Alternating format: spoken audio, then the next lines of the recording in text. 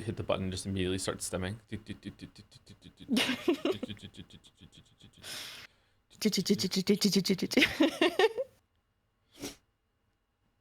Exactly. live and stimming. Yeah. Exactly. Oh, to refresh the page today in order to see what's going on. Okay. Yeah, I see that. Let's go on chat. Good morning, chat. We're back with some more Umineko. We took a break last week, and it just made me realize how much I just hate reading it, and just like I don't even know why we're doing this anymore, and like I am man, actually holding him at gunpoint right now. yeah, I have to confess. Yeah. what's the point? Like nah, I'm really excited to see more, and I'm sorry that we didn't do it last week. Not as excited as I'm to see what's gonna happen in Shiroya City. Sorry. Shiroya City.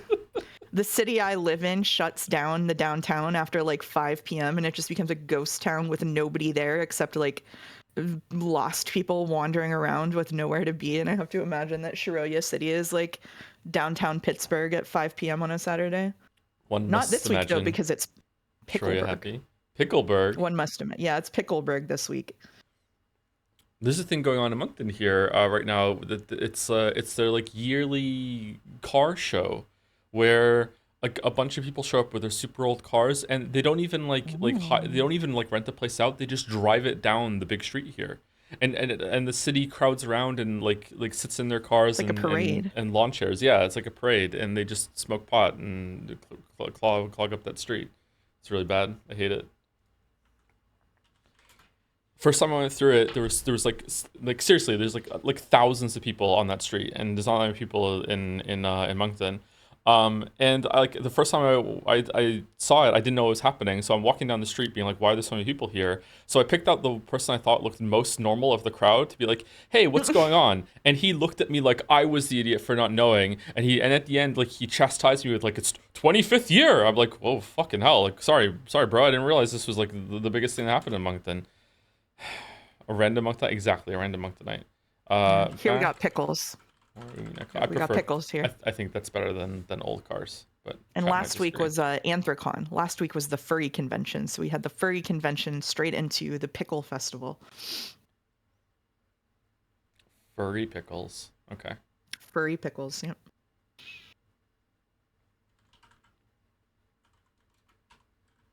All of chat asks if August was there. If August was here, I would have taken him out for dinner and maybe given him a swirly.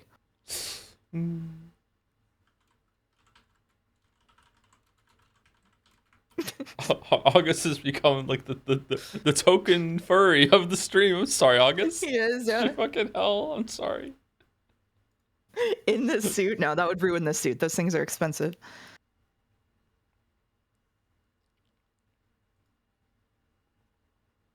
Okay, so Link is out, Windows is set up, and we are doing fan art today, but we're also doing the dolls first today because we're also doing fan art, so it just seems to make the most sense to show some fan art and then get into the dolls. We also have a lot of fan art today, but apparently like a bunch of it, like a quarter of it is Merrick's Fast Pass that we already showed, but we will show it again for the sake of completion, but we'll go through it a bit faster. I believe that this is the right window. Yeah, it is. Okay, cool. Joe, have you watched the new Superman movie, or are you planning to see it? It was pretty good. I have not seen it. No, I've seen this from trailers. It looked interesting. Sorry, Mouse, go ahead.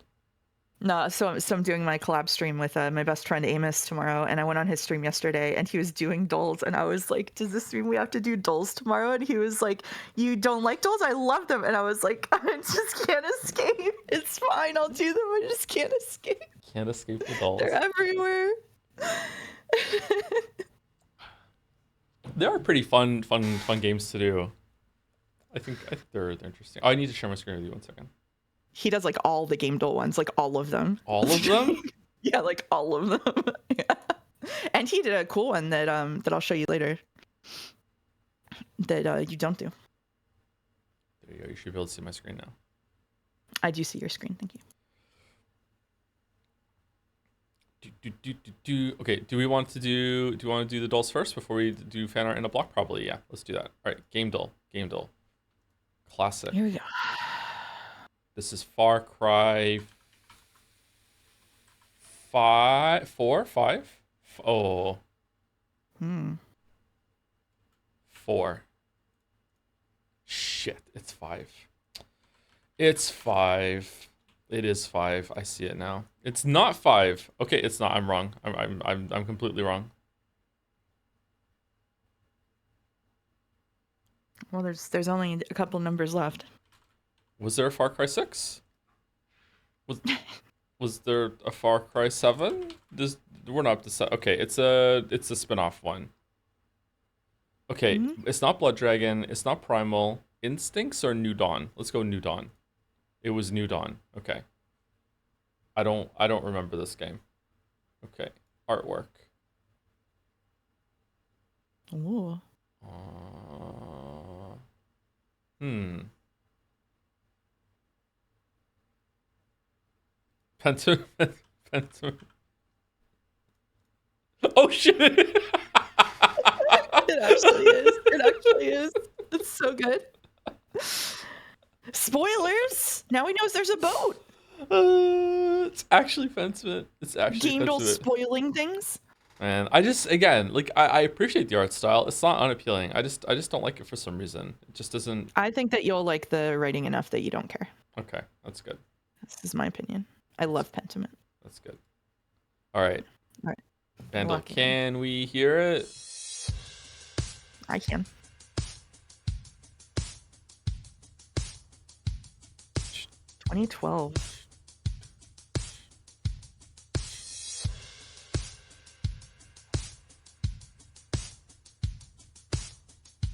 Sounds like a Nine Inch Nails song. I don't think it is though. It does a bit, yeah.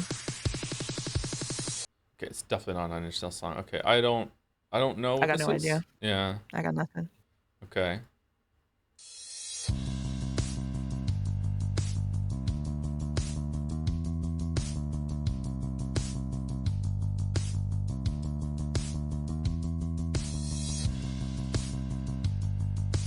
Ooh. Got no idea. I want to hear the end of it though.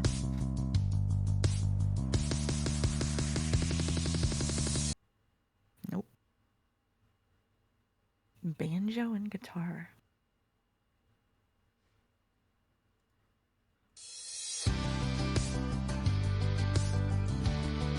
Oh god. Sounds like We're Never Getting Back Together by Taylor Swift. It does. Yes, it does. Is it that? I it is, yeah. It is that. I thought it was on the bass. I'm like, no, there's no way it's that. Okay. It is that. Okay.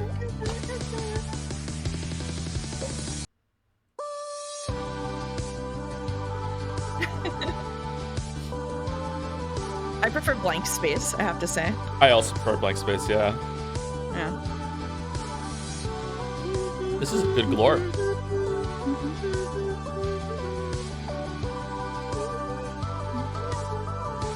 Is Blank Space her best song? It is to me, I think.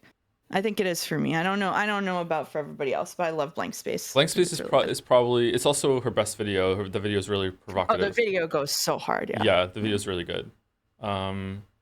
It's probably her best song, yeah. Oh no, fire, quick. Swamps into the fire extinguisher. Scree. Yeah, swamps. This is easy. This is FTL. It's not. It is faster than light. There we go. It's done. Do you want to hear Baby Joe? Yeah, Oh absolutely. no, fire, quick, swamps. Swamps. Yeah, My guess was swamps gonna be with the password swamps with game. the fire extinguisher. Scree.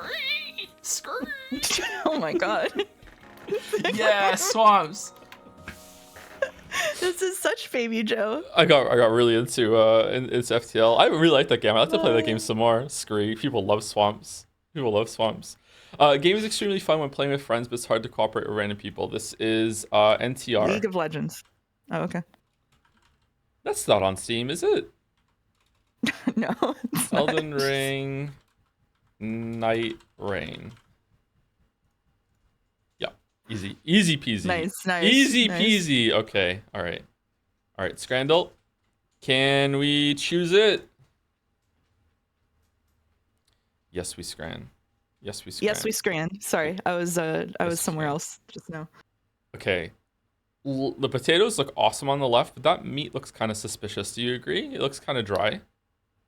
Yeah, this I don't love the color of it, even though I know it's probably just lighting. Yeah, Uh, I think I'm gonna go right here for what I would eat here, but I don't know. What do you think yeah, is the right is pretty good value too? right. I would go right. I think. I'm pretty demoralized on Scrandle. The last few times I've attempted it, I no longer feel good Wow. about Scrandle choices. I came onto this Wow. stream very bold about Scrandle, but no longer. Yeah, It's it's, already it's already over. It's already over. it's over. Pork It's sandwich, I over. feel like that's too many onions that don't look cooked very much, if at all. Like they must be cooked a little because they're flexible. So I don't know. Oh, I want to go right. Like it's basic fish finger sandwich. I don't like the one on the left. What do you think? I have to ask Boulder real quick. Boulder, am I allowed to talk about that? I wasn't sure if it was going to be a surprise. Can I mention that on stream? And my answer to you, Joe, is I forgot that your stream name was Joe for a second. I think fish fingers for me. All right, we're I'm gonna. absolutely allowed to talk about it. So right now Oh oh no. my god. Right now I'm especially feeling demoralized about Scrandle because Boulder made his own personal Scrandle comparing his food, his pictures of food that he has, and it is dire. And we just spent like an hour looking at Boulder's food and comparing it, and I think that it has actually retrained me to be worse at Scrandle. So I'm Oh, so sorry. oh no, really? Okay. All right. Yeah. Okay. Yeah. Can we do that next? I mean, it's just comparing, so I guess we could. He made his But own scramble. Okay, he did. Yeah, I could send it to you. Chad has proposed that because we're 2 for 2 gone, that we go for an imperfect scramble, and I'm in. Okay. I think left is the Yeah, pick let's here, do so it. we go right for the wrong one. What do you think? Let's do it. Yeah, I think right for the wrong one. For Okay, the all wrong right. reasons. Okay, imperfect scramble. Okay. Oh shit. I think Oh, left, right looks really good, doesn't it? maybe. Yeah, right looks decent. Yeah. So left Oh, for but the left has imperfect. alcohol. Left has whiskey highball. Don't send it to Joe yet. I'd love to have him try to win at it after I've got enough data. Okay. Well, there you go. Okay, I think right is the winner, so I'm going left. Oh my. You can't even lose well. People. Okay, left is the winner, Right. so right. Yeah, Yeah. yeah. Right. Okay, Okay. all right. All right. Right. Shit. I think left. For the loser, right? Yeah, for the loser. I think Yeah, I think so too. But I would eat it's that. twice as expensive, and there's Yeah. not. Yeah. Okay. Okay. Deep fried cheese in a roll versus very long hot dog. Hmm. Very long hot dog with nothing at all on it. Yeah. It's just 2 feet of hot dog. I think that people would like the deep fried cheese and it's cheaper. Hmm. Yeah. I'm going hot dog Yeah. as the loser. I think we go left. Yeah. Yeah. Yeah. Good. There we Good. go. Good. All right. Yeah. All right. You can make anything good if you fry it. Okay. Ooh. Left? Left is the winner for sure. Yeah. Oh, Yeah. but right is 15. Yeah. Wow. Mm-hmm. Yeah, for sure. Yeah, Wow, for I sure. didn't even see the price. Oh, that's a good egg. I like that egg. I'd eat that egg. Okay. Fried chicken and chips. All right, Scrandle seems to love this bullshit. I think this is probably going to be the winner, and Rock's Burger is going to be. Oh, the Rock's. Some of that looks kind of weird in the bottom. Okay. Yeah. Yeah. Wow, still There you pretty go. high though. Damn. All right. Yeah. Okay. Easy, Left, easy, right? right? So, Yeah. so left is the loser. Yeah, Yeah. yeah. So left, yeah. Yeah. Yeah. All right. All right. Almost Well, almost an all right. imperfect scran. 1 out of Almost an 10. imperfect scran. Miserable Oh, scran. miserable scran. Nailed it. Nailed it. Joe, you destroyed the monocoin economy. That's tragic. 2 people bet on 0 to 4, apparently. There's gonna be a bunch of people that are actually mad that this is what Yep. Scrandle turned into, and they voted without Yep. full knowledge. Oh no! Yep. Oh no! No, we scrant. No, we scrant. Okay, No, we scrant. so we got 9 out of 10 in our own weird way. That's good. That's good. All right. Boulder has linked his Scrandle in the chat, but you're forbidden to click it. Okay. Okay. But I'll give you a hint. There is one that is unidentified glass of liquid in the refrigerator. Oh.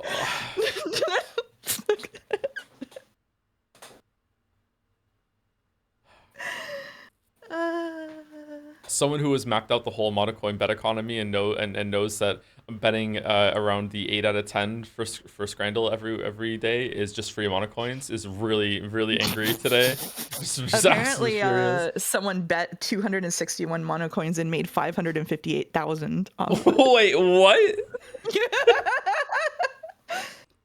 1 to 2,140 odds. Holy shit! Well done to you. Congratulations. Uh, I normally vote 1K, but since today was so easy. What do you mean so easy? I went 10K on 10 as treat, but I can't be mad. +2. Wow. Wouldn't have gotten 10 anyway. Wow. Anyway, okay, let's do fan art and saying thank you to bits and subs. I have my timer. So again, if you are here because you joined the community or joined the streams and you haven't been here before, on Saturday, it used to be Friday, but right now we do on Saturday because Umineko is very easy to spoil. We do fan art, so the community makes a bunch of fan art. We did not do it last week because we didn't stream on Saturday. We showcased a bunch of fan art the community made. It often has spoilers for games that we just played. For this one, it's going to be probably Umineko, apparently Ace Combat 7, and also Death Stranding 2. Why do you eat pizza with carrots? Oh my god, what is in this picture? that's directed to Boulder. Yeah. That's directed to Boulder. Yeah. Oh my god. Anyway, so like if it's probably gonna take us at least half an hour, probably closer to an hour to get through the fan art because there's a lot of them today. I try to keep it down to like a minute or two per fan art, but sometimes I talk about it or I end up saying bits and subs or we get derailed into a conversation. But if you are only here because you want to see Umineko or the stream, you can come back in a bit. But if not, then that's okay. But there's some good art here, so you could always stick around and see that. You should have seen the speed with which mouse got through her own fan art. Oh, she's already bragged about that. Don't worry about it. I know all about this. Brag. Yeah. I didn't brag. I mentioned it. You sounded pretty chuffed. I think it's worthy of a brag. Yeah. All right, fine. Okay, so we're starting off with Noatan. Ace Combat 7 DLC minor Death Stranding 2 reference. The Ace Combat playthrough may be over, but he'll always live rent-free in my head. By the way, I am enjoying Death Stranding 2 very much. Kojimbo has gotten me again. Short Umineko block this week. 7 images, 4 of which are the regular emo edits. Really? I thought there would be more than that. Starting next, no major spoilers, but characters. At the end of the gallery are copies of the already shown American Death Stranding 2 fan art, totaling 11 images, chronicling Bike Chan from Death Stranding 1, Return to Death Stranding 2. Golden Witch Beatrice cackled. Don't you see, Battler? 10 million lives will be saved at the cost of a mere million lives. Don't you see? Was that the actual line for Ace Combat? That's crazy. I can't help but be reminded of Project Windman. Wait, judging by your reaction, you've never heard of Project Windman? Joe, you can't be serious. Dalder went pretty hard. What do we think of Beatrice in the suit? I like her in a suit, but I don't like military type things. So it's tough. If it were a regular suit, I would feel very, very happy about it. Not military suit, yeah. Chat seems to agree with you. I would like Beatrice as a pilot better. Beatrice as a pilot would be amazing, and I would not trust her to fly the plane at all. Not even a little bit. Even if she's set in red, she knows how to. You don't trust the red, why should I? Oh, okay. Oh. Okay. Thank you to Roll Dodge for resubscribing right at the end of yesterday's stream. It came in just as the raid went through. Sorry about that, Roll Dodge. So I'll say thank you now. Thank you very much. Thank you to Guido Tayson for the resub right at stream started for 1 year. A 1 year resub. Thank you very much. Thank you, Etains, for the new sub. Also, welcome, Etains, right when stream started too. Thank you very much. And thank you, Noatan. Or now, Notan? Whoa! Umi5, this week's emo edits, when I said none shall be left alive, I meant it. Is this one of the people that Angie went to visit in episode 4? Yes. Yeah? Okay. Man, I barely remember this person. Holy crap. I know. Yeah, this is Kumasawa's son. And they look very different. Yeah, this isn't designed to be recognized. Wow. So Crystal has done an emo edit of all of the cast and all the characters in the Not a Game. Is this? Are there any left after this, or hmm? Honestly, there might Yes. even be some characters that we haven't even seen yet because it's just still this late. We're still adding new ones. Um,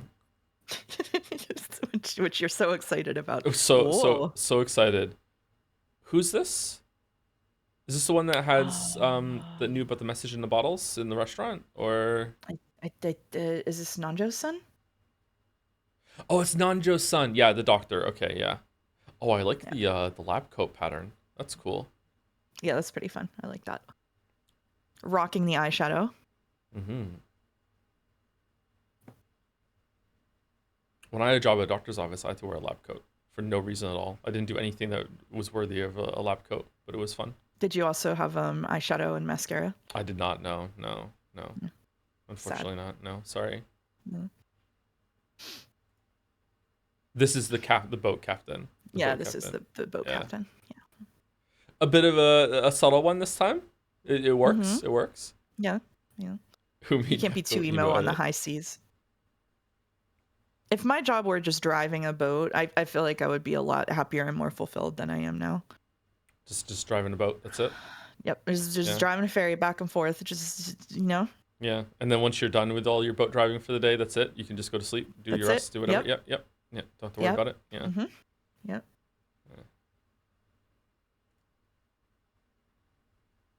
This is the guy. Is this the guy or yeah? This is the guy at the restaurant. I think this is him. I think so. Yeah. Gotta be. Gotta be. You can get zooted on the boat. Yeah, like if I could just live like a Jimmy Buffett core lifestyle, I think that would be pretty good for me. The black nail polish. Do they all have nail polish? Oh, the nails are hidden. Yep. Nail polish. Nail polish. Yep. They all have nail polish. The ones that are showing do. Yeah. So obviously also has nail polish, just not showing it. Yeah. It's implied. It's implied.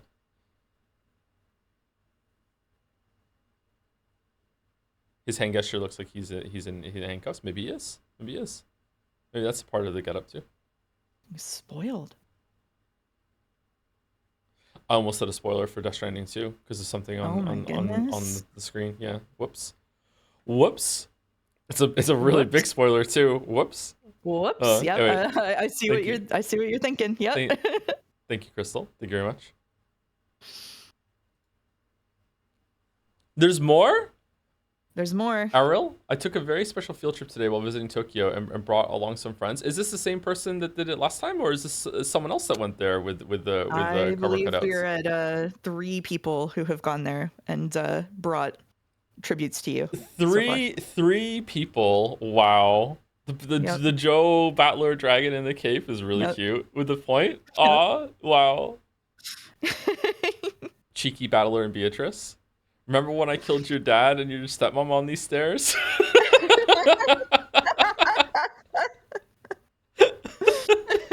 Pointing at the chandelier, pointing at the balcony. Aw. The chandelier is my favorite one. That's really cool. Mm-hmm. That's really, really cool. They are really cute. Mm-hmm. I really like Battler and Beatrice. Too bad about all of the jeans. Thank you to thank you to Scrim Bum for the resub. Thank you very much, Scrim Bum. Thank you to Alken for the resub too. Good nom nom nomming. Is that from Danganronpa? I think it is, isn't it? Thank you, Alken. Thank you, Infatuated Hades for the bits, for the message. I'm really enjoying Expedition 33, and I'm excited to see you play it, but it fucks me how almost no one is talking about its abysmal performance issues. I went through so much troubleshooting and nothing works. The game is a stuttery mess on my RTX 5090, and lowering the settings and resolution does nothing. It constantly fluctuates between 40 and 60 FPS. Reminds me how everyone was busy glazing Elden Ring on release and not talking about its performance problems, which are still unresolved. Oh, well, my computer is nowhere near as good as yours. I'm still on a 3090. So I don't So I was on a 3060 playing on high settings and it was fine except for the cutscenes sometimes lagged out. So if you play on medium, it should be okay, I think. Okay. Is it still gonna look good on medium? Probably, but I would like to Yeah. Do I really have to upgrade this computer already? I really don't want to do that. How long have the 5000 series been out for now? Usually I try to upgrade every other GPU release line. I don't always. That's my intent. I don't always do it though. Usually it's there are two, but hmm. Yeah, I didn't have super. People are saying it crashed and stuff. It never crashed for me except when I didn't update a mod that I had installed. Otherwise, I didn't have crashes. I didn't really have FPS issues, except that made sense because I was running OBS at the same time. Like I didn't have many problems with it, so Okay. I don't know. What's your monitor's resolution? 1440p. I don't play at 4K yet. I'm not a 4K gamer. I was intending to be one, but I didn't realize just how how demanding and taxing that was to make videos and everything in 4K. So it's still kind of like in the future for me to do 4K videos and everything. 5000 series came out in January. Oh, okay. So they're pretty new then. I'll probably wait for the 6000 series then. I think I can hold off until then, and just do a full hardware refresh, because I just did a mostly hardware refresh except for the GPU and some of the parts, the hard drives. I think you'll probably be okay. Yeah, probably fine. Anyway, thank you, Errol. Whoa, by Blood Frog. My first time submitting fan art. Hopefully, I'm doing it right. Inspired by Jelly's narration of Sakutaro. It's the Uryu crew. Uryu. Oh, it's cute. The cute trio. It's cute. Very cute. Ryu. Are you?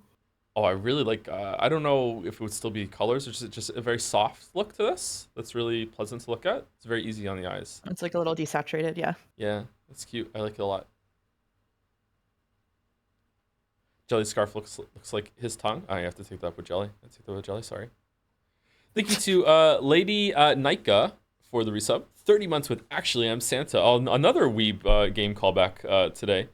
Thank you to Lambda9900 for the resub. Hi, Joe. Happy to hear you're such a big Rena Higurashi fan. She's one of my favorite WTC... When They Cry. Characters, and one of the best written in the entire series, IMO. What do you think about that, Mouse? She is my favorite character in Higurashi, and this person is saying this because when you say so cute, she's the one who says that. Is that the green one? Nope. Wow. Okay. Nope. So cute. Has it gotten good yet? It's good 50% of the time. Have you gotten to the parlor scene of Higurashi? Yeah, I mean, I think the parlor scene of Higurashi happened in episode 1. It's just the problem is episode 2 came after that. As it tends to do. Yeah. Okay. Yeah. All right. Yeah. I've finished 3. We've started 4 this week. I'm like a chapter or 2 into episode 4. Definitely having a time of all times. 50% time it's very good. I would say that Umineko is very good. Oh, I don't know. At least 80% of the time, maybe 90% of the time. Like, yeah. I would say it's definitely much a way higher. higher hit rate for me. Yeah, for sure. Thank you, Elsa Hart, for the resub with the message, this is an indie visual novel of the devil. I don't know that one. Has that one been brought up before? Of the devil. It's the one that Truth has been shilling, but it's like only 1 episode out of 5 or something is out so far, so it's like extremely unfinished. Okay. All right. Even more unfinished than Misery Chord. Wow. Yeah. People really do just start VNs when they're not done yet? That's crazy to me. Yeah, Jelly has been streaming it. Yeah. Huh. Jelly's current darling. Okay. And thank you, Henry White, for the bits. Last time you asked what's the smoke room is. The smoke room is what you think Echo is, but it's not. But this is. Enjoy this furry fact, TM. Still better than Steins Gate. Still. Yeah, well, probably, yeah. There's not much that's worse than Steins Gate, to be honest. Okay, so smoke room is something that we definitely can't stream then, right? Yeah. Yeah, okay. Yeah. All right. Yeah.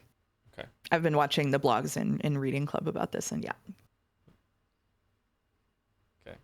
Thank you, Blood Frog. Thank you. By Outsin. The faces, what? Wanted to draw more Erica. There's not enough Psy fan art, and because trios are fun, I've decided to add in Ol Halligan as well. Together they make up Lads, the League of Asshole Detectives, here to solve crimes no matter how illegal, corrupt, or immoral. I love in the background the Nazi and Kate. Mm-hmm. That's so good. Oh, he has the Sekimea. He has the Sekimeas up there. He's got egged, yeah. When And she's got her they tape. said the time egg in Chrono Trigger yesterday. Oh no. Oh my god. I forgot that they called it the time egg. They do call it the time They egg. do call it the time egg. Yeah, I fucking hate that. Holding on to sleeve too. Yeah. The details. This too is Sekimea with the duct tape.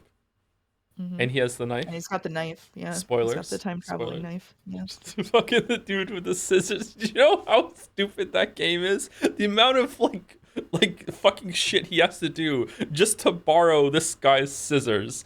Fucking god damn it. Mystery of the Druids. I've never played it. Don't. Okay. Don't. Although it is, yeah. I'm convinced that Mystery of the Druids is bad on purpose.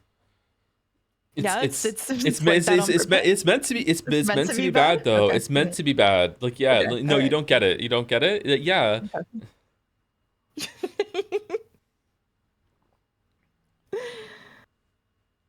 Watch the Mandalore video. I don't want to do that. The skeletonized body of Erica was found in the forest 3 days later. Apropos of nothing, when are you playing Quantum Break? I don't know. At some point in the future, I'd like to do it. I don't know when though. It's pretty entertaining, but it's got some challenges in the current day and age for streaming, I think. So we'll see. Thank you, Hudson. Thank you. Comment Otter, a follow-up to my prior comic that I couldn't complete by stream start. I don't actually know how dyeing hair works, and Joe did mostly make Bike-chan white with a little red, and not the other way around, so I wanted to make this joke anyways, so please enjoy. So you're into redheads now? Bike-chan, baby, please, I've been dyeing your hair mostly platinum blonde for hours. Oh my god. That was not the intent. Yes. Where Nobody really? listens when you say you're in your brunette arc. I know, no one listens. This is crazy. They're gaslighting you. I had to get Merrick's approval for the Bike-chan recolor.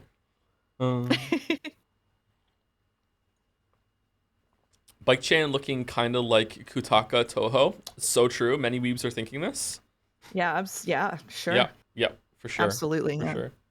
This is very no cute. brunettes have been present in the brunette arc. I've been here the whole fucking time. What do you mean? Thank you, Comment Otter. Very cute. Very cute. Thank you. I've been here the whole time. Thank you, Bane Poster 2000 for the resub with Glorp. Glorp? Oh, that was when we were doing Bandle. Thank you to Leluit. Leluit, yeah, for the resub.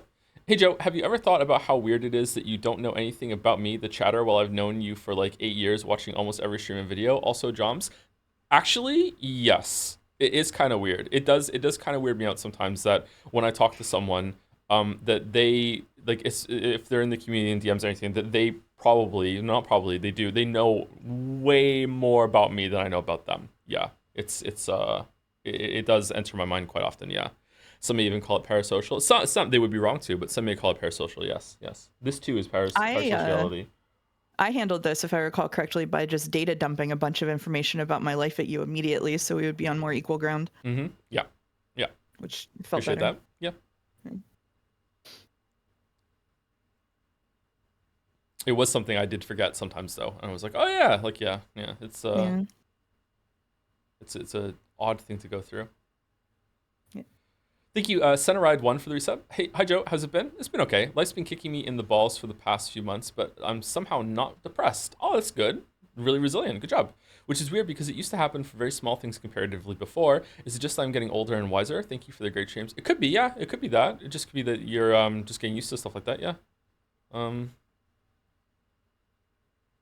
Yeah. That's progression, right? Maturity? Yeah, I would be happy about that. Yeah, I would take that as a really good sign. So did Mouse confess about the war crimes? Oh yeah. Mm-hmm. Not on the record. Thank you, Comment Otter.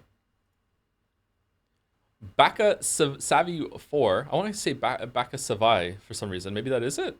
Extremely stupid and terribly drawn idea of the biggest naturals in all of Faerun. Oh my god. Yes, they're naturals. Natural 20s. Okay. All right. Wow. The Baldur's Gate 3 callback. Remember when we used to stream Baldur's Gate 3? Man, this feels like years ago now, huh? Yeah, those were the That days. was a while ago. Those were the days? What do you mean you were so Those ready to are be done with it? those were the days. I can't believe we finished that. I remember when you were like, we'll stream it for 3 days and be done. Yeah. Yeah. I'm glad I got through it, but it's almost like been like logged away in my head like a video project at this point that I actually barely remember a Mm-hmm. bunch of those streams. It just man, it took so long. And the same thing will Today happen with marks the Underline. same. No, no. They said today marks the same number of Umi streams as Baldur's Gate. Damn. Baldur's Gate got above Umi? Really? Huh. Yeah, apparently. It's actually pronounced Baka Savic, but go off. Baka Savic?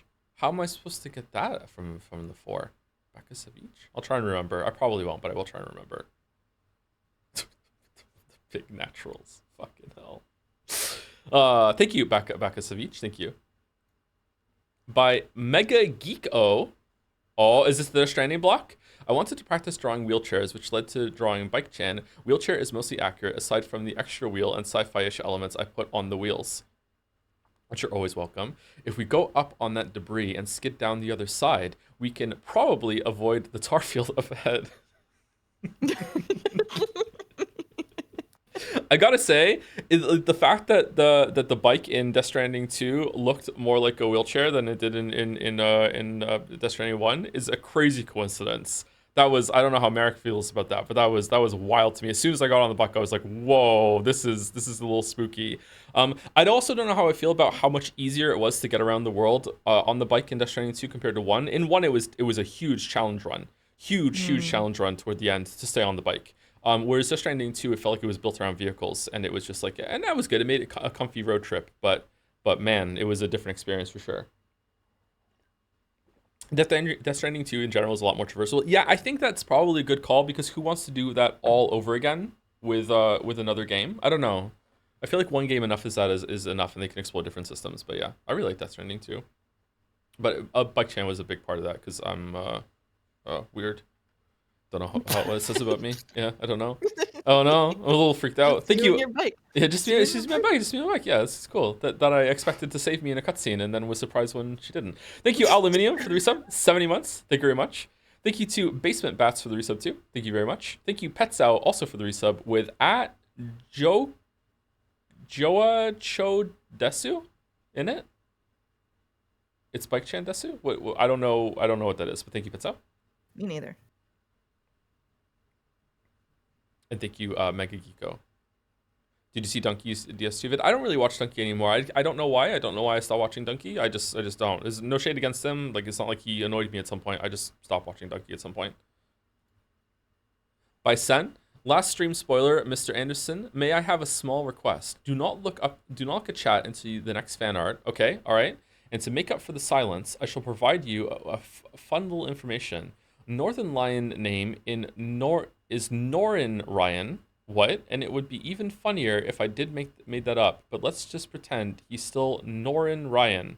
Norin Ryan. Okay. Is that Bike Chan? Where is this going? Hey truck, ready for this? What are you doing? So as a joke, this is Truck Kun. Okay. All right. As a joke, can I go to the next one, son? This tension. What is this? What is this wig down here with the bunny ears? What's going on here? I don't know. I don't know. I guess that's Wait, it. this is. Oh, okay. All right. Okay. It's just all about Pecco. This too is Pecco. It's all Pecco.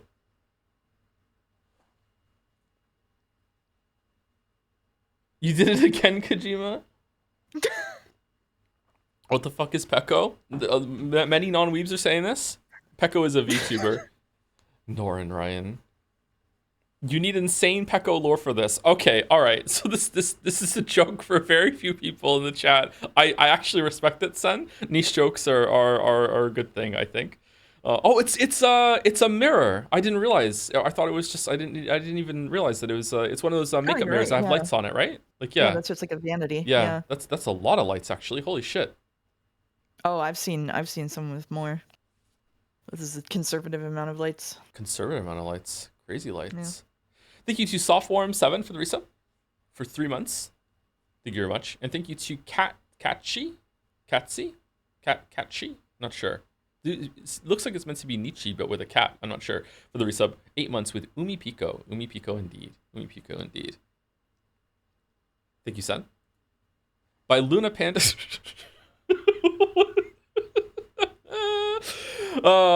Bike Chan, Joseph Anderson, Truckun, Death Stranding. One trip pizza.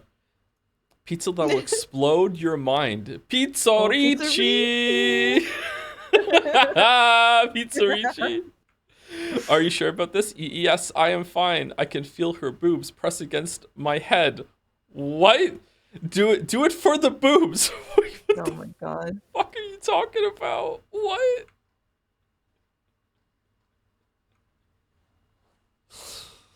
I actually had a Death Stranding experience last week where I went to a pizza place. I went to Freddy's Pizza with one of my kids, and I didn't think that the pizza was gonna fit in one of my bags, and it did. So I was able to put it flat at the bottom of one of my canvas bags, and I carried it home.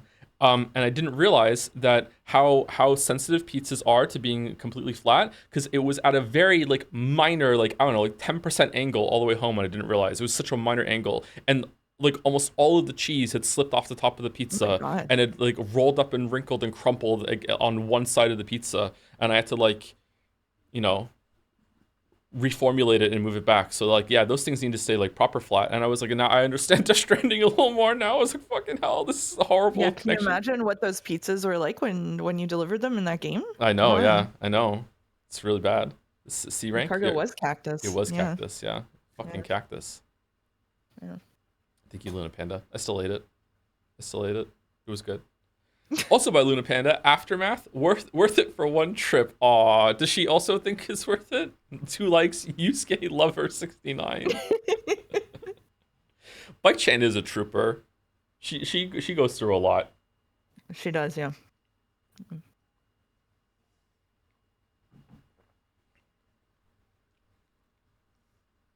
I guess some things really are impossible. Some things are impossible, yeah. It's making me hungry, really? Most durable Chan. Oh, hold on. I can't believe I'm so cooked that I'm disagreeing with that on site. Yeah, okay. Yeah, let's hear it. Charlie Chan is the most durable Chan. She's completely invincible. She stopped to train. She blocked bullets without taking any damage. Retinas knows that too. Retinas knows that. But I can't believe it just immediately just Retina's baiting? Yeah, Retina's baiting. Thank you, Sharpo Needle, for the resub. Thank you very much. 5 months. Thank you, Brooch for the resub too. Been on a networking course this week, and every time they said VM, I misheard VN and kept thinking about the Umineko musical fan art. I'm sorry. Oh my god. At least I didn't say in other words. Thank you, Brooke. And thank you to Master of Segways for the resub. Oh my god, I didn't think you would be streaming more Higurashi. I'm super excited, although it's weird that it's during Umineko Saturday. It's weird, yeah, I know. Anyway, glad to see you deliver what the people want to see with the dancing and french fry. Thank you, Master of Segways. Boulder said the next stream art is a lot. He said the next one is a lot. Is a lot? Like... Yeah, brace for impact, I guess. Okay.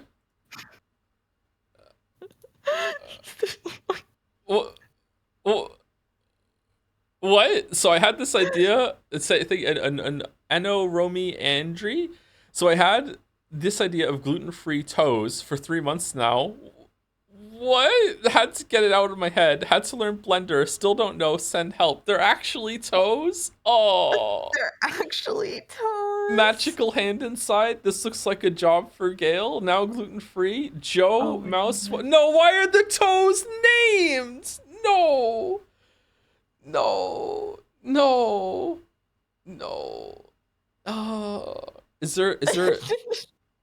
Is there a toe missing, or is Astarian's toe invisible because he's a vampire somehow? Fanart was a mistake. Get captured on camera. Toes. Fanart was toes. All of the racists with a mouse. What? This is the world you created, Merrick. You're a founding father of this world. You created this monster. Merrick actually is responsible. Yeah. Merrick's saying it was a big mistake. New closed room every week. Why all the racists? I don't understand. Is it because of the xenophobic back and forth between original Beato and Kinzo? Maybe. I don't Maybe know. all I of the don't know. goats but racists. Yeah, with a mouse. At least I'm not contained within the set of racists. Why is the orange toe from the Oblivion waffle specifically the waffles from because he looked French? Like why? Oh, can I rename the characters in Expedition 33? No, Fuck. Really? I would love to rename those characters. People would go I'm crazy. sorry. God damn I'm it. sorry. Damn it. I'm sorry. Yeah, they're always saying each other's names out loud and shit. I'll It sucks. probably just call them different things anyway. Give them nicknames, Yeah. Oh, yeah. absolutely. Yeah. Yeah. Yeah. Absolutely. All right. Well, thank you for this, Anaromi Andri. I don't know if this was worth it, but it's very disturbing and quite funny. Oh, oh man. Thank you. By Madison Bake. Damn, Aussie Bike Chan strikes again. Holy shit. The Damn. aura. Stuff. Kangaroo shit. Vegemite. Might. This is really good. This is really good. Because the last fan art, I see this as a toe. I also I also had that, and I didn't want to say it. I didn't want to spoil it for you because Maddie's Okay. work is always banger. Ooh, very Maddie redesign of bike channel. Look at them legs. Look at them legs. Look at them Hmm. legs. Damn.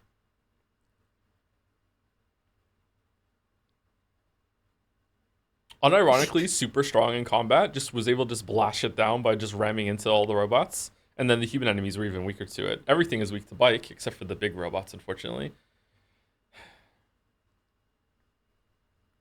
Last fan art has blown us. Yeah. Okay. All right. Mm. Joe has lost control of the situation. Thank you to Credolfer for the resub. Hi, Joe. I know the stream backlog is already overflowing, but if you ever find yourself in the need of a dumb game for a single stream, you would love BCV Battle Construction Vehicles for the PlayStation 2. Okay, this is not. I don't think there's any That is a way. very specific recommendation. Yeah, I don't know if I could do a PlayStation 2 game. Like, people are saying, oh, hell yeah. Really? Does it have a remaster re-release on a later console or anything like that, or no? It's worth it. It's Keeney. I know that game is very funny. It's so stupid. I love the movement in the strong. Maddie is amazing at that.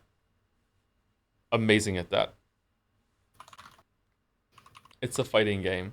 Thank you, Electron Active Area for the resub 2 with Ryu and Kever Klarung with the bits. 225 bits. Suspicious amount of bits.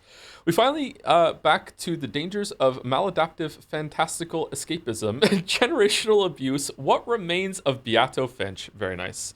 Very nice. It's One of my game jam pitches that we didn't end up using. I just titled Root Tree Umineko Blueprints Edith Finch like. Sorry to connect very strongly with this. that is such a sentence. Wow. Such a sentence. Wow. Yeah, sorry for interrupting. It was No, it's really okay. funny. It's okay. Thank you, Maddie. Thank you. By Ash. More Death Stranding. Death Stranding 2 got a lot of fan art. Escorting the prisoner. Coffin board Chan. Oh no. I would have done another vampire, but Buttfang Chan. I'm sorry if this is your first stream. Was so recent, you get straitjacket criminal for undisclosed crimes instead. All right. Okay. Okay. All right. Not Buttfang Chan. Not Buttfang Chan. Why is chat loving the truck so much? I'm surprised how much truck fan art there's getting. How does Merrick feel about this?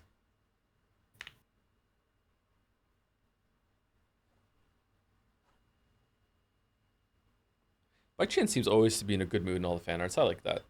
Very optimistic Chan. Yeah. Blasphemy, Very obviously. competent Chan. Mm. Blasphemy. The truck design was generally really good, though. Whose side are you on? What are we talking about? Trucks are the natural enemies of bike. Exactly. I'm surprised that more chatters don't understand this. Like, what the hell? But her emote is only emote is her being sad. Why? That's true. That's true. That's true. Oh, thank you, Yuri Lover 337. This is where it came in. It's actually pronounced Baka Ceviche, but go off. There we go. Thank you. Thank you for the correction. I will try and remember that. Usually I can remember. No, sometimes I can remember. Sometimes, 40% chance. 40%. Thank you, Mega Geeko, for the bits, following up the fan art earlier too. Kudos for being like the first streamer who didn't call me a gecko on the first read. Wow, I actually got a name right for once, first try. Yay! Go me, yay. Okay, yay. Thank you, YSF, as well, for the bits. Morning, Joe. Morning, Mouse. I'm half asleep, so just imagine I wrote something funny here until I have the capacity to. Very funny, +2. +2. +2, yeah. +2. Yeah. I wonder if Joe will ever pronounce Rodney correctly. What? I almost just dead ass said Rodney's real name. It's just like really my immediate reaction was just a real name Rodney on stream. Rodney isn't his real name? No. You picked a fake online name that is another real name? Yeah, who does that? What kind of crazy person would do that? What? Thank you, Ash. Thank you. So-called Rodney. Clearer. Oh, look at these Joe expressions. I was doodling while on call, and these materialized on my screen. Oh, I love Clearer's art so much. Clearer is great art. Holy shit. Oh, determination. Even more determination, but also kind of sad. Uh-oh, even more sad. Oh, confused. Huh?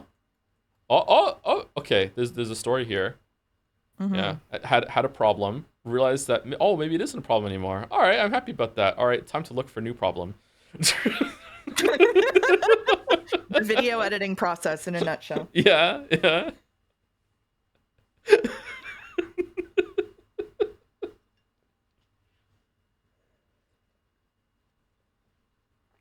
Oh, I assume this reflects the artist's progression of emotions while on call. It could be. It could do, yeah. It could, yeah. Thank you, Clara. Thank you.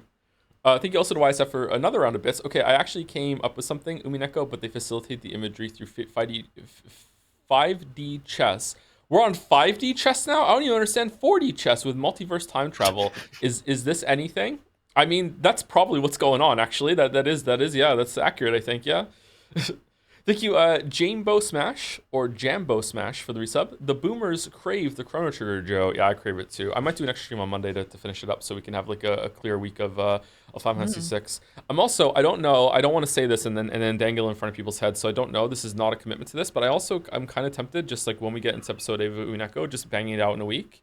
Just so like it's like we get it done like well paced instead of like week to week because it's the finale, right? So it feels like it's something that we should get through. But I don't know if it's a good idea or not. I don't think so, but it is your stream. You don't think it's a good idea? No. I don't think you would survive. It's that bad, huh? I don't know if it would bring you joy to do it all at once. I like ripping band-aids all at once. How you doing? Says someone just opened up Reddit. I think it would. We can talk about it offline before someone really does open up Reddit. Okay. All right. Okay. All right. We'll see how it goes. Fucking hell. Let's go to the next fan art before I read the next one. All right. Thank you, Claire. Thank you very much. Glorp. Glorp Joms Yuri. C8 Glorp Joms Moon Yuri with Ghost of Kraus in the fan art. Damn, where's Glorp been hiding that? Holy shit. Damn. Is that meant to be the jetpack supposed to look like an alien head or something? Or is that just a lucky coincidence? I think so. Yeah, I think so. And Joms with the Canadian flag. Love to see it. Canadian representation. They look like they're having a great time, don't they? Great time. Fucking, how thick is Joms' tail that she needs this big ass like container for it? Why can't it just slip down one of the legs or something? It would get cold. It would get cold that's otherwise. True. It would get cold, yeah. She needs it for balance. What do you mean stick it down the leg? She needs it for balance. Come on. Okay. All right. Sorry. Yeah, it's true. That's true. Sorry. Sorry. Do you think it can still wag in the astronaut suit, or is it? Like, yeah, of course. Yeah. Okay. Oxygen cable. Why doesn't Glorp need one then? I don't know. Why don't you need a tail for balance? Some people do, some people don't. That's true. Some people do.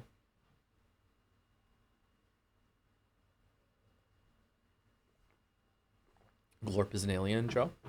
Wow. Wow.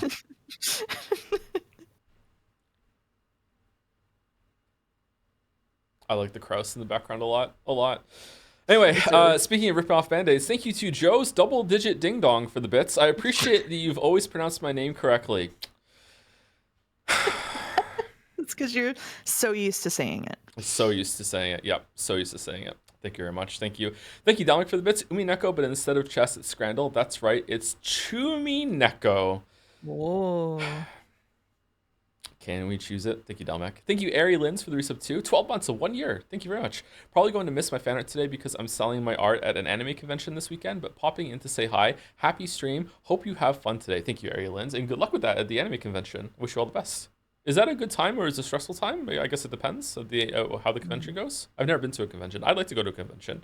I don't know if I would like to tell people I'm going to a convention and meet a bunch of people because I feel like that would be extremely overwhelming for me. So I think the first time I would just like go incognito and see how it goes. Not a week, by the way. I don't know if I want to go to an anime convention. I think I just would like to go to like maybe a video game convention or something like that. Sounds like a nightmare. I don't know. I've never been to one, so I don't know. So no JomsCon? You never been to a video game convention? I thought you went to a furry con at some point. I didn't attend the furry convention. I just went there and met up with someone who was there because they were a furry, because it happens in my town every year. Okay. So I became more zooted mouse than ever before and went to hang out with my friend at the furry convention. Sorry, I'm trying to explain this story very carefully. Levels of zooted were reached that had been previously unfathomed. Visiting to meet someone and just dipping in and then leaving does not count as going to a convention, I think. Yeah. Yeah, Okay, I didn't go to the convention. I wasn't on the floor. Like I didn't do anything. Yeah, I didn't have a badge or anything. So I have not had the convention experience. That makes sense. Thank you, CA. Very cute. Very cute. I'm sure chat loves them too. Whoa, Oko. Oh yeah. Mouse. Oko's back, baby. Oko's back. Oh, it's so pretty. This is based on my PNG tuber avatar. Oh shit! It is. So cute. Yeah, it is. Yeah.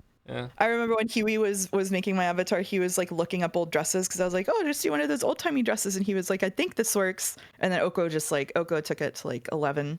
It's so cute. Absolutely gorgeous. I showed this on my stream too yesterday. I'm happy to double show it. Show cute. Yeah, show cute. Show cute. Oh. Yeah. Gorgeous as always, Oko. Holy shit. Absolutely. So much ankle. I know, scandalous. Scandalous.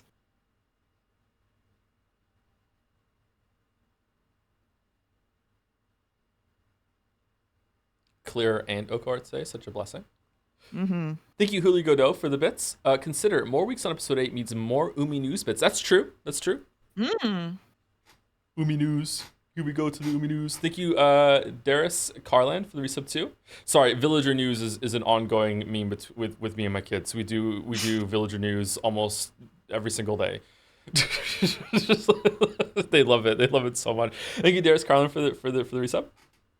It is Darius, isn't it? Dherris? Is it D Harris? Harrisk? Harlan? I'm not sure. The Harris Carlin? Maybe one of those? Not sure. Hi Joe, hope you're doing well. I missed out on Death Stranding 2 streams, but excited to watch the VOD soon. Also, thank you to you and Mouse for streaming Sekimea, because you made me buy it after watching a couple VODs, and I am really enjoying it. Yeah, Sekimea starts off kind of slow, and maybe, I wouldn't say it's bad, but it's definitely slow, and then it like really picks up, and then it still has some slow parts. And in the section we're on right now, I'm just like straight up not really enjoying it much right now. Oh, Shibuya City. Yeah. The information we are getting that's relevant to the plot, I am enjoying. So it's definitely going to be like I'm enjoying piecing that together, but it's just like, my God, it's taking too long. But we are reading it out loud, which is slowing it down by like, how much would you say reading out loud adds to it? Like twice the length, 3 times? Probably twice the length, maybe even more, because we also like stopped to theorize and stuff. Yeah. Mm-hmm. Like I'm feeling that with Chrono Trigger too. Like the amount of times I like reading it out loud is like really, really slowing me down. Mm-hmm. Yeah, yeah. Especially if I'm tired and I'm having trouble with the reading. Anyway, thank you, Oko. Yep. Mouse has brown hair. Yes, I do. I am a brunette. This is very accurate to the amount of hair the mouse has, actually. Yeah, I have a Okay. lot of hair. Yeah. Oh Thank you, God. Chrome. You need me to take a fucking hell. Oh my god, no. You gotta screen it in your head before you read it out loud. Oh You my gotta. god, you just owned me so hard, Chrome. Well done. Fuck. Oh god, that just blindsided me. Holy shit. Oh. I also made a really pervy joke. Sorry. You need me to take a load, boss? No shit. Quick bike Chan design for eventual bike Chan X Piss Chan Yuri. Fucking Christ. Again, Merrick, this is the world you've created. Is the Piss Chan Yuri gonna come when they're like, do we need to stop at the service station to use the bathroom? No, well, you should have. Is that what we're gonna do? Like, is there gonna be lore behind this? So what's going on? What is she leaning on? Or can she just do that? I don't know. It looks like a glass counter, maybe. It's actually a very cute rendition of Bike Chan. I like this. Yeah, it's very cute. Yeah. Even more futuristic than usual. This is very cute. I like these colors. Really good. Invisible desk. Chrome style is very cute, even though it produces some cursed ideas. Maybe we need a clean slate. Delete all the chans from the wiki. All of them? It's all or nothing. All of them? Wow. Except for the ones on the boat. And also, you can't delete Trolley Chan. She's too powerful. And also, Breaker Chan would be able to break that delete. You know, there's too much lore. Season 2 of the Chant. Wow. Thank you, Falzar25, for gifting a sub to Oko. Thank you very much, Falzar. Falzar, you really need to get rid of that picture that you spoke about earlier, by the way. Yeah, that has to go. That has to go, buddy. That has to go. Yeah. Gotta go. I don't want to put Falzar on blast on stream. You can just check Dragon's Den afterwards. No, it's okay. No, it's okay. Right. I'm sorry for loving myself. That's a wild response. What the hell? Thank you, Paus, for the bits. Just letting you know that in the gap of Umi streams being gone, I've managed to now completely bell curve myself. Fate Stay Night, better. Ironic joke bit. Umineko might be one of the best pieces of literature I've ever read. To Fate Stay Night, better. Unironic, and that's not like necessarily praise for Fate. Just crashing out in slow motion that I think I would have done at a normal pace had I not blown through it in like a month like a crazy person. A perfect 6 out of 10, changed my life permanently for the better. Wow. I can definitely see why Umineko would be a life-changing experience for people who, for in some ways, but specifically the way I'm thinking of, people who have never thought about perspectives and how you view things in the world with love and everything. If I had read this earlier in my life, I think a lot of these ideas would be more like novel, more like I've never considered that before. But because I'm reading it later in my life, it's like, yeah, it's really good exploration of that though, and it's reinforcing those ideas a lot. Like, yeah, it's really good. Yeah, I think I don't know. I doubt you'll ever go back and read people's theorizing, but Jeremiah has been kind of banging the drum the whole time of that being the kind of central themes that Umineko is trying to put across. And I think for me as well, Jerry and I reading were in a similar headspace of like we had already arrived at the message that the visual novel is trying to deliver. But I think for me, I wouldn't call it like a life-changing experience, but I found it just like a really unique and special reading experience that there's almost nothing like because of the way that the relationship you form with the text and like how it shifts out from underneath you and sort of the world is like layers and layers are being built and then lifted away and then all interconnect with themselves. And so structurally, I think I found it like just really enticing, and that's why it became my favorite visual novel. The length can help with that too, because it stays with you for so long. It's like a partner in your life for a while. It's like there for, because it is an ordeal. There's no like blasting this out in a week. You know, like I mean, like you have to like it has to stay with you and simmer. Yeah. And I guess like the faster you try to read it, the more it's going to take space in your head, and you're going to start dreaming about it too, and it's going to stick around a lot more. Yeah. Yeah, and rereading it, like I was talking to you yesterday about how rereading it is just like a fascinating experience. Yeah. Thank you, Chrome. Yep. Diagamon? Hopefully I'm saying that right. Bike Chan, but posing now. Oh, a robotic Bike Chan. Okay. I'm seeing a Digimon because of your name, Diagamon. I'm seeing Digimon. Digimon. This is very similar to the mech design in Metal Gear 4, is it not? Or maybe I'm just seeing some parts of the part of the legs and the arms there, I think. Well, it would make sense if Death Stranding 2's bike came from Metal Gear Solid 4, since so much of the rest of the game did. Mm-hmm. Exactly. Exactly. It absolutely did. Wow. It's Metal Gear Solid 2 and 4 making Death Stranding 2. Good thing we skipped over 3 because that one's not very good. Hmm. Three is everyone's favorite mouse. That was bait. That was bait. Thank you, Bloopsies, for the resub. Oh, okay, sorry. Hey Joe, started watching Community recently, and I wanted to say thanks for the recommendation. Even if I don't remember which VOD you said you liked it on, it's really really great. The Community is really good. The first season is not as good as the rest of it, I think. I think Community, the first episode of season 2, I think that's where Community really begins. But there are some good parts before that. They found their footing in season 2. Pizza episode, best episode. I can't remember the pizza episode.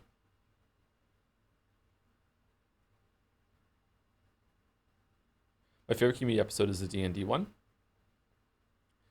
The one that got deleted? Is that the one? I've never seen a single episode of Community, so I have Community, no idea what any of this Community is about. really good, yeah. Yeah.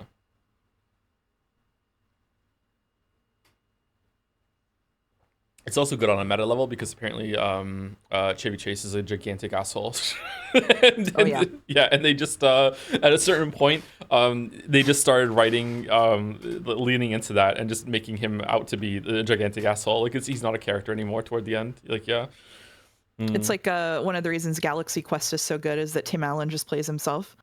He's just like a wasted, washed-up actor who appears at conventions just to make a buck and then goes home. I love that movie. I love it's my that mom's movie. favorite movie. Is it really? Really I love that movie so much. I haven't seen Yeah. that movie in a long time though, but I love that movie. It's so good. Yeah, it's really good. Yeah. Thank you, Diagamon. Thank you. By Oko. More Oko. Oh, wow. Whoa. The toxic masculinity ending. Death Stranding 2 on one. Oh, one trip. Oh, okay. I see. It's the Nier reference. Does I don't know if you can say this with spoilers. Does Replicant do this kind of ending thing, or is that just for Automata? I cannot say this without giving you spoilers. Okay. All right. The toxic masculinity ending. A Legacy Chan is back, and I would like to commemorate her and Merrick's version of her with my own riff on it. Call her BT Chan. Oh, it's BT Chan. It's not Bike Chan. Or is it? Or hold on. What's going on? The Bike Tragedy Chan. What? Kojima would love this one, I'm sure. This is a cautionary tale. Never abandon your travel companion, even at the cost of 2 trips. We didn't. We did 2 trips a couple times. I'm ashamed to say, but we did not leave the bike behind. So the Death Stranding streams are back after almost 6 years. Back in 2019, I was still a gloomy teenager rewatching the Edith Finch video for the bajillionth time and consuming the streams through VODs. Joe didn't necessarily save my life, but he had certainly made it more tolerable and fun. Your critique videos, streams, and community have been informative for me, Joe, and I'm sure I'm not the only one like that. Pretty terrifying to think about, huh? Really? Oh, that surprises me. Oh, that's sweet. Really? Oh. Oh, thank you. I'm sorry, that hit me in an unexpected way. Oh, thank you, Oko. Anyway, I've always been enamored with the community culture here, but was too shy to participate. I'm very happy that I've mustered up the courage after all these years and ended up on the other side of the 4th wall. Thank you for all these years, and here's to many more. Ayaya. Sorry, just like after that really sweet long message. Yeah. No, the sweet message, and then sex warning for the next one. Oh God! Just after all that, sex warning for the next one.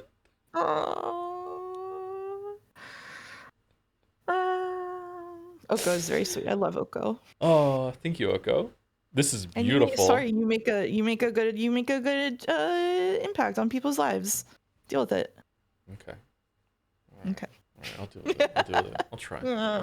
I'll try. Compliments. Thank you, Oko.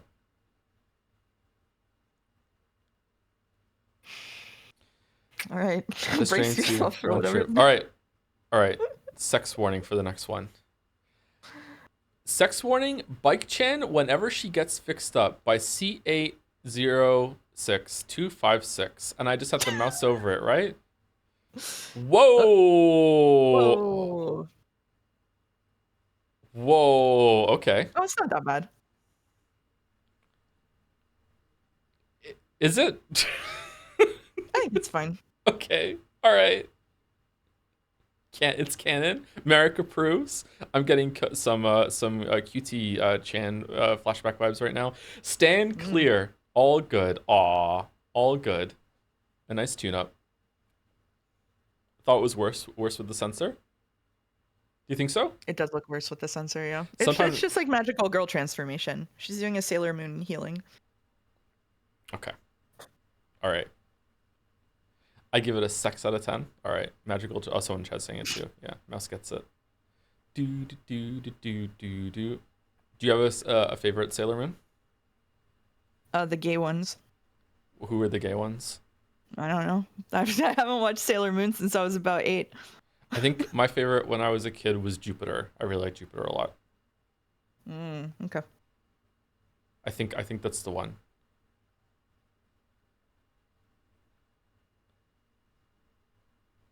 Maybe I'm getting them mixed up. They're all gay, are they? That's why you like Natsui? Yeah, Yeah, then this I the one like that all of them. the one that looks like Natsui, yeah. Thank you, Pals, for some more bits. Oh no, that is why it's a 6 because that is something I thought was taught to everyone in like high school, and I feel like I am being gaslit. Oh, Definitely Higurashi not. Umineko. Yeah, definitely not. Mm. Yeah, yeah. Thank you, C8. Sex warning. Luna, yeah, sex warning. Men be like, I am fighting my demons, and the demons be bisexuality. What the fuck was that scene? Did you see that scene, Mouse? No, I didn't. So in But I this, saw the original version of this fan art. there was an original version. Mod said no funny censorship bars. Oh fucking hell! Fucking hell. Okay, there's a dream sequence where Higgs shows up and a huge tentacle like Uh, wraps around him and Sam, and then huge tentacle tongues come out of their mouth and they intertwine like they're kissing with their tongues. wow. And then he wakes up and he's like, "What the fuck?" Like that was such a weird fucking scene. What? Yep. I almost said something that could be actionable in my area of employment is what I thought about that. So I gotta, I'm glad that Kojima is using the platform that he has to do what makes him happy. All right. Okay. All right. Okay. I'm not touching that one. When we were talking about it in mod chat, Simple said that Sam Porter Bridges has no facial hair. What do you mean? He has some facial hair. He's kind of like can you say scraggly? Kind of like a wispy kind of beard, I think. He's got like stubble stuff. Simple from Chad's. Fuck off. My mental image is wrong and Boulder is salty about it. Okay. Oh man. Man. All right. Thank you, Little Panda. He's got a Thank little you. bit of a beard. It's wispy, but it's there. Thank you. By Mr. Sunrise. Holy shit. Attempting to capture my favorite action scene from the Death Stranding 2 streams, I tried something new, so I hope it looks good. Bike chain designed by Merrick, of course, and I took inspiration for the pose from a banger CG from Ace Attorney Investigations 2, so hopefully by 2028, Joe will get the reference when he plays the game. Is that the one that we have queued next? Rip and Tire? Rip and Tire. Rip and Tire. That was a good title. I was proud of that title. Rip and Tire. Holy fuck. It was a great accident when we tried to use the bike in combat and it turned out that it was super effective. I was so happy. I was so happy. Every single getting the impact with the back wheel into the robot's face, killing it with the slowdown. It felt so satisfying. I highly recommend it. Even if you don't really like the bike chain thing, if you ever play the game, try and kill things with the vehicle. It's really fun. Better Who than the wouldn't like shooting the bike actually. chan thing? The shooting is kind of like what you would. Okay, this is a question for Kojima games. Is the shooting kind of like Mel on purpose? You think by now with all these games he would have figured out how to make a good combat system? So is the shooting good in the Metal Gear games? I don't remember it being that great. Is it better in Metal Gear Solid 5? It's more of a stealth avoid combat sort of thing. I don't know. Let's ask Bethesda next. Let's see Bethesda's card. Metal Gear Solid 5 has pretty good shooting. Does it? Okay. Maybe it's on purpose then to make you feel kind of weak. Is it because of controller aim? It could be because of the controller aim, yeah. Maybe when it comes out on PC, I'll play it again and see. This art is pretty fire. It is, right? It is. It is. I agree. Mr. Yeah. Sunrise's stuff is amazing. Way to go, Mr. Sunrise. Thank you very much, Mr. Sunrise. Please play Metal Gear Solid 5. I beg of you. It's going to be in a month or two. We're going to play Metal Gear Solid 5. Thank you very much. By Paddle, my own take on Bike Chan's time skip design. Time skip design? What's the time skip design? Oh, this is very futuristic. This is really cool. Oh no, I'm starting to like these kind of futuristic anime mech suits. Shit. Uh-oh. Yeah. He's becoming a mech guy. You got him, Chad. You got him. Fucking hell. He's becoming a mech guy. It's all over. I don't want to be a mech guy. I don't want to be a mech guy. Over. It's reminding me of Mega Man a little bit, actually. Mega Man X. Fuck. Blue gender soon? What the fuck does that mean? It's Jover. Now he needs to watch Code Geass. The end of the Stranding 2 is basically just anime, so I think you're done.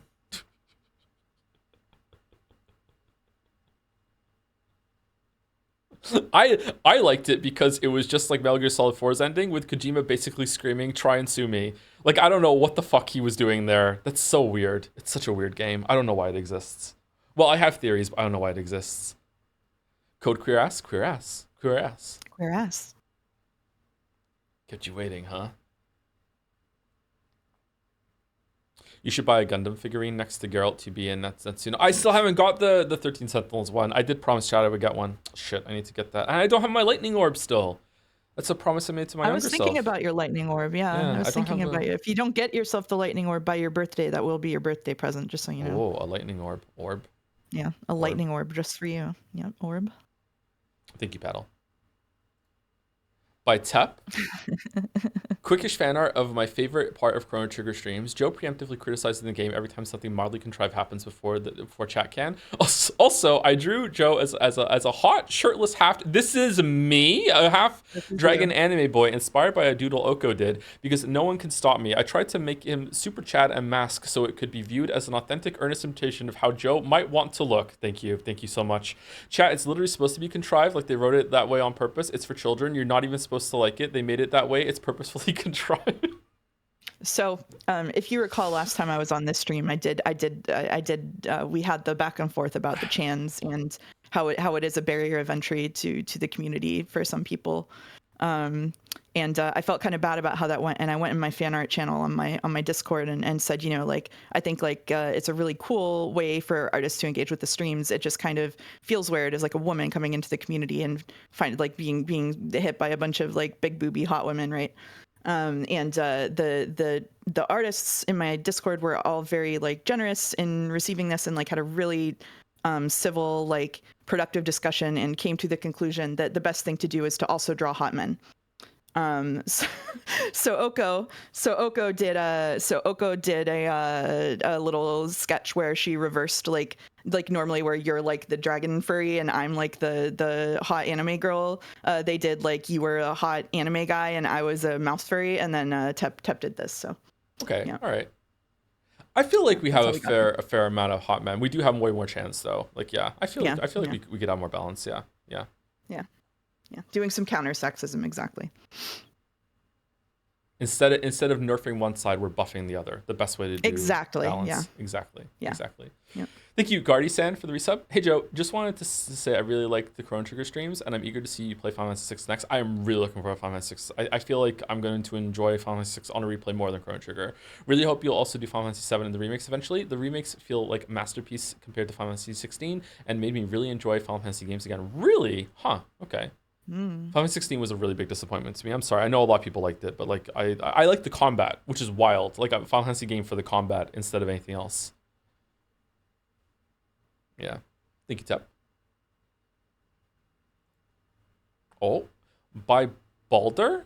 You wouldn't make him do the whole thing again. Thank you to Mr. Sunrise, Adros, Merrick, Mouse, Jelly, Animated Huey, and Shivabra for graciously licensing the various fan art on the cards. Also, thanks to the other elephant for the incredible concept. Bikoi off snow. Okay, I need to. Will it just work? Do do do do do do. No! The punishment! Are you fucking serious? No! You wouldn't make me do the whole thing! No! Yeah, I'll do it.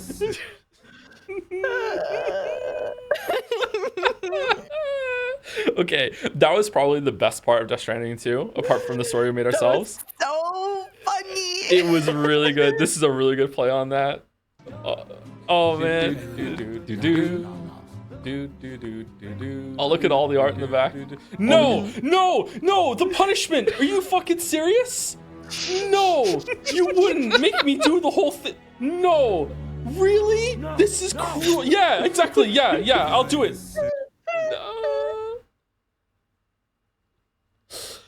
That's pretty good. No joke. If I had to stream Life is Strange 2 all the way through again or quit streaming forever, it would be a hard decision. Like, no joke. It would be a hard decision. I don't know if I could go. How if I long could do was it it? again. How many streams was it? I think it was like 5 or 6 streams. Like, and That's all it took to break you? it was. I don't think you understand how boring it was. Like, it was like, oh my god, it was so seriously. Like, it's no joke. There are like hundreds of people never came back after that stream. They never came back. They never came back. There are people that I've seen that I know their name because they were so ingrained in the community. I know their name, and like I've seen them say comments being like, "Oh, Joe still streams? Oh yeah, I used to watch the streams a lot, but like I left in Life is Strange too." And I'm like, dude, like I spoke to you in chat like probably like 100 times. like I know your name. Like, and it's just like they just never came back. Just like, oh my god. Yeah, like Life is Strange 2 was so bad. It was so bad. Wow. I would stream Steins Gate over Life is Strange 2, like 100%. It was only 4 streams. It was only 4 streams. Feels like more. 4 streams did this to you? How do you lose 200 viewers for 4 streams? That's crazy. Fucking terrible. It was so bad. Oh my god. Thank you, Baldo. This is really good. This is really, really fucking captures the feeling of dread. Holy fuck. Oh, Shiroya City for 4 full streams. All right, I get it now. Yeah, Shiroya City. Oh, and that was the last fan art that's new, and now we're into the no, it's not. This is new. Views gorgeous, huh? Oh. Now it is. Oh. Wow. Smooth. Accurate to lifeline from you, actually. Smooth. Is it really? Yeah. I'm not smooth? I didn't know I was that smooth. I don't know my power. Rest of this gallery is an archive of the already shown Merrick Death Stranding fan art. Damn. It was a good playthrough. I had a good time.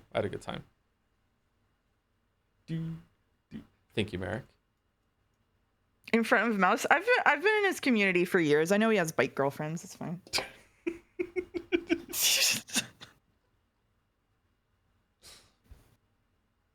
Aw, that's one of my favorite Joe expressions. Holy shit, that's so cute.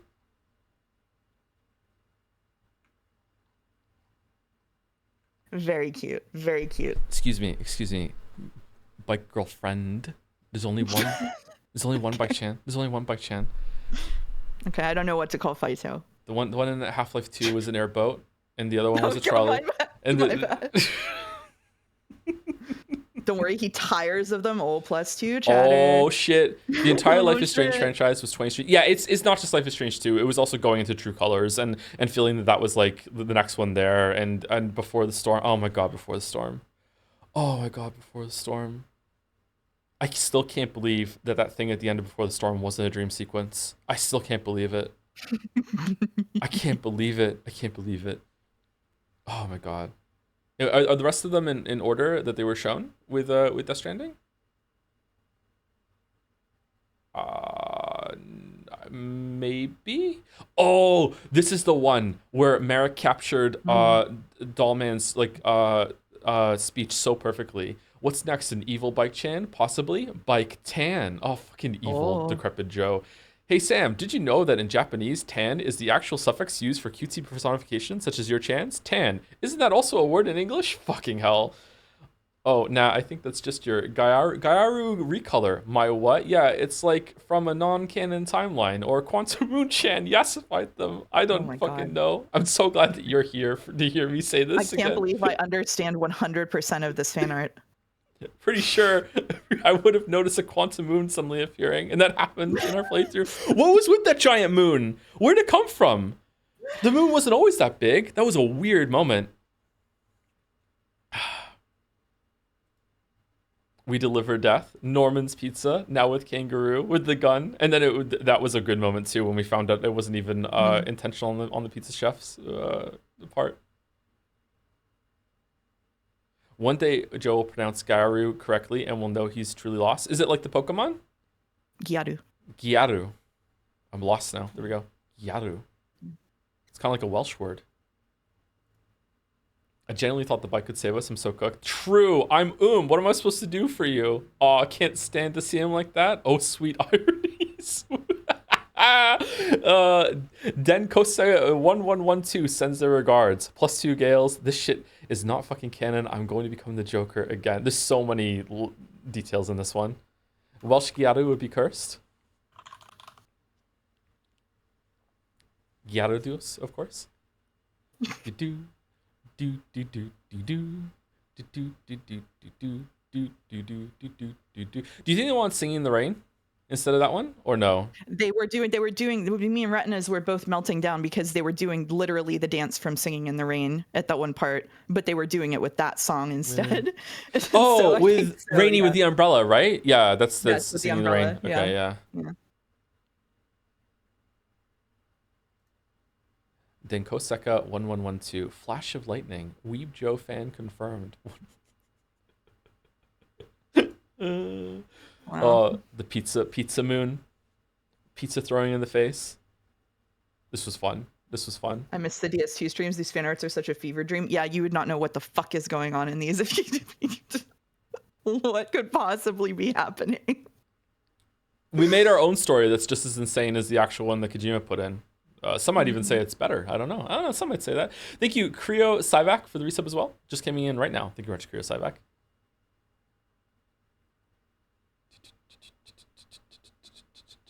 The pizza in the gun. Oh, it's not. Okay, I understand now. Sorry. Yeah, he's firing the gun from the pizza. Oh, man, that would hurt. Weren't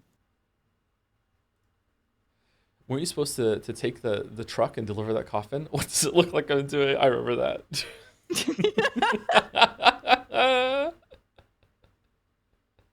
Hey, we did it. And then we buried that truck in the tar. Can't believe they made me use a truck. Still fucking mad about that. Still fucking mad.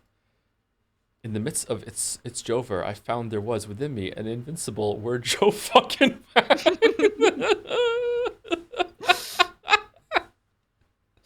It's a chiral hologram cigarette chat chill. So moody. So the lighting moody. is very nice. I like the lighting a lot. I wonder how many people subbed during Life is Strange 2 and are now asking for Steins Gate. Never ever. Never ever. $1 million. $1 million. It's never gonna happen. Look, some of us have more bike blades than others. Still mad. Horseshit, by the way. It's already in the files. Come on, Kojima. Some of us are better racers than others. It wasn't for lack of horsepower. I did Flash of Lightning proud. Should have tried. Oh, that's what it is. Okay, should have tried ninja dodging some more. Fucking money eyes. Stop with the horse talk already. Can't we just unite in our shared hatred for trucks? Boom. Boom. Truth nuke.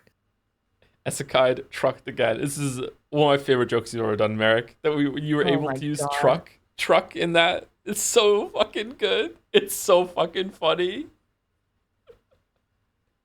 I'm upset I get it. It's so funny. I'm so upset. Oh, man. Oh, fucking hell. I didn't think that would work. I just wanted to show off. That was a weird part. How did he cut through the whole entire road? Fucking hell. The low moment. Separated. It's officially a stream game category now. Trucks? What? Wow, bosses drop a lot of chiralium. True idea. I want to go to Tartarus. Take me away.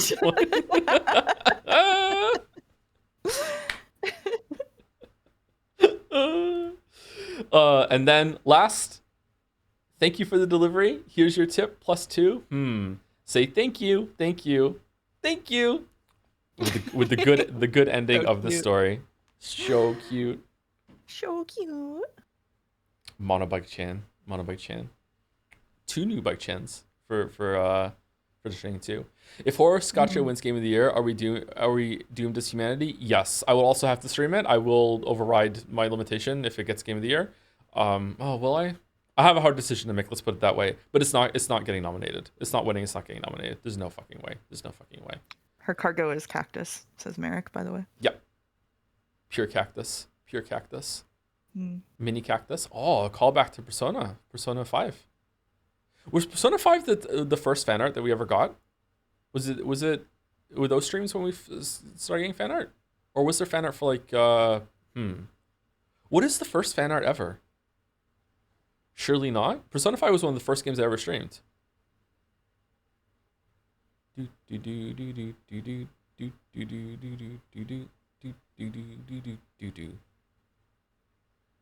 would have thought Xenoblade. Did we get fan art for Xenoblade? I can't remember. I would be really curious to figure out what was the first ever fan art. Was Silent Hill 2 before that? Silent Hill 2 was after, like quite a while after Persona 5 in my memory. During my first stream, I drew Hello Neighbor jumping on a fridge. Oh, Hello Neighbor was before that. Yeah. So please don't tell me Hello Neighbor got the first fan art. For the love of God. Please, there was one before that. Please, please, please, please, please. No. Oh God. Oh God. Anyway, thank you very much for the fan art, everyone. And thank you for the Bike Chain Chronicles, Merrick. Thank you so much. I really appreciate it. I'm glad that we were like mutually cooked during this. Okay, let me get Umineko up, and then I think we'll take an early break. I need to use the bathroom, and then we'll start reading properly. Is that okay, Mouse? That is okay. The first art posted in Stream Art Museum is of God of War from Merrick. I think those happened after Persona 5. So yeah, I don't know where those ones are. Yeah. Yeah, the museum came way later. Yeah, I don't know where they were before that. I have the OBS glitch again. It's gonna mess me up now. Shit. Okay, can we hear it? Or it should be kind of low.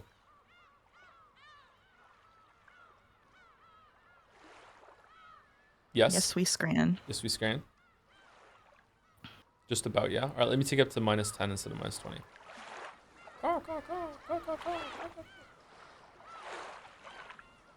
What are these new tips? Episode 6 tips. Spirit mirror? Kept in the shrine built on a rock in the waters near Kenjima to suppress the evil spirits of Akujika, whatever. It is believed to possess a great power which holds these evil spirits at bay. This mirror is revered by the fishermen around the Najima area, and several times each year, a small ceremony is conducted jointly by the Ushirimiya family and Najima Fishery Cooperative. In the past, Kenzo ordered that it be cleaned on the change of the season. However, it is unknown whether or not he did this out of respect for the occult of the Eastern world. Okay. Set of dueling pistols. A set of demonic dueling pistols prepared by Zepar and Furfur. Minor spoilers, I guess, for John Wick 4. There is a duel with dueling pistols in John Wick 4. And because of Umineko, I understood that scene more than I otherwise would have. So thank you so much, Umineko, for making me understand a scene in John Wick 4. Wow. Yeah. The number Umineko all the way down. It's Umineko all the way down. The number of shots loaded depends on the format of the duel. In most cases, each gun holds just a single round. The emotions of the duelists are loaded into them, and if the bullet grazes any part of the body, the concept of the target is denied without exception. In the past, duels were performed in the classic style with swords, but this took a great deal of time before an outcome was reached, which displeased certain impatient theater-going witches. For this reason, a dueling weapon that would always kill with a single shot was asked for and created. Of course, these weapons are not particularly popular among theater-going witches who are fans of drama. Grimoire. Okay. Are there any tips in episode 5 that should be reading? Probably not, right? The red key? The blue key? Oh, the Noxus things are here. Okay. 10 Commandments created by Dalinor, a Noxus father, and used in heresy trials. It is forbidden for the culprit to be anyone not mentioned in the early part of the story. It is forbidden for supernatural agencies to be employed as a detective technique. It is forbidden for hidden passages to exist. It is forbidden for unknown drugs or obscure scientific devices to be used. Not included. Is that the one that can be interpreted in a yikes way? 5? Yes. Yep, okay. It is forbidden for an accident or unaccountable intuition to be employed as a detective technique. It is forbidden for the detective to be the culprit. It is forbidden for the case to be resolved with the clues that are not presented. Observers are permitted to put forward their own conclusions and interpretations. It is forbidden for a character to disguise themselves as another without any clues. The debate over the interpretation of these laws continues to this very day and has become the source of countless unfair controversies. While fundamentals call any infringement upon these commandments heresy, revisionists point out that many canonized geniuses have violated these rules. Damn. It's worth mentioning that these are a very heavily modified version of the original Decalogue. So if you want to see what the original one was beyond just the fifth rule, you should go read it because some of them are extremely different or just added in wholesale. Yeah, the secret passages one wasn't there, wasn't it? Or it's only one secret passage can exist. The one about interpretation is just added. It's just added. but the secret passage one wasn't in the one that we just read, wasn't it? Or did I just already just No, mind all the way? you skipped over it. Yeah, you skipped over it. It was like the third, I think. They Oh, said okay. no secret hidden passages can exist. The original says no more than one may exist. No more than one. Yeah. Okay. Yeah. Mm-hmm. Okay. We'll be back in about 5 minutes. I'm gonna go get a drink and use the bathroom. And how is this game not over yet? It's not a game. Okay. All right. Be back in 5 minutes. Meeting in 3, 2, 1.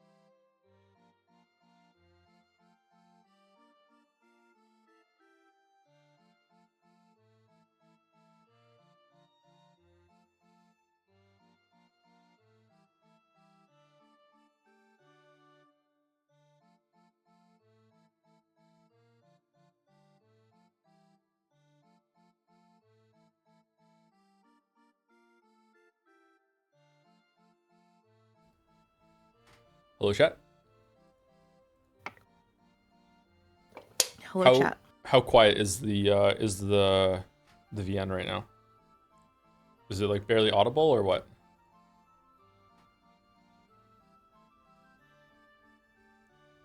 Oh, you know what I need to do? I need to stop sharing my screen, and I also need to go to.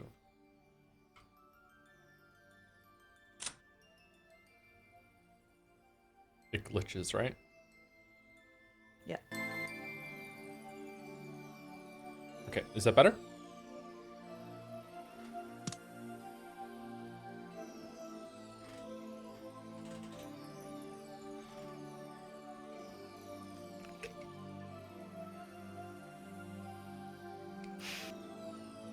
We need to hear voices.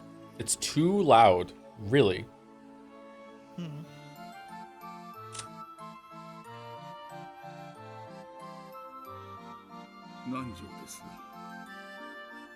You get one guide. 合田です。シャノンです。後宮リオンです。ウィラードだ。私が八条東也です。 So we're good? It's perfect right now? Okay, alright. So let's get started in just one moment. Thank you to Chitty McChat for the resub. With seriously, I agree. Thank you very much for the 2-month resub. Thank you, Sham Rackle, for the resub too. As a VOD frog, seeing positive frog representation in Chrono Trigger has been really inspiring. Frog is absolutely the standout character. Frog rocks. Yeah, Frog is the best character in Chrono Trigger, easily. And thank you to Elib for the resub too. Hey Joe, just wanted to say that the other day I opened my cabinet and found my former president of the U.S. At this time of the year, at this time of day, in this part of the country, localized inside of my cabinet. Can you believe it? Just Biden this time? What do you mean? Why was there... What? Can I see it? Thank you, Calamari, for the resub too. Yo, it's the Jotler. It's a water stream. The sub messages are interesting today. Yeah. I'm trying not to spoil Death Stranding 2 even more than I did in the fan art. I haven't forgotten. I'm trying to be polite. Fucking hell. Some messages are always interesting. Okay, are we ready to read?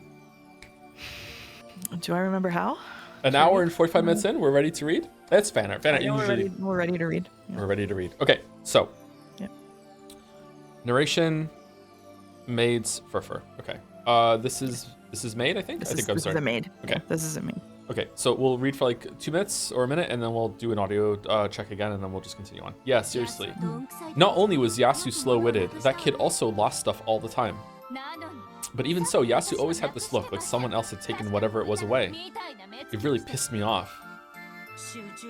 That kid just didn't know how to concentrate. If you always act in that dreamy way without thinking, it's no surprise that you'll do bad work. But it was only like that in the beginning, right? After some time, that kid started concentrating and all of that bad stuff stopped happening. Really? Well, it was all stuff that anyone should be able to do anyway. Learning to do things that everyone can do is part of growing up. I doubt the rest of you were so clever about everything when you first started, yes? Are you kidding? If we weren't clever, we'd never have been selected to work for the Ushiromiya family. We're supposed to be the elite. The fact that Yasu is young was no excuse. That's right. If Yasu is supposed to learn cleverness by growing up, then that should have been done before coming to work for the Ushiromiyas. Come on, that kid worked really hard to balance school and work. I think you're all being too harsh. We were selected because we made it through a harsh process, right? There's no need for us to pamper Yasu. They're mean. I'm sick of this. I don't get why someone as dull-witted as Yasu was chosen.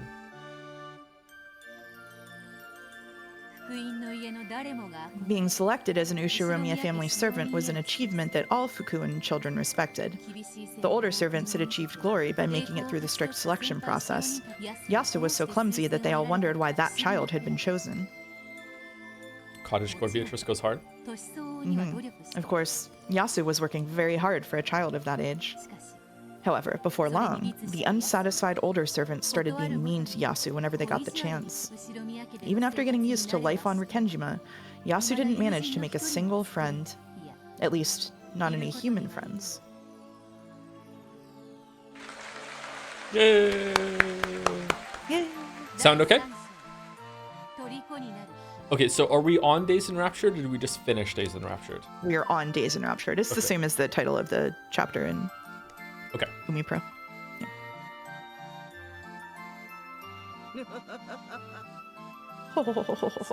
Yes, that can sometimes happen, and always when you're busy.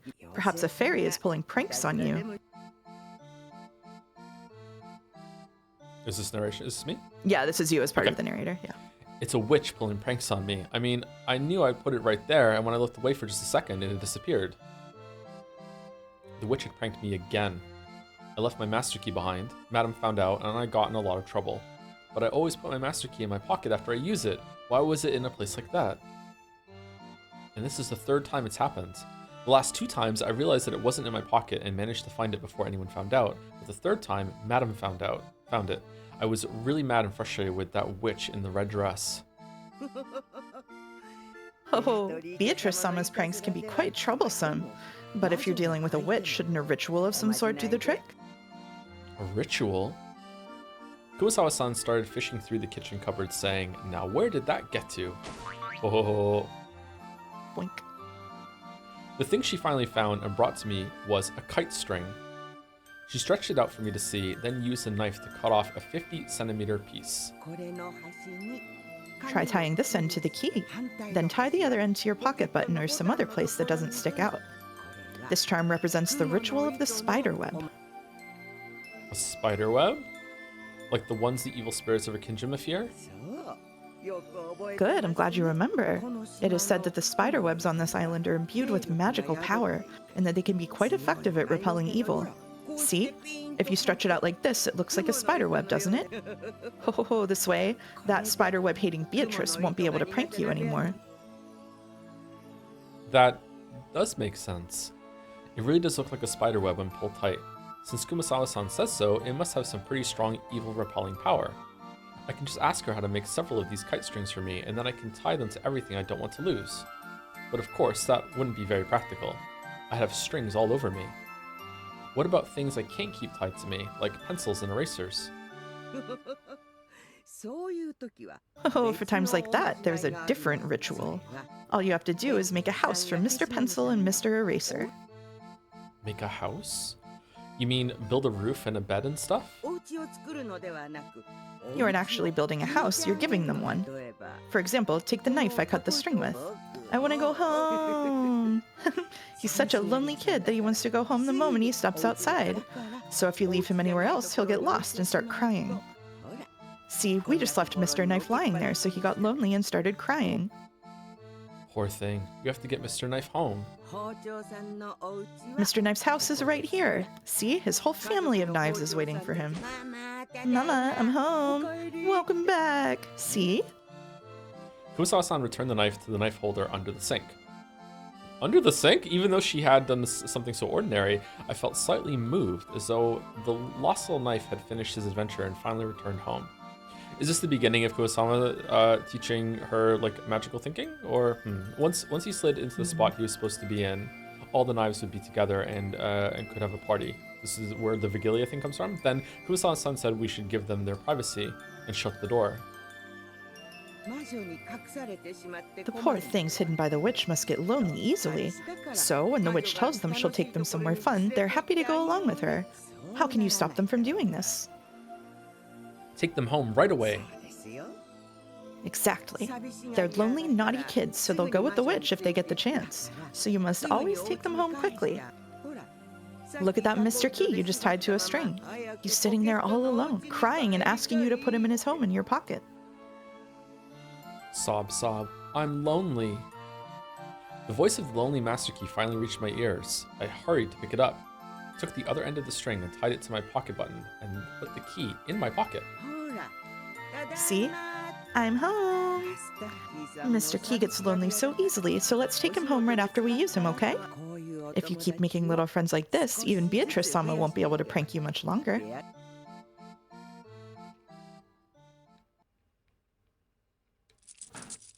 Oh shit. Yeah, my gamepad too. Yeah. I just had to unplug it. It's a ritual at this point. Yeah. Clink. When break time was over and I stood up to see what I should help with next, I felt a tug and the keyring with the master key fell to the floor. Once again, I had left the master key on the side of the sofa and forgotten it was there. The instant I stood up, the string pulled on it and it fell to the floor. Without Kumasama-san's spiderweb charm, I would have probably have left that master key lying here again. The master key left all alone would have been led away by the witch and disappeared. Phew, that was close. Man, I can't believe she's just forgetful. I thought there really was magic. God damn it. And once again, I heard the master key, who had almost been left on its own, cry and tell me that it wanted to go home. I'm sorry. Come on, let's go back home to my pocket. Yay, I'm home. Back at last. Thank goodness. I almost got pranked by the witch again. Getting some big Maria vibes right now. Oh, what's this? What an amusing notion using string like that. All of a sudden, I heard a wild, shocked voice from over my shoulder. It was a voiceless voice. A witch's voice. The kind you can't hear unless you try. Beatrice? That's me, my friend. You forgot about your key again, and just when I was about to tease you a bit. It's the spiderweb charm that Kumasama-san showed me. Apparently, it does its job well. Indeed. I hate to admit it, but it does. I certainly wouldn't want to touch that. After all, you wouldn't want to put your finger on a razor and slide it across, would you? I used to do that all the time until one day it cut me. Yeah. Ooh, that's a scary example. My finger hurts just thinking about it.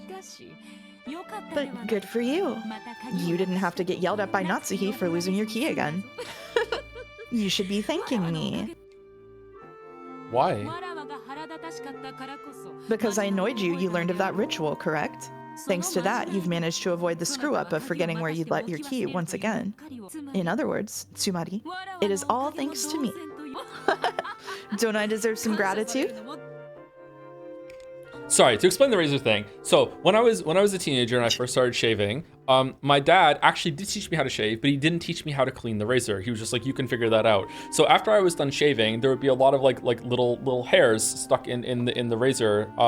Like it wasn't an electric razor or anything like that. It was just a razor. There were a lot of little hairs stuck in the razor. So what I would do is that I would stick my thumb into the razor and slide it to the left or the right in order to get all the hairs out. And this worked fine for the first, I don't know how many times. Okay, like because the hair was like a cushion between my thumb and the blade. Okay, and it didn't hurt. It was absolutely fine. And then one day there wasn't as much hair in it, I guess, and I cut my thumb, not too badly, but like it hurt my thumb, and I was like, oh my god, like okay, I understand why I shouldn't do that anymore, and I learned right away.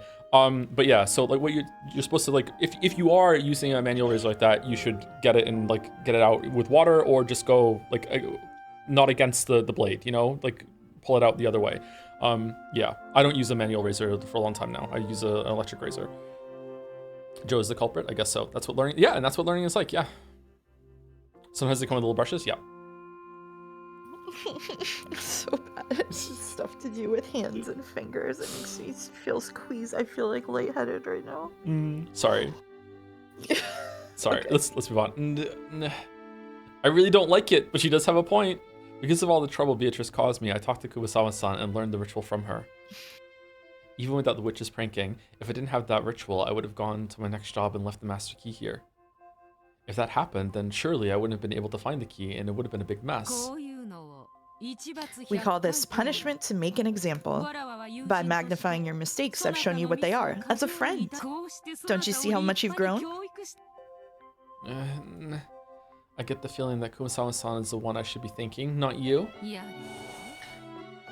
My, what a thankless job we witches have. Anyway, I win this time. Okay, I need to get back to work now. Very well, my friend. We'll call this your victory. However, I'm bad at giving up. I'll keep watching you even more closely now until I can even the score. Prepare yourself. There are still several small items that a person like you is likely to forget. You can't attach strings to all of them. Oh yeah? The spiderweb ritual isn't the only one I have. I also learned the take them home ritual. I won't let you have your way anymore. Let's see how well you actually do. Even so, that's quite the bright smile you've got there. When a witch appears, it should be time to cry, not laugh. Your break time is over. See if you can manage to do your job today without slowing down the older servants. Sure, today is Sunday and the weather is wonderful. I better do my best. Indeed, go to it with all you can manage. Oh, that's right. Senon's been in a bad mood all morning. You'd better try and avoid eye contact with her. Also, your fortune for the day is water hazard. Make sure you take care when standing near buckets of water. This is you we're talking about. I'll be waiting for you to knock over a bucket and get scolded just like usual. Is Sanon a typo? I have no idea. Giggle. Thank you, Beatrice. Back when I still couldn't see her, I simply hated this prank-loving witch. But now that I could talk with her, it felt as though she wasn't all bad. Of course, there was no need for me to be grateful to her. To the witch called Beatrice, who despises boredom, mocking the misfortune of others is like what eating food is to us. Humans and witches are different. Sorry, one second. What do we have here? That's Shannon. Okay. Humans and witches are different, incompatible beings, and yet it felt as though we could become friends. Of course, she's still a witch. I mustn't get careless. And yet, not being careless is a good thing. Thanks to the tricks and rituals like I used to keep her at bay, I'm able to concentrate. That could hardly be a bad thing. Is Claire representing Yasu here, or what's going on? Those things will be useful for my job and my life, even when I don't have to worry about the witch's pranks. I see, so this witch called Beatrice really is like a demon. Apparently, it's possible to build up a friendship even while speaking hostilely to each other. Frenemies. Ever since then, there was an incredible change in that kid. Because of all the rituals? Oh, that's right. That child was quite faithful when it came to obeying rules, and flawlessly followed all of the rituals I taught. You mean by attaching strings to everything? And by doing that going home thing all the time? Yes. That kid would sometimes say it out loud. It was really cute, like watching someone play house with a bunch of tools. Just like a kid. But they were a kid, right? I was about to say it.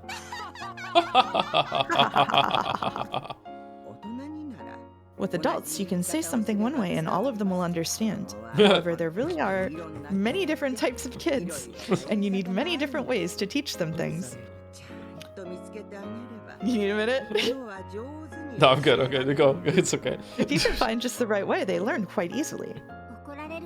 Some kids learn better when they're punished, and some learn better when they're praised. I used to scare a neighborhood kid and tell him that a fairy would take his things if he didn't keep good track of them. Oh, this was the same, except the fairy became a witch. Still, doesn't that sound like fate? After all, you knew this kid was Beatrice's child, didn't you? Yes, I did know. It must have been strange to tell Beatrice's child that the witch Beatrice would play pranks on you unless you put your stuff away neatly. Oh, when the child came and told me that a witch was stealing things and pulling pranks, it made me think. I took it as a sign that the late Beatrice-sama had become a witch and was coming to teach her child to keep track of things. That's why I thought this is the best way to teach that child. That kid started out with a bad reputation for forgetting and losing things, but got a lot more cheery after overcoming those bad habits. By surpassing weaknesses, those weaknesses become strengths, and that is how people gain confidence and grow up. Those small spurts of growth made me feel as though this was my own grandchild. Aww.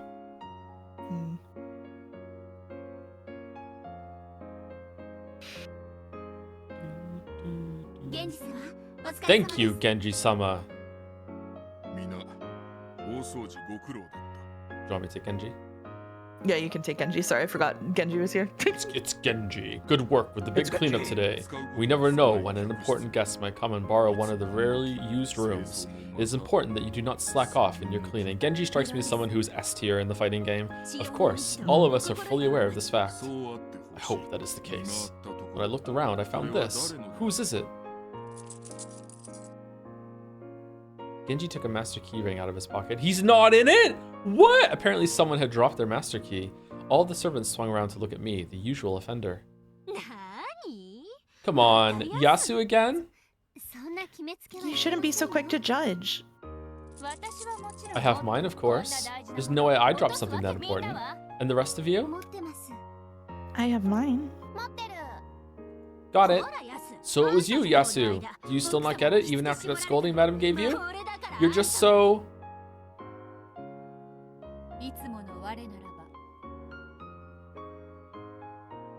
Normally, I would cower and apologize under their glares, whether I was guilty or not. However, I've changed. So I proudly held up the key with the string still attached. Okay, it is that then, okay. Seemed obvious, but I didn't want to say it. Is it a sure thing? Oh, a device to keep yourself from dropping it? A commendable precaution. Genji-sama's face was as expressionless as ever. However, those were unmistakably words of praise. That's right. You won't drop them anymore. After all, you have your ritual now. That's right. Well, whose keys are they then? I nodded proudly, a huge smile on my face. The proud experience of that day, of that moment, would be engraved into an unforgettable page in the memory of my young life. So, whose key did Genji find? There was only one servant who hadn't raised their key. As she muttered, "It has to be Yasu's key, not mine," and fished in her pocket. Her face went pale.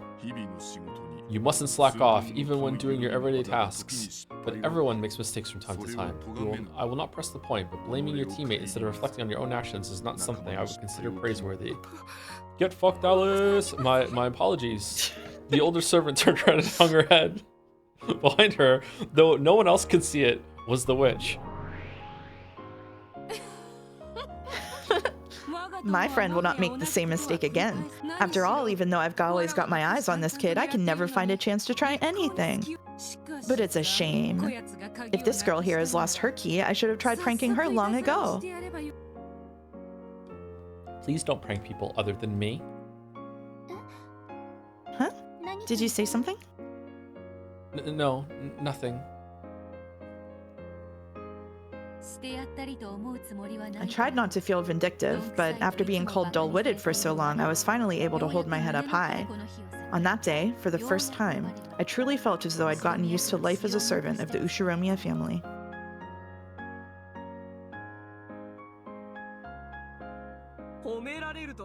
When people compliment you, it feels like they've acknowledged you. It's very important. People can't grow without it. And what happens when people grow? First, it becomes possible for them to find some leeway. Jobs that used to make them scared, that made them worry about whether they were doing things the right way or not, can then be carried out with confidence. That's right. Once things become easy, that gives you some latitude. And what happens next? It gives you a chance to enjoy your time more. As Genji might say it gives you time to relax your mind. If you're tense all the time, that just wears you out. It's good to take it easy for a bit if you can. You mean you learn so much that you can start slacking off on the job? It sounds bad when you put it that way. However, there's nothing wrong with cleverly carrying out your tasks quickly and using your free time to enjoy yourself. True. Times like that are what enriches a human's life. And the worst bosses don't understand that. It's true. Come to think of it, Goda plays crosswords a lot between jobs. Oh shit, the crossword's back. Uh-oh, he also invents dishes with the leftover ingredients. Playing a bit and refreshing yourself can also be good for your efficiency.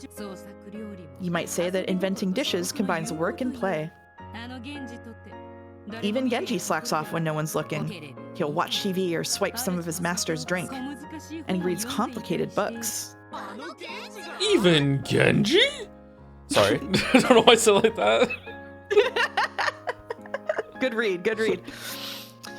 In short, it's all about cleverly using the gaps between jobs to play. If it goes too far, it can turn to laziness.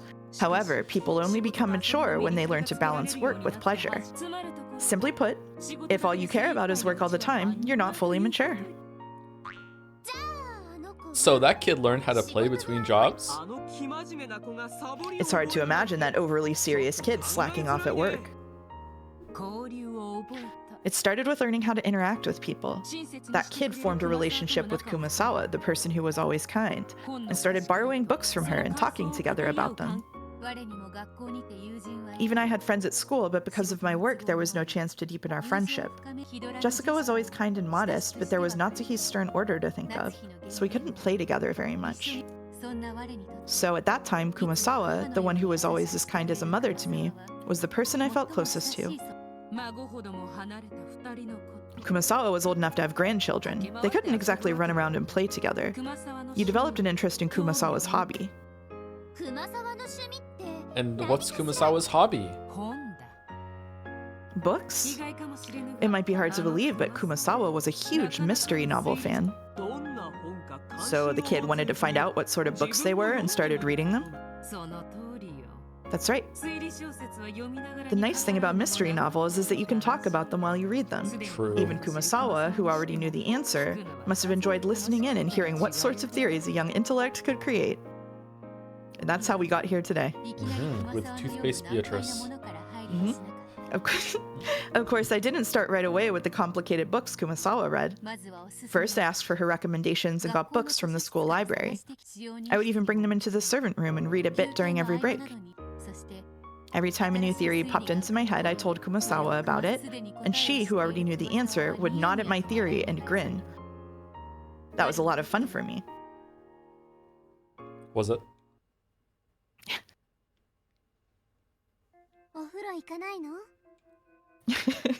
It's just the flat was it? Just fucking killed me, sir.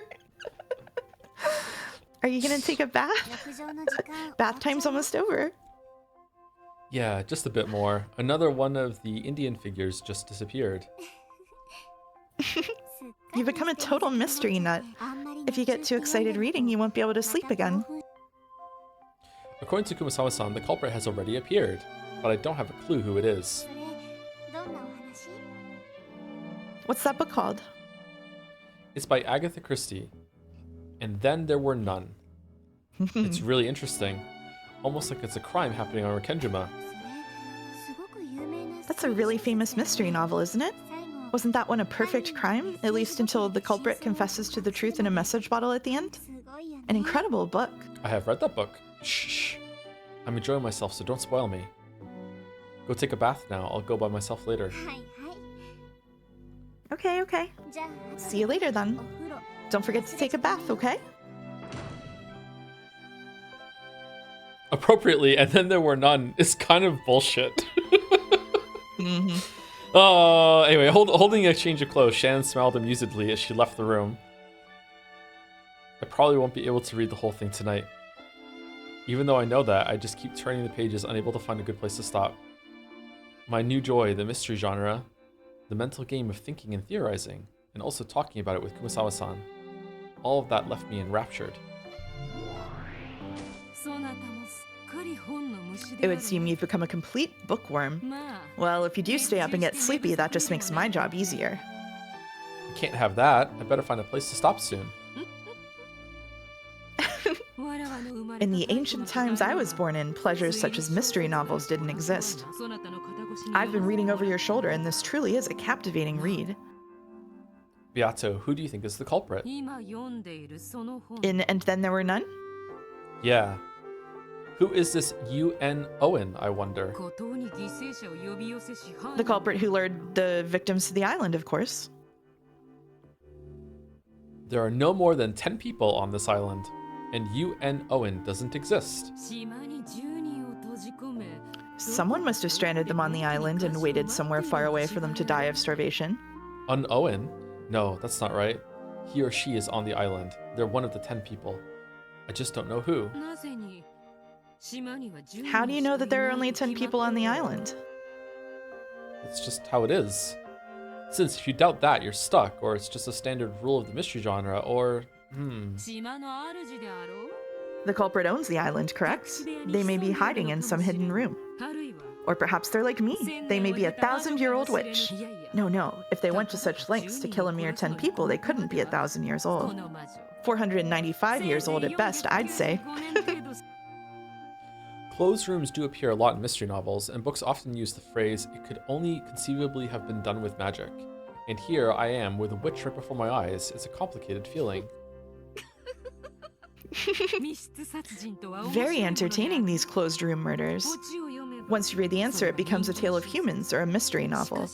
But if you take out the part that reveals the answer, it becomes a tale of witches or a fantasy novel. That's an interesting way to look at it.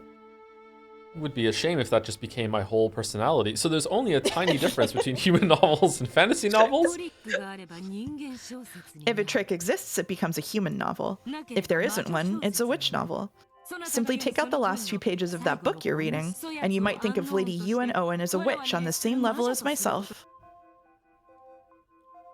That might be surprisingly wise coming from you. So, the culprit of an answerless detective novel is a witch. All of the dark places in this world belong to us witches, so I could reign as the culprit for all detective novels across the world. Except if you reason it out right and find the true answer, then the witch is done for. These detective novels can be quite intriguing, it seems.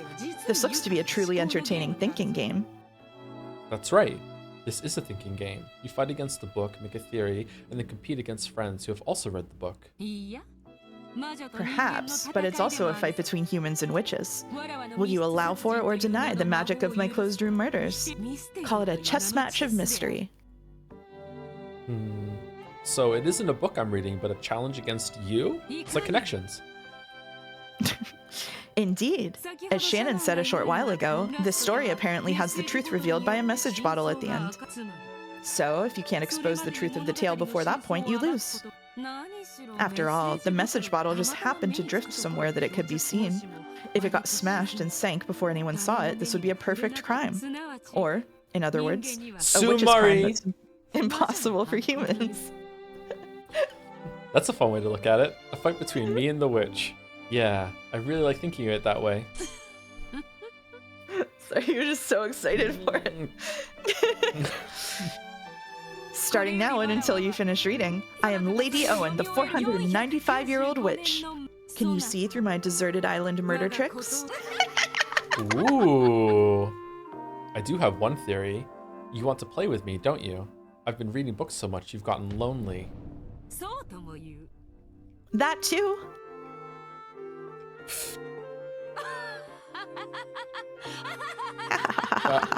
Are they laughing together?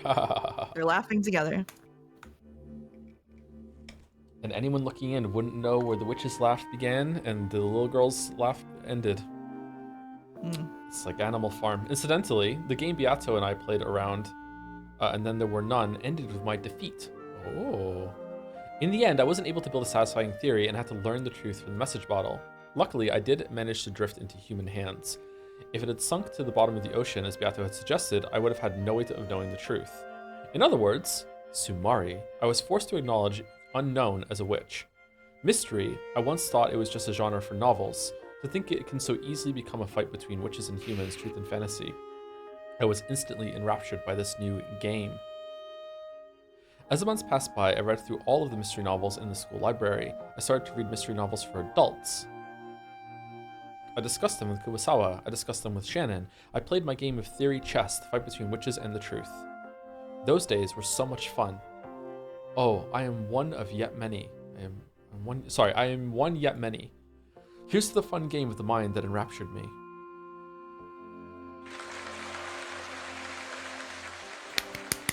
Hooray! Chapter.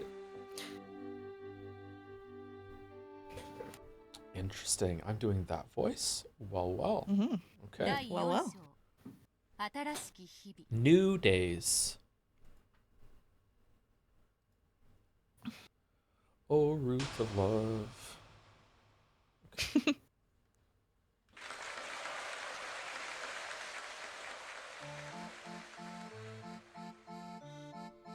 The months and years slid by.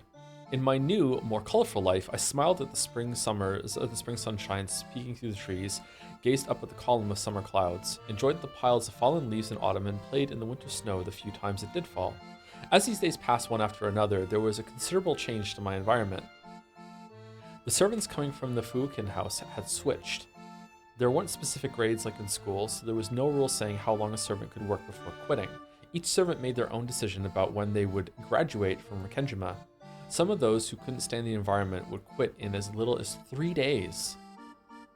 After all, life on Rikenjima was strict. It was also strict in the Fuukin house, of course, but there were a lot of Rikenjima-only rules, and Natsui, the one who supervised the servants, was also very authoritarian. It was probably easy to feel trapped. That trap feeling and the money sat on opposite sides of the scale that they used to decide the time of their graduation.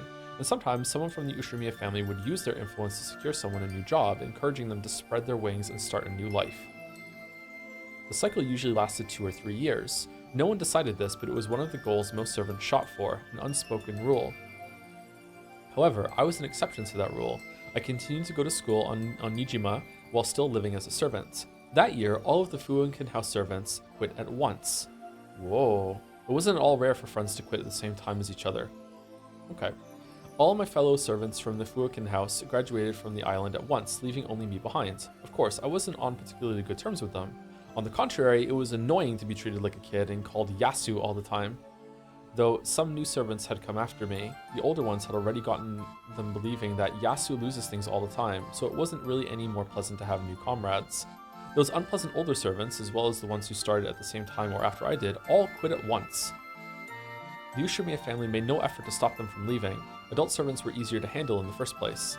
The Fuukin house servants were only accepted so that they could be trained. And so, all of the servants besides me left, and no one tried to stop them.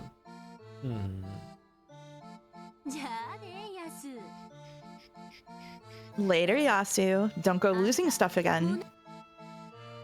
I don't lose things anymore. Later. Make sure you listen to what Madam says. Don't you go troubling the next group of servants.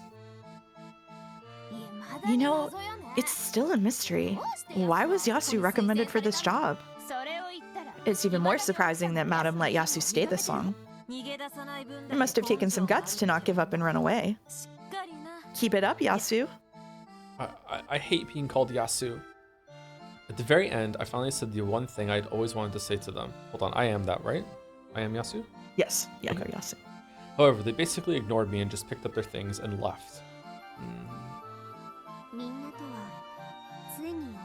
I guess you never got a chance to become friends with them. I didn't even want to. Yeah, I'm sure they feel the same way, so you're even. Let's just forget about those people. They no longer have anything to do with us, so there's no reason to think about them. True. Yeah, you're right. I felt just a bit disappointed. I never got a chance to prove to them that I could take care of myself. It's hard for people to throw off their first impressions. That's just how it is. No matter how wonderfully you grow, those people would have probably always called you Yasu and made fun of you. There's no reason for you to want their admiration. Yes. Yeah, you're right, Shannon. I'll completely forget about those people. Good. You have 2 great friends, Kumasawa-san and me. And if you want to prove that you can take care of yourself, prove it to the new servants who are coming. Oh, I forgot to say thank you to Mr. Okuru when the chapter transition happened there. Thank you very much, Mr. Okuru, for the resub 31 months with What Do I Type Here? That'll do. That'll do. Thank you very much.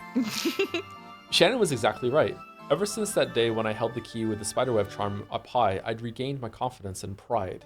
I am now the most experienced Fukuin servant. The new servants who come will still probably be older than me, but I need to teach them the ropes as the more experienced servant.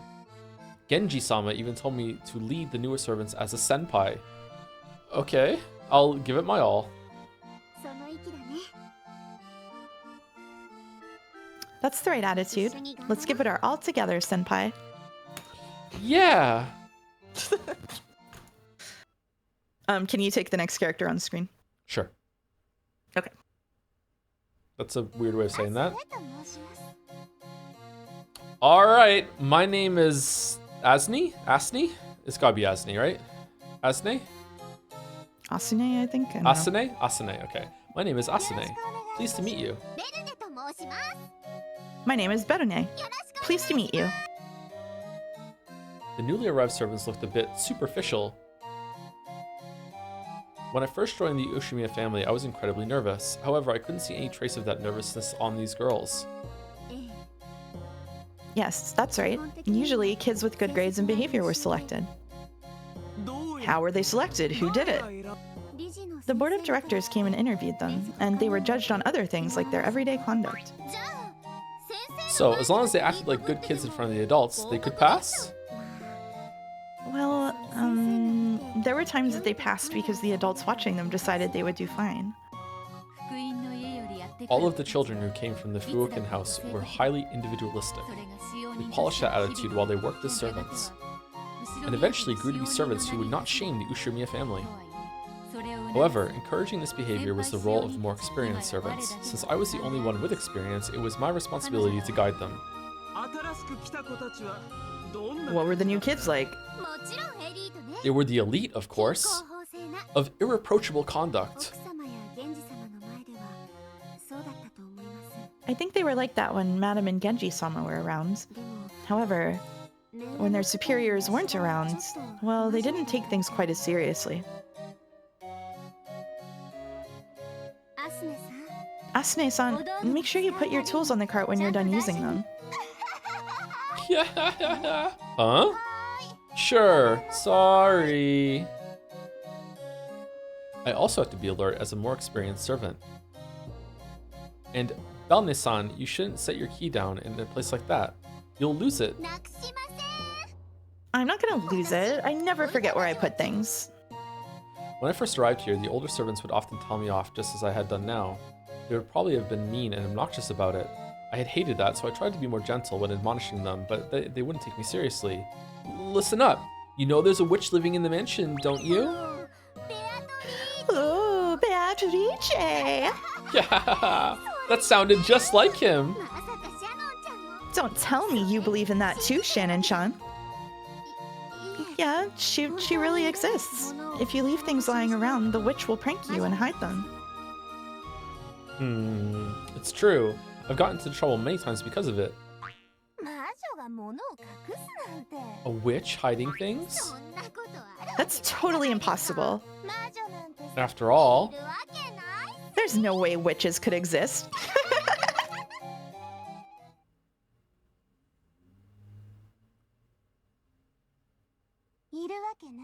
there's no way they could exist. Witches. I thought they were just pranks. No, it was just easier to think of it that way. Uh-oh. Is this one of the two that gets yeeted down the stairs? Do you think the witch Beatrice actually existed? I don't believe it. I don't know if it was Beatrice, but I do think that something inhuman really did exist in that mansion. Do you think there's a chance that this non-human thing was Beatrice? Ridiculous. I wish I could say it was ridiculous. That must have been a prank of Yasu's. No, not a prank. Revenge. I did think that at first, but did something happen that couldn't be explained away as a prank? It was persistent and creepy. What kind of things happened, specifically? Things I set down would disappear as soon as I looked away for a second. Didn't Yasu just hide them? I thought so at first. It was only natural to think that, but I started getting the feeling that something wasn't right. I kept thinking, could such a timid kid really get away with something so obnoxious? Can you tell us what happened? When my keyring disappeared, it was easy to think that Yasu snatched it when I wasn't looking. But when a single key disappeared off my keyring and reappeared somewhere completely different, I couldn't think of it that way. Maybe Yasu just pulled that one key off while you weren't looking. Is that even possible, practically speaking? Hiding the whole ring is one thing, but if you really think about it, taking a single key off the keyring isn't that easy. The keys would clatter together. I was standing right next to them, just facing the other way, get it? If you took your time removing a key when I was that close, even an idiot like me would have noticed. But a single key just vanished without a sound. At that moment, I finally realized this wasn't Yasu trying to get back at me. It was something worse than that. Who the fuck's been teaching Yasu sleight of hand? Fucking watching Penn and Teller videos? What the fuck? And It was Sai. It was it was Sai. this is where Sai went when he used the time egg. He gave the Rekenjima. 1986 Japan. Yasu crying in a room. You dumbass. And where did you find this disappearing key? It was in my locker. Oh, it really was Sai. Okay, all right. Well, you can be pretty absent-minded, Belny. Are you sure you didn't just take that key off and put it in your locker? Why would I take that key off the ring? Have you ever taken a key off or put a key on your ring, Asune? I tried doing it myself. It's really stiff. I'd never go to all that trouble. There'd be no point. Am I a sleepwalker or something? How can I not remember something I've done? I may be stupid, but I'm not that stupid. I don't forget about things I do that easily. And anyway, I know I had my key with me when I entered the room. Otherwise, how could I have unlocked the door? Guess that's how she pulled off. She probably prepped another set of master keys that had one off the key missing and then replaced that. Yeah, probably. Okay then. Yasu, careful not to make any sound. Slip the key off and hid it in your locker. That has to be it. That's what I thought at first. I jumped at Yasu telling that kid not to mess with me. But even as I said it, I realized, isn't there something completely wrong here? After all, on that day, we were cleaning that room with Yasu the whole time, right? There wouldn't have been time for Yasu to noisily remove a key. It was impossible for Yasu. In fact, it should have been impossible for anyone. Maybe the ring was missing a master key when you got it. I already told you. The key really was there in the beginning. I was the one who unlocked that room, so it must have been there. And then I went into the room. I'm stupid, and since I hate having the keys clattering around, I placed the ring on the bed. Then when we finished cleaning, I picked up the ring, tried to lock the door, and it was gone. I may have turned my back on the ring, but it was right next to me. So if someone tried to pull a prank by removing just one key, I'd have heard the clinking. And yet, just the key for that room vanished and appeared again in my locker. +2, Dominic. I read it. +2. Is this me or you? It's you. So okay, let's say that Yasu managed to sneak it away. It's easier to think of it that way, but still, how could Yasu have put it in my locker? Oh, it's okay. You could just keep reading. Yasu and I were together the whole time, right? When I started yelling about it being gone and ran all over the place looking for it, Yasu was with me until the moment I found it in my locker. Get it? I'm telling you, it's impossible. Even as I jumped at Yasu, I began to feel it. I mean, Yasu's eyes seemed to be saying it silently. According to Yasu, the reason things used to go missing all the time wasn't because Yasu was forgetful, as everyone said, but actually, it was because impossible things would suddenly happen, just like they had to me. And...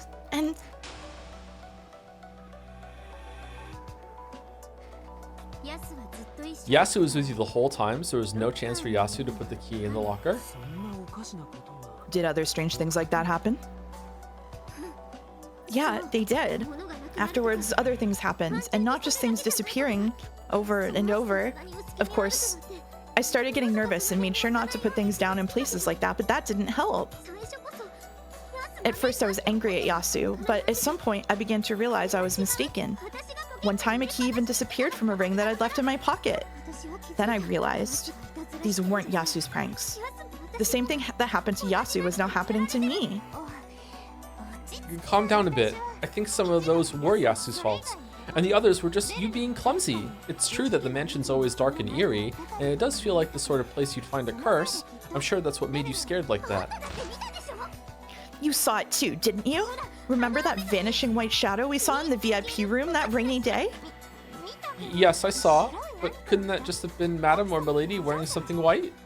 Shannon literally, Yasu is like covered in a white sheet, wandering around the house. Ooh, in the VIP room. Oh.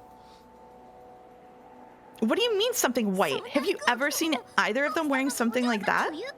And besides, that VIP room is always locked. They don't have keys to it. That had to have been some kind of ghost. No, the silhouette of the witch. So basically, Belny started acting like this. Totally scared. I wasn't though. I've got more street smarts than her. So the more scared was she so was, brave. the more I thought that witches were stupid and couldn't exist. Dumbass, yeah. Still, I had to be careful about what I said. I mean, I realized that this wasn't something I should talk about carelessly. All ghost stories and curses sound stupid to outsiders, but to the people who believe in them, it's absolutely not a joking matter. It really was no joke. Asune didn't believe a word of what I said. So I eventually stopped telling her about it and confessed to Yasu instead. I told Yasu I thought you were the culprit, but it couldn't have been you. I said that something strange was happening to me. And what was that kid's answer? Yasu said that the same thing had happened many times already, but no one else believed any of it. In the first place, the older servants always made fun of Yasu, but that kid clearly wasn't as clumsy or stupid as they said. I hated having a younger person tell me what to do, so I always resisted, but Yasu always got our work done flawlessly. I've always thought it strange that people made fun of Yasu for losing things. I was sure then. It existed. Some strange inhuman thing existed in this mansion. And that thing was the witch, Beatrice? If that's what you want to call it, I'll believe it. Anyway, something that couldn't be explained away by human actions definitely existed there. People who didn't understand kept calling Yasu and me forgetful. They didn't get it. They just didn't get it. I love that this is like Beatrice's like training arc on how to do her bullshit. It's really entertaining, yeah. Still, Hiding people's keys. Yeah. it did freak you out for a while, but then you got a lot better. After that, all that fuss about you losing things went away, right? So it must have been your imagination all the time. You're wrong. I talked to Yasu, to Shannon, and Kumasawa-san and the others about it, and they said that the witch really did exist. The old servants all made sure to respect her. They said I'd been cursed because I'd stupidly gone around saying that Beatrice didn't exist. So I reformed. Yasu taught me how to give offerings to the doll in the VIP room. I asked Genji-sama for permission and prayed at the shrine by the sea. And then it all stopped, all at once. You were okay, Asune, since you stopped making fun of the witch partway through. But if you'd cluelessly gone on making fun of her, you'd surely have been cursed next. Yes, I guarantee it. You definitely would have been cursed. I guess. Even I was creeped out by you two. I never said it out loud, but... You just don't get it. You really don't. So I made sure to teach all the newer servants well. A witch called Beatrice-sama lives in this mansion. If you make fun of her, you really will be cursed. Belane. Goro-senpai. When things disappeared, that was a sign that the witch was close by and watching us. If you said it was a prank or that witches couldn't exist, you'd be cursed even more. It was like that for both Yasu and me. When the key disappeared, that was a sign that the witch had appeared.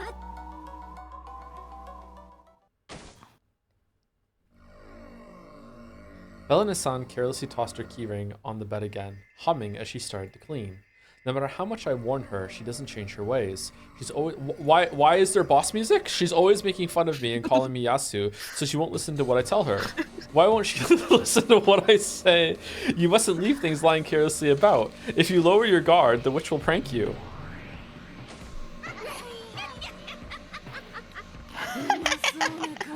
Look at that delicious keyring. So stop it, please. That's Belane-san's key. Keep your pranking to me alone. Let the others be. With how cautious you've grown, you're no fun anymore. Just kidding. Still, how unpleasant these people are, refusing to listen to my friend's kindly advice. Any insult to my friend I take as an insult to myself. Are you planning to steal Belane-san's key? Please don't do it. She'll think I hid it again. She thinks my magic is naught but the scheme of a child like you? Very well then. Let's just show her something that would be impossible for a human. Let's show her my magic. Foolish Belane. I'll make you regret not listening to my friend's advice. This flimsy body isn't enough. I'm borrowing yours. It's been too long since I've shown you real magic. Let my body return to the land of the living for just a moment. Sorry, I don't know why, but I'm just sharply reminded, like, using all this magic and witches in order to just move things and hide them, reminds me of the Vampire Masquerade playthrough where I was like the super stealth fucking magic sneaky vampire who would break into people's houses and delete their emails. just go on their computer, I'm deleting your email. Nosferatu tech support. Huh? Ah. A shiver ran up my whole body like an electric shock. From that moment onwards, I couldn't move any part of my body by my own will. Like a moment of shock after a blackout, I could do nothing but accept the fact that I had lost control over myself. All of the cells throughout my body felt tingly. I love this song so much. It felt as though my body had been transformed into someone else's. I realized that the witch Beatrice was using my body as a vessel to revive for a short period of time.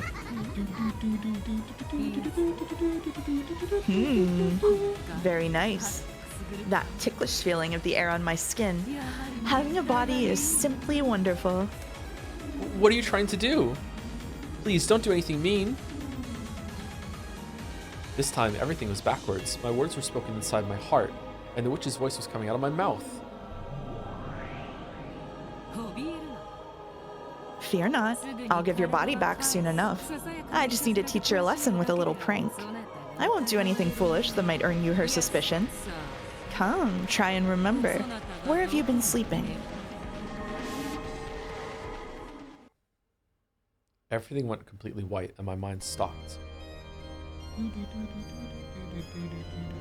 Once again, that tingling sensation slid up my body. I could feel it all gather in the fingers of both my hands and come out the tips of my fingers. It was an unfathomable, indescribable, unknown sensation. My head went blank and I couldn't think at all. I could do nothing but abandon my soul to the sensation. I finally understood. This is what it's like to use magic. Come, try and remember. Where have you been sleeping?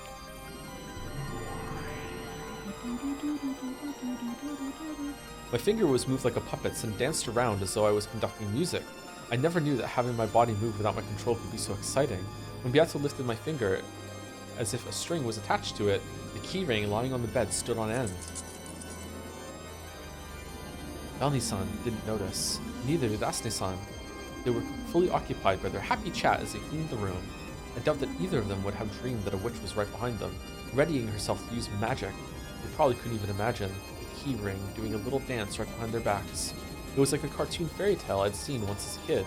The happy way the keys danced and spun made it look as though they had a will of their own. I could feel the fun of making those keys dance with my fingers wash over me. Yes, this is pleasure.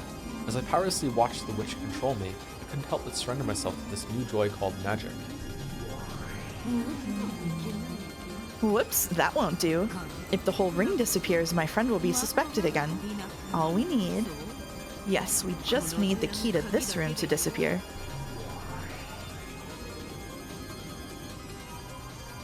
Beato controlled my fingers, controlling the magic, and thereby controlling the keys. The keyring slumped down on the bed, and then just the mansion's master key stood on end.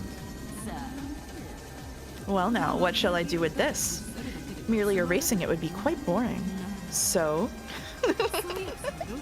why don't I throw it into her locker? That will give my friend who's been working here with her the whole time a splendid alibi. Come, try and remember. Where have you been sleeping? Yes, it was a warm, dark place. The inside of Berene's locker. What episode was Gat first introduced in? 4? Was it 4? It's weird because Gap still feels like a really new character to me, even though she's been in it for a while now. I don't know why that is. Yeah, she's been in a lot of them. Yeah. When Beato snapped her fingers, the key burst and became a gold butterfly. A gold butterfly? I see. It's gold because she's the golden witch who gave the master all of his gold. And it's a butterfly because she likes butterflies. And butterflies are scared of spiderwebs. Oh, are they? Oh, okay, so it's a gold butterfly. I've never seen a butterfly in a spiderweb. I guess that makes sense. The minions of the witch Beatrice are gold butterflies. After flitting into the air, it burst into a shower of gold sparks and disappeared. And then, the vanished key was in Belane-san's locker. Though it was far away, in a changing room locker, I could tell exactly how it had happened. It wasn't by sight or by touch, it was by some other sense inside my heart which couldn't be explained by the 5 senses, a completely new sensation that I'd never felt before. It was a completely alien concept called magic, a completely unknown pleasure that left me in a trance. That's enough, my friend. I'll give this body back to you. Okay, so my question here is how reliable the scene is. Obviously, like, there is no magic going on here, but is she actually like in a hallucinatory state right now and is seeing the magic, or is she like telling a story to herself? I'm curious, like, I'm curious how far gone Yasu or whatever their name should be is in this scene.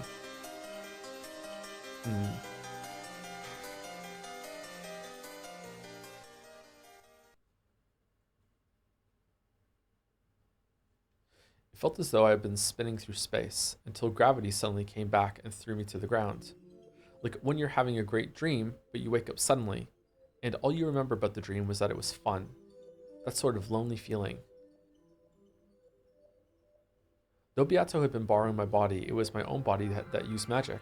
I could still feel that sensation in my hands. The keyring over there had danced along with the movements of my fingers. No, that's not quite it. The keyring and my fingers had danced together. That fun, that excitement, still tingled slightly in my hands. Oh, whoops, that was close. Saying this, Belne-san suddenly turned around and picked up the keyring that she had thrown down on the bed. She must have realized that I was staring at it. I almost had Yasu complain that I shouldn't leave keys lying about like this. I'd never put something down and forget about it. With a grin, she put the key back into her pocket. However, she still hadn't noticed. She probably couldn't even imagine that just a single key had vanished while her back was turned for a second. It's not easy for a human to do things like that, but with magic, with just a little dance of the keys and a butterfly popping, it had disappeared. Okay, fingertip inspection. Bed. Okay. Curtains. Okay. Niki? Niki tools, okay, and keys too. See? Nothing wrong, right? Yes, that's good. Then let's go to the next room. Belne-san, could you lock this room for me? Oh. Sure. Did Belne-san's key really disappear by magic? Was that fun magic just a daydream I had? I was so scared of that being true that I tested it. Huh? What's wrong? Why are you taking so long? Huh? Huh? Wait, are you kidding me? What's wrong? It's not this one, and it isn't this one. Huh? What the? What is it? You want me to lock it? I don't get it. What's going on? My master key's gone. Just my master key is gone. Why? This ring's so stiff, there's no way it had come off. I could faintly feel that tingling sensation run across my fingers again. I wish I was telekinetic. It would be so fun. I would be a fucking menace. I would just troll people all the time. I would not use my powers for good. I would use my powers for useful things. It would just be stupid bullshit. I would be a witch, for sure. Oh. Anyway, thank you, Jelly, for the resub. Yes, we scram. Oh, what's that? We did it at the start of stream today? Well, that's what I get for sleeping in, I guess. Hope you're both having a great time so far, Mouse and Joe. Thank you, Jelly. Thank you very much. Yeah, yes, we scran. We utterly had the worst scran ever today. The worst scran ever. Yeah. Yep. Absolutely. Yeah. Thank you, Rainovan26 for the bits. I hate when my YouTube prankster persona takes over. Thank you, Thaddeus Ex Machina for the resub too. Hey, Tom. Thad? Oh, you, Thad, your Justice Parasocial link again. I'm glad you took the time to see me today, but don't you think it's getting awfully close to the end of the game for us only to be at rank 7? I know that I don't call you senpai like your other Parasocials, but I think my link is very well written and in totality could fit half an episode of a cartoon very well. I think it would behoove you to see it through to the end. Thanks. Don't worry, they'll be better in Metaphor, right? So much better in Metaphor. Metaphor fixes this, yeah. Yeah, Metaphor fixes this, yeah. Yeah. And thank you to Luncheon Drinks? No, Luncheon Drix? I'm not sure. One of those for 20. Luke Hendricks? Luke Hendricks? It is probably Luke Hendricks, you're right. Yeah, sorry, there's no capital letters in there. Good catch. Thank you very much for the new sub. Welcome. Luke Hendricks. Let's go with Luke.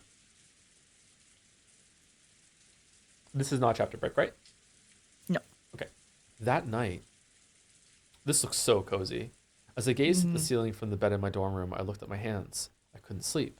The excitement from the time those keys danced was still there in my fingers. Is this how witches always feel? I have a friend who's called a witch, called Beatrice. She always used to pull pranks on me with her strange magic. It really means a lot to me that somewhere in this house right now, Kraus is looking up at the same moon with grand ideas. Because I saw this all the time. I got it right. I thought I knew what magic was. But today, She had possessed my body and used magic with it. The sensation of magic that I finally felt at that time still held my heart entranced. It was a completely unknown pleasure. After all, Did you watch sorry, this is unrelated and I'm interrupting the visual novel. Did you watch the movie Five Goes West when you were a kid? I did not know. Ah shit. All right. Reference lost. Sorry. That's it. Sorry. That's All right. It's one of the few I didn't watch. All right. After all, by moving my fingertips, I could make the key dance as I wished. It was a strange, strange miracle of magic, something humans could not do. I still couldn't let go of that excitement. Shannon, are you awake?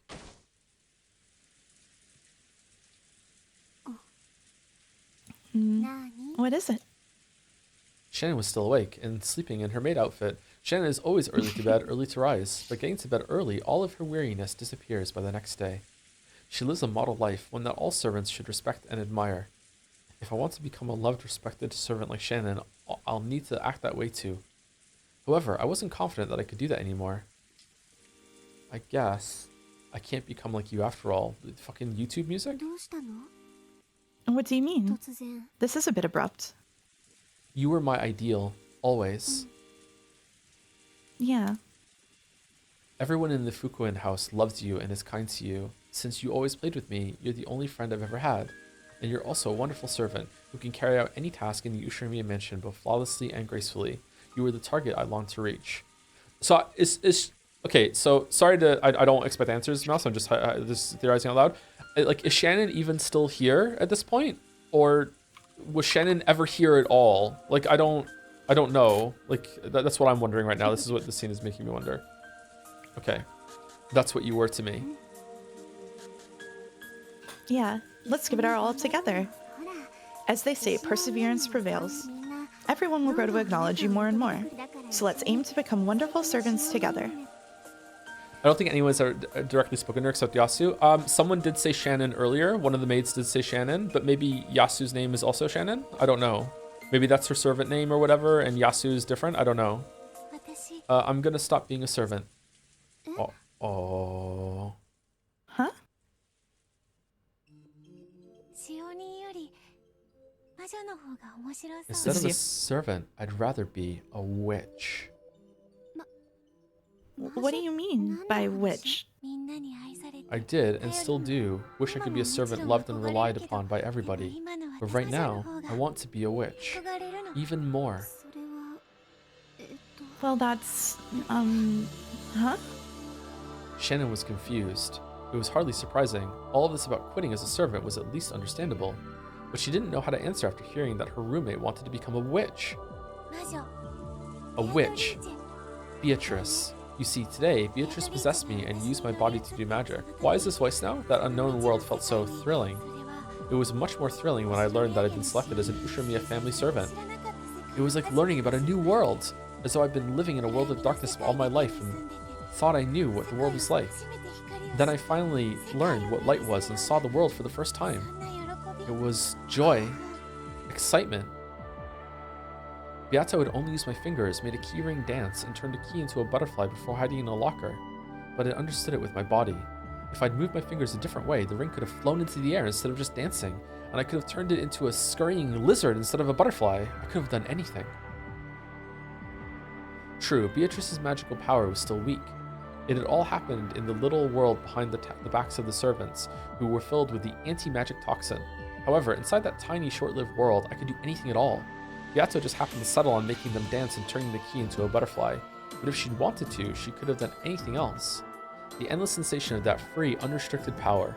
I could still feel it in my fingertips. This reminds me of like old JRPG game music. Could it be that, along with that sensation, a fragment of that magical power might also remain? I can tell. It's still there. There's still just a bit of it there, along with that sensation. I can do it. I can still do it.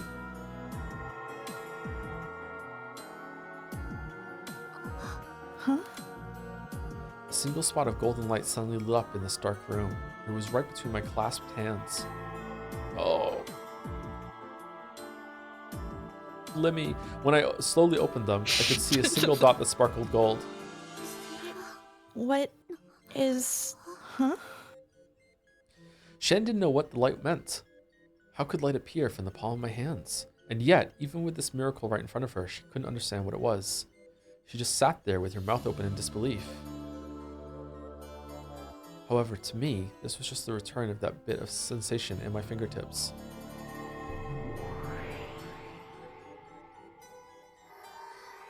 The golden dot spread out and became a small gold butterfly.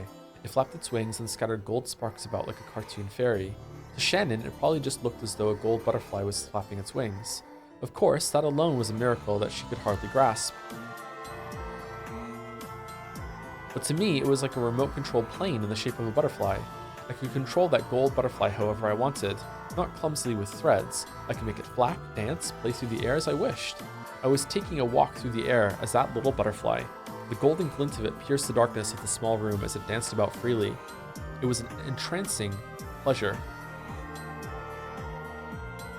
However, that sensation in my fingers began to weaken. I could tell that the few magic butterfly scales left in my fingers were going away. Finally, the gold butterfly flashed and turned to dust, like a firework run out of juice, falling down and disappearing without a trace. What on earth just happened? This is magic. It's really fun. Magic? Yeah. Magic. There was still some magic left in my fingers, so I was able to use it. But if I became a real witch, I'll be able to use it whenever and however I want, to do anything. Now that I've learned how fun this can be, I don't want to go back to being human. Being a servant is just too boring. So, I'm going to become a witch. Become a witch? Wait. I've already made my decision, Shannon. It's been fun. I'll give you this room. You can use it by yourself. Later. Goodbye. Wait.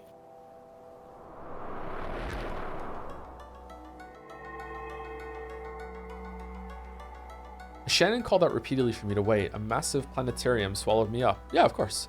In the sea of the pitch black starry sky, I was alone. We are alone here. I'm done acting the part of the servant. I'm going to modify this world. Indeed. Understood. In that case, what will you do? Being a wonderful servant like Shannon wouldn't be bad, but now that I know how fun it is to be a witch, that feels like a boring dream. I can't go back anymore. What'll happen to Shannon? Shannon can just be Shannon and stay as a respected servant. She'll stay the same, but from now on, it won't be the two of us together, but her alone. Okay, so Shannon, I don't know if Shannon did ever exist or was ever here, but it seems like for sure, there is no longer a physical Shannon, if there ever was one, when all of them left, when she described everyone left and left her by herself. So I believe that at least the scenes that we've seen since Asne and Balmik showed up, Shannon and Yasu have been the same person. That's my read on what happened. I don't know if that's right, but that's my read. Anyway, sorry, go ahead. Farewells are sudden, is that not the phrase? Very well. Being fickle makes life more entertaining. And what of you? I want to become a witch. I want to become Beato. But I am already Beatrice. You'll still be a witch and my friend. I'm modifying the world so that Beato is me. So, Sumari, I'll be a witch who is a friend of Beatrice? Pretty much. So from now on, you're a different witch.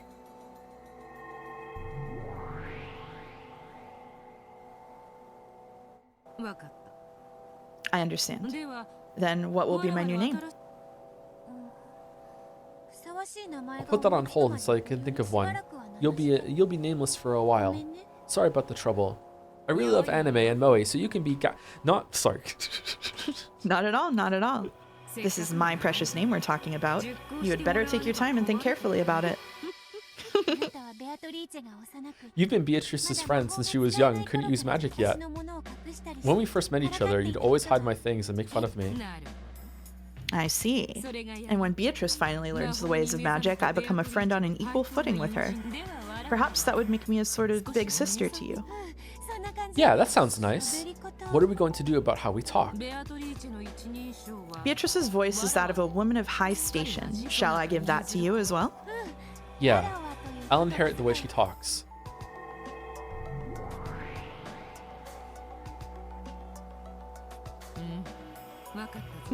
Indeed, I comprehend. Or perhaps I shouldn't say it like that. I'll need to find a good way to sound like Beatrice's big sister, like witch friend. Yeah, or should it be indeed? Now there's a nice dignified voice. Okay then, how about... No, wait. Then what of my appearance? Good point. I've got a sort of blood red witch look. Why not choose a different color for yourself? When Beatrice wanders the mansion at night, she's often seen dressed in white. Yes, I suppose ghosts are classically white. A witch in a white dress. Let's try putting it all together. I need a different look than the witch in the demon red dress. A white, noble witch. Unlike the time with the red witch, I'm thinking about my own look now, so I'd like to make it beautiful and cute if I can. A white dress, a noble look, like one of noble blood, but with a dark, sarcastic streak.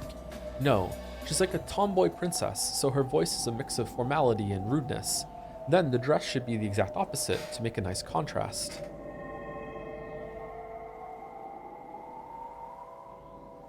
Toothpaste.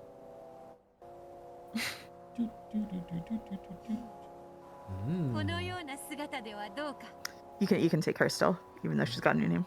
Then what of this form? Is this the form of the new Beatrice? How beautiful, just like a noble princess.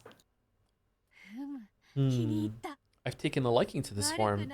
This will be quite satisfactory. Not bad. You look great, Beato. I like it. I truly do like this form. Now, if you can keep this up and give me a wonderful name, that'd be great. If I have to go around nameless for too long, I'll get all sulky. Fear not, I shall find you a splendid name. But first, there's something I must consider. What shall be the form of my magic? Hiding objects and transporting them instantaneously is your theme, so I must think of my own particular theme of magic. When I use magic, gold butterflies will float about to just open windows and turn lights on and off. You know, just that kind of bullshit. I'm not backing down on that part. Perfect. That really would make you a golden witch. Then the weaknesses such as spider webs and the sacred mirror in the shrine will also go to you? Indeed. Even an all-powerful witch needs a few small weaknesses to keep things interesting. Then let us do it like so. If I touch a spider web, it will burn me. Silently, a silvery spider dropped down vertically. Beato, now in her new form, lightly touched the silver spider web that trailed out behind it. As she did, there was a faint sound of flesh burning, and a thin burn was left across her fingers. Beatrice can't stand spider webs. That was one of the weaknesses of the evil spirits Kumasawa-san spoke of. Since the witch Beatrice had revived thanks to the power of those evil spirits, she had also inherited the weaknesses. This is making a lot of the previous story make sense. Therefore, sacred mirrors are another one of my weaknesses. However, that sacred mirror in the shrine isn't too likely to appear in front of me often. That's not so fun. Then, while mirrors with sacred power will obviously be a weakness, let us make mirrors themselves a weakness too. You often hear that mirrors have magical powers. Isn't that nice? Sounds just like a witch. If I look in a mirror, it feels as though my magical power is being sucked out, so I shall try to avoid them. Indeed, that could be quite amusing. If I really think about it, I'm bad with mirrors whether I make that rule or not. No matter who I want or strive to be, the only face that will ever show in a mirror is the heartlessly pathetic and realistic face of Yasu. Mirrors, which always force me to face my shabby reality, are something I always want to avoid. That's right, I hate mirrors. I don't want to see my pitiful self. You don't need to decide everything at once. It's fun to build up a world one little bit at a time. True, I understand. I shall enjoy life as a witch as I slowly expand my world. That tiny, dark room is no place for you to sleep now. Indeed. I'm the Golden Witch. I am the ruler of Rakenjuma's night, and the nighttime mansion belongs to me. That is where I should make my home, is it not? A room for Beatrice? Haha, isn't it obvious? Yeah, that's right. That wonderful room on the second floor of the mansion. The VIP room of the witch just has to be Beatrice's room. Oh, that's right. From this evening forward, that room in the nighttime mansion shall be my dwelling place. Why didn't I think of that myself? Proto cackle. Then let's go, Beato. If we're going to drink tea together, we'll need a much better room than that cramped one. Indeed. That room is too crude for entertaining friends and serving tea. We shall change rooms. Let us go, my friend. So this is goodbye to Shannon. When I looked at my feet, I could see my own dorm room from far beneath me. I could see Shannon, who had dashed up to the bed I lay on and had been saying, "Wait," at the moment time froze. She was as rigid as a doll. Looking down at it from this height, it really did look like a small dollhouse. So long, Shannon. The days I spent as a human, with you as a goal and a constant comfort, were truly fun. If I had never learned the joys of magic and awakened as a witch, everything would have doubtless remained as it was. I was your only close friend too, wasn't I? Please forgive me for erasing that friend so suddenly. As a parting gift, I will erase me from your world. Starting now, this will not be a two-person room.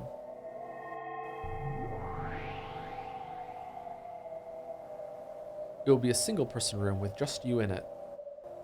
I hope you continue to strive for your ideal and try to become a kind, reliable servant loved by everyone. Huh.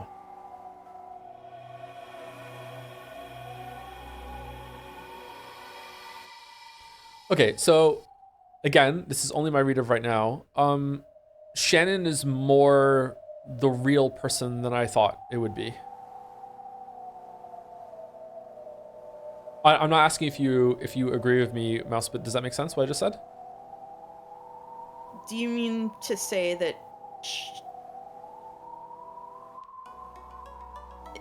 Shannon? Sorry, can you rephrase it in at least one way? That's why I'm asking you, because I'm not sure if that was clear or not. Yeah. So when my mind of the timeline that happened here was that I thought that there was like whoever Yasu is, I thought she would have like made Shannon up as this holy kind of like ideal person. But now that this split is happening, I realized that she was actually more a Shannon, like even back then. Like it seems like instead of it being like someone made different personalities for themselves, it really feels like more like a split at this point. Like almost 50-50 even in both directions.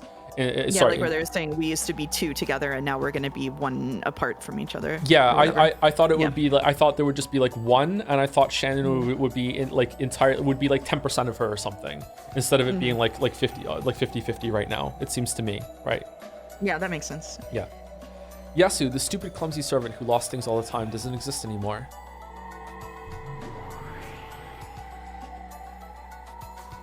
So long, Shannon. When I mature as the Witch Beatrice and stride through the nighttime mansion where I will, I may bump into you as you do your nighttime rounds. However, when I meet you again, it will not be a reunion, it will be our first meeting. After all, though you have heard the rumors of the Witch Beatrice, you have never met her. So long, Shannon. Let's meet again sometime and spin up some fun tale. Shannon's just the outwork persona. This too is Severance.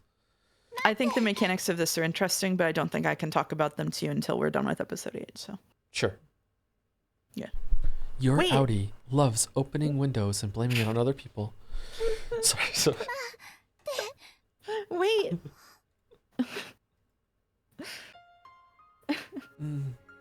What? Was I talking in my sleep? Apparently I'd gotten out of bed, stretched my hand out towards it, and said, "Wait. This isn't the first time I've woken up to find myself saying something strange, but I don't remember ever waking up to find myself out of bed and standing up. Could this be what they call sleepwalking? Yusuke, am I just tired? Gotta sleep. Gotta get back to sleep." I turned around to face my bed. My bed wasn't there. There was no bed in this room except the one I had just turned my back on. If I'm the only one in this room, and the only bed is the one behind me, that must mean it's my bed. That feels wrong for some reason. The bed sheets are all disarranged, as though someone had slipped out of them. Who did? This is a single-person room with me in it, right? So that there's my bed, and the traces of someone crawling out mean that I was just sleeping there until a second ago. But for some reason, that bed doesn't feel like my bed. However, though all the other kids shared rooms, I, Shannon, was given a single-person room. So there's only one bed, and it must be mine.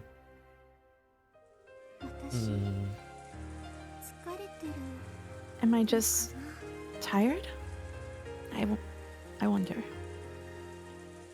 I must just be half asleep. School starts early tomorrow morning. And when school ends, I want to go to the mansion, help out with some work, and talk to Kumasawa-san about the mystery novel I just read. Time to sleep. I'm probably just so worn out that I'm imagining things.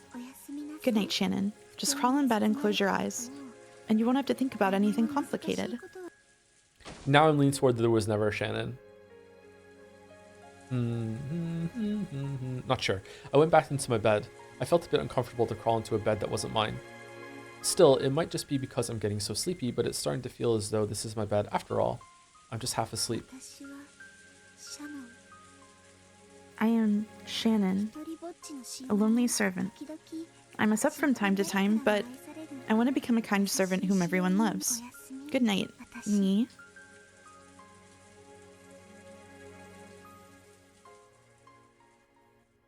I am Shannon, said Shannon.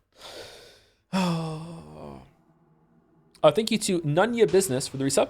We have reached peak Chunibayo. What? Enjoy your diet lime flavor Beatrice lime. Oh, wow. Oh, there she is. Whoa!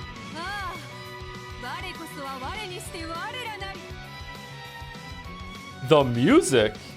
Okay, let me say thank you quickly and then we'll continue. I really like the music. Thank you, Nunya Business.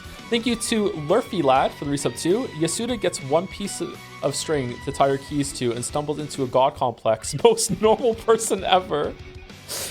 Thank you, Daniel Mockridge for the resub 2. This mystery is really coming together now. I can feel it. I'm pretty sure ghosts did it. Getting all fired up. I didn't consider ghosts. Yeah, ghosts. It explains everything. Thank you, Potential Pizza, for the resub 2. You mentioned you don't want the answers to be too explicit and ruin the way it was up to interpretation. How do you feel about the balance of vagueness and directness in episode 7 so far? I'm enjoying it so far. It is a big departure from what happened before, though. I do want answers, but I feel like earlier on in the episode, everything that happened to do with the submarine was a bit too much. Sometimes not everything needs to be explained. There are some things I want to be explained and other things I'm fine with being a mystery I don't want to see. What's a good example? Have you ever, okay, sorry to bring this up in front of you, Mouse. Have you ever seen Doctor Who? Do you know how throughout the new Doctor Who series, they kept referencing the Time War? Like, the Time War was way more interesting and way more like compelling as a concept when they didn't show anything about the Time War. When it was just like, they just like said names of battles and places, and it was this really cool thing that you could build up in your head. And then as the seasons went on, they started showing some parts of the Time War, not a lot, but they started showing some parts of the Time War, and you're just kind of like, oh, okay, you know, it's like, it became immediately less interesting when they started showing parts of that. So like that's an example of something that I wouldn't want to have more information on, and I kind of feel it's the same way with about like some of the stuff, not all of it, some of the stuff they showed with Beatrice showing up in the submarine. If that makes sense. I don't know if that's a good comparison or not, but that's the one I went to. And last but not least is Strivo Gel for the resub with a point, 6 months. Thank you very much, Gel. Okay, is this me or you, Mouse? This is still you. The chapter hasn't ended. Okay. The chapter ends in like about 2 minutes. Oh, okay. That's right before chapter ends. Sorry, my bad. Sorry, I thought this was a transition. Okay, it's still you. Oh, No, you're okay. I am one yet many. I've had enough of playing the servant. I've had enough of being human. From this night forth, I am Beatrice, the Golden Witch Beatrice who's lived for 1,000 years. Praise me, servants. Have fear when you are chosen for the night shift. In the nighttime mansion, everything is mine, for that is my time. Oh, I am one yet many. Yes, let our world swallow up everything. And also, all those maids that were mean to me are now going to be imaginary friends. The stakes of justice in my head now. Get fucked. It is like the raging seas. Well now, let us drink the mysterious moon to dry tonight with this human book as a side dish. You call this a mystery? You call this a closed room? You call this a crime impossible for humans? Don't make me laugh. With all these holes and weak points, you call this a crime impossible for humans? So she's fucking crazy, huh? It's like so gross. It's so gross. So there's no splendid closed room magic that can do my name justice. No, not here, not here, not there either. All of them pathetic. It's enough to make one giggle, but now I'm not sure which is the side dish, the moon or the book. Kraus nodding in the chat. If I get tired of mystery, I can change myself into a butterfly. I can flit about the island, the mansion, the vast forest at will. I'll follow those cowardly servants as they do their nighttime rounds. And when they check to see that a window is locked, they'll see me laughing at them in the reflection in the glass. I can be fickle and do as I please. Pranks at night should be a lot of fun. Okay, I've decided. Let's play like that starting tonight. Cackle, cackle, how amusing. What amusement this night shall bring. In the world of witches, the only limits to your fun are the limits of your imagination. My imagination shall become the source of my magical power. Splendid, it shall all be so fun. I shall expand it infinitely and let it swallow the whole island. The island's night will be all mine. Oh, how refined and pleasant are the days of a witch. Oh, I am one yet many. Yeah, yeah. Here's to the wonderful world of witches. So I know it's hard to hear while streaming, but you should for sure go back and go through this chapter and listen to the way that Sayaka Ohara's voice acting shifts to become the Beatrice voice over it, because it's actually like gives you a little bit of chills. I think I picked up on some of that actually. Yeah, the voice that's was good. the That's voice was good, changing. Yeah. Yeah. Pretty cool. A new element. お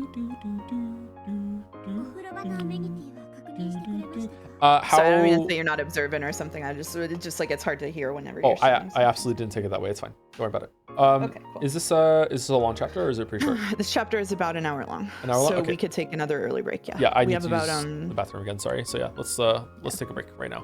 Okay. We have like 2 to 2.5 hours left, depending on how much we want to read. So Okay, so we'll probably take another short break later on, and then we'll get back to it and finish. Okay, that sounds good. All right, Okay. I'm enjoying this so far. Very good. awesome. Okay, right back, chat.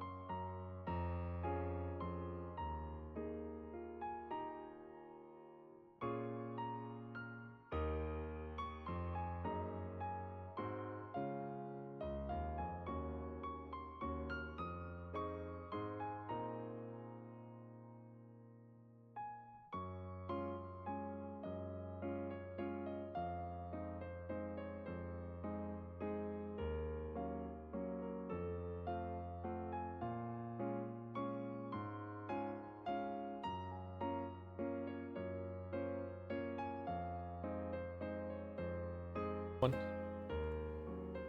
Hello, hello. Hello, hello.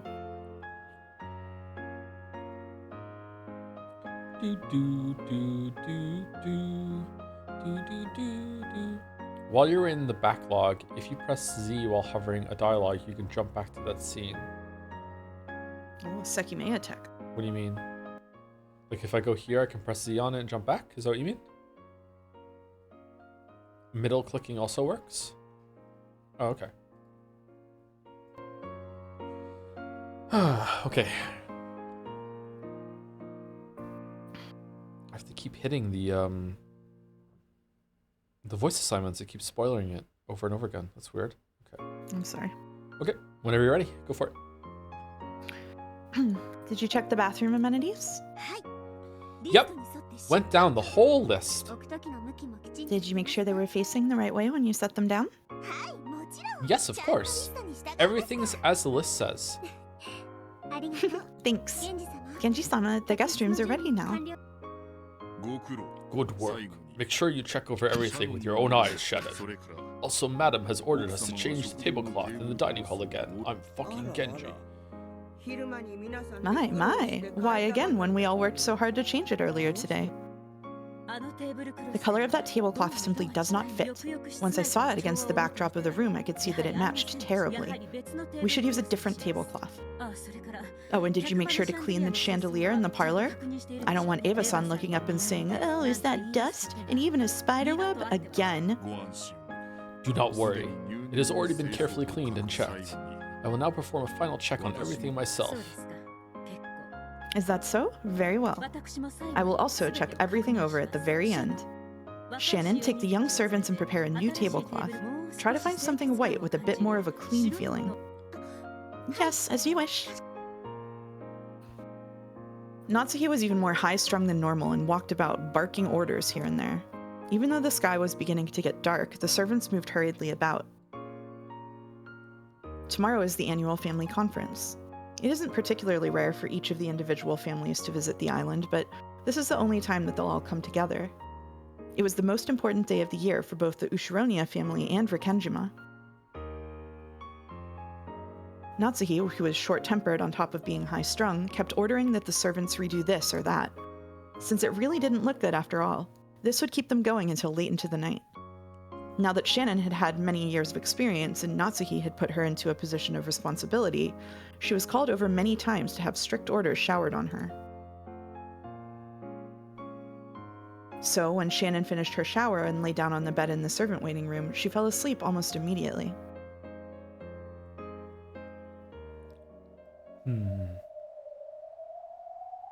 I can hear the sound of wind coming from somewhere far away. It's a bit different from the sound wind outside a room would make. It's almost as though I'm sitting in a deck chair in the rose garden, turning over in my sleep with the feel of the wind in my hair. That's right, the feel. This isn't a sound, it's a feeling.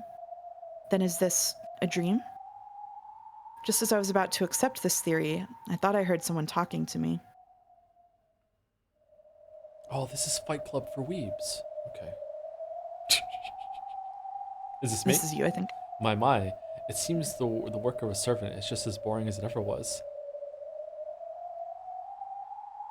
Not only boring, but difficult, strict, constraining, joyless. All you get in return for your years of service is some level of respect from the newer servants. And even that is far from sufficient to repay you for all the hard work you've done.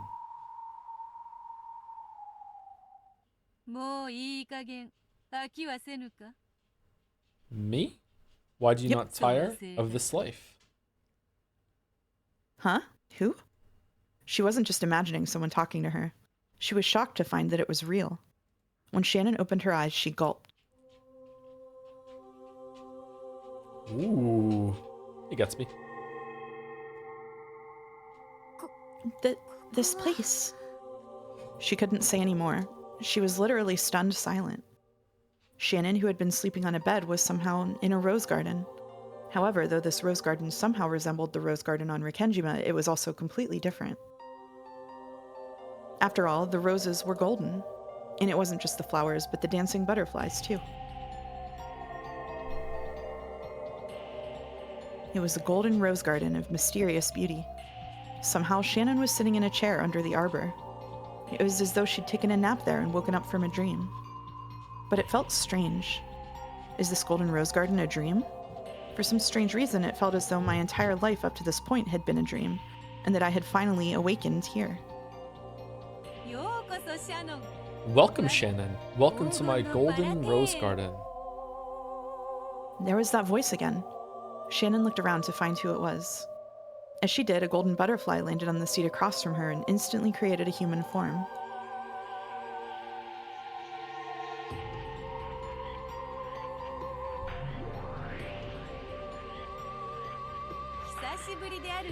It has been quite some time, Shannon. Have you been well? Of course, I know you have been. After all, I've been watching all of you every day.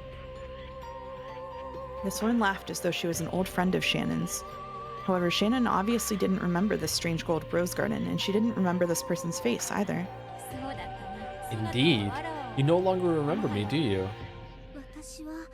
Have I forgotten about you? If so, please forgive me. There is no need to apologize.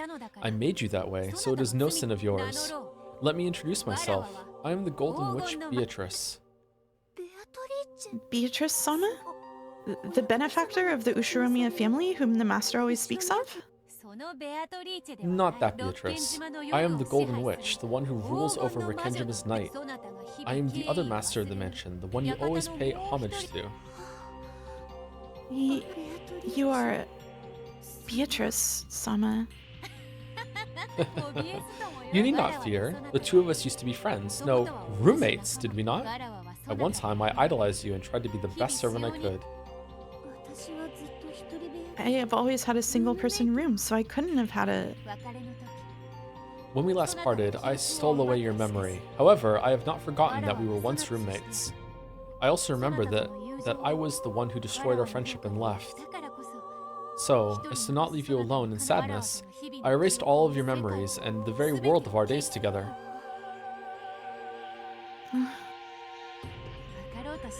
You do not need to understand, but believe this, I have not called you here to do you harm. Isn't this inside one of my dreams? You may think of it that way. Strictly speaking, I beckoned your soul to my garden while you were sleeping, to invite you to be a resident of this world. Beatrice snapped her fingers, and a storm of gold butterflies all rose up around the rose garden. As the cloud of butterflies danced over the table, a gorgeous tea set appeared. There were teacups and a teapot, more elegant even than those used by the Ushiromiya family. The tea was filled to the brim and had a sweet rose scent, one which Shannon had never smelled before. Before there was even time to be amazed by that scent, butterflies started gathering one by one on the table, and a tea stand sprouted right out of it.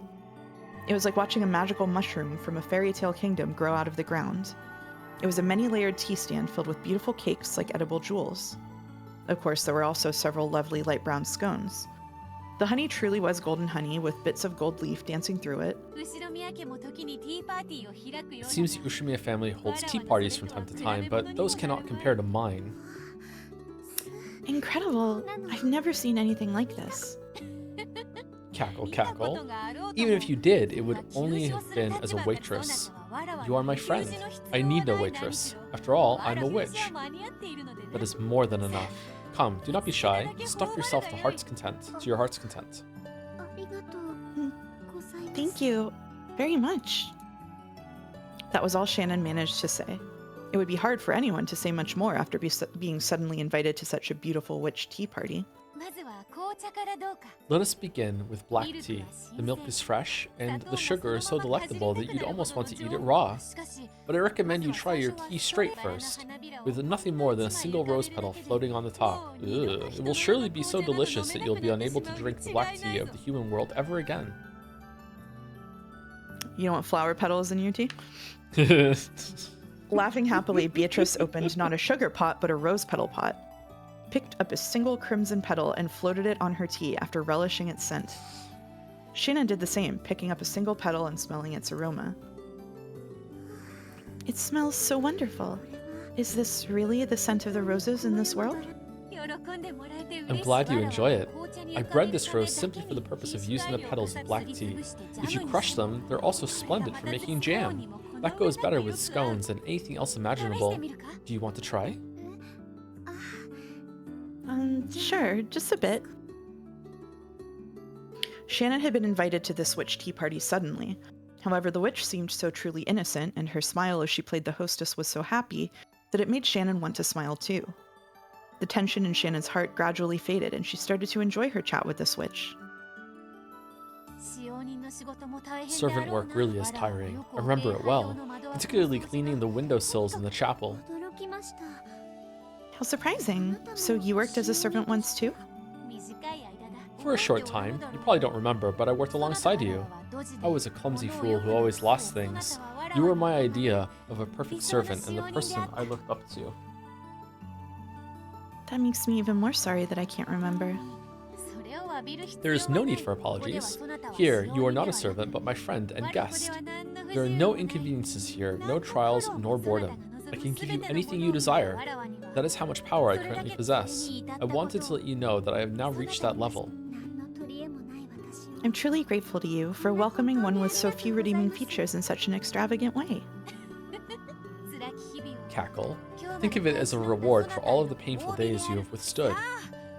Come, gold butterflies, don't let my friend get bored. Show her a little dance. When you have tired of that, allow me to call the band to perform any song you would like. When you have tired of that, my refined familiars will show you some conjuring tricks. Fear not, for time is endless here, and I can grant your wishes endlessly. My tea party has no end. In a truly good mood, the witch told Shannon several strange stories. They were all stories Shannon had never heard before. Very interesting stories. And they were all odd, bizarre fairy tales. Shannon felt as though she had become Alice in Wonderland. The time she spent at this tea party was strange, pleasant, and relaxed. No, the clocks have no hands at this tea party. So the time passed like a Sunday morning, when you can wrap yourself in your blanket for as long as you want. It's a lie. It's a lie. I can't express how grateful I am to you for this. There is no need for thanks. In the human world, word of thanks go along with words of farewell, do they not? There will be no end to this tea party, so there's no need for thanks either. I'll still thank you. Thank you so much, Beatrice-sama, for this wonderful tea party. But all dreams must end, and so must this one. Oh? And why must they end? Because I start early tomorrow. If I stay here talking too long, I'll sleep in, and Madam will give me a good scolding. Why are you so anxious to return to the world of that short-tempered Natsui? True. Really now, are you truly saying you want to return to the human world where it's all work and no rewards? But I am human. I can't impose myself on you forever. Shannon, it seems you do not understand. I invited you here, but I have no desire to chase you away again. Here, time is eternal. You are not obligated to say farewell, not ever. I will never tire of enjoying tea with you. On the contrary, it is quite agreeable to have you here to talk to. I'm grateful for your words, but I am human. I must return to my own world. Why do you want to return to that colorless world where you waste all your time with school and your job, and the family works you to the bone? Despite all that, it's still my world. Shannon, does that sort of world really need to be yours? Let me be honest with you, Shannon. I didn't just invite you here. I came to take you home. Take me home? Once, I tried to become a good servant like you. Then I became fascinated by witches and became one myself, learning all the pleasures of magic. And now I have come to take you home. Beatrice spoke quietly and slowly rose from her seat. Shannon, the world of witches truly is more fun than being a servant. This tea party is nothing more than a mere welcoming party for an old friend. We can hold as many fun festivities as we desire. That is the endless, the eternal. Now that this golden rose garden has been completed, I have reached my goal. This place is paradise. Yes, let us call it the golden paradise. Now that it has been completed, I have come to welcome you in. There's no need for any inconveniences, any perseverance, or hard work. Here, you and I can enjoy ourselves for all eternity. It will be like a never-ending fairy tale.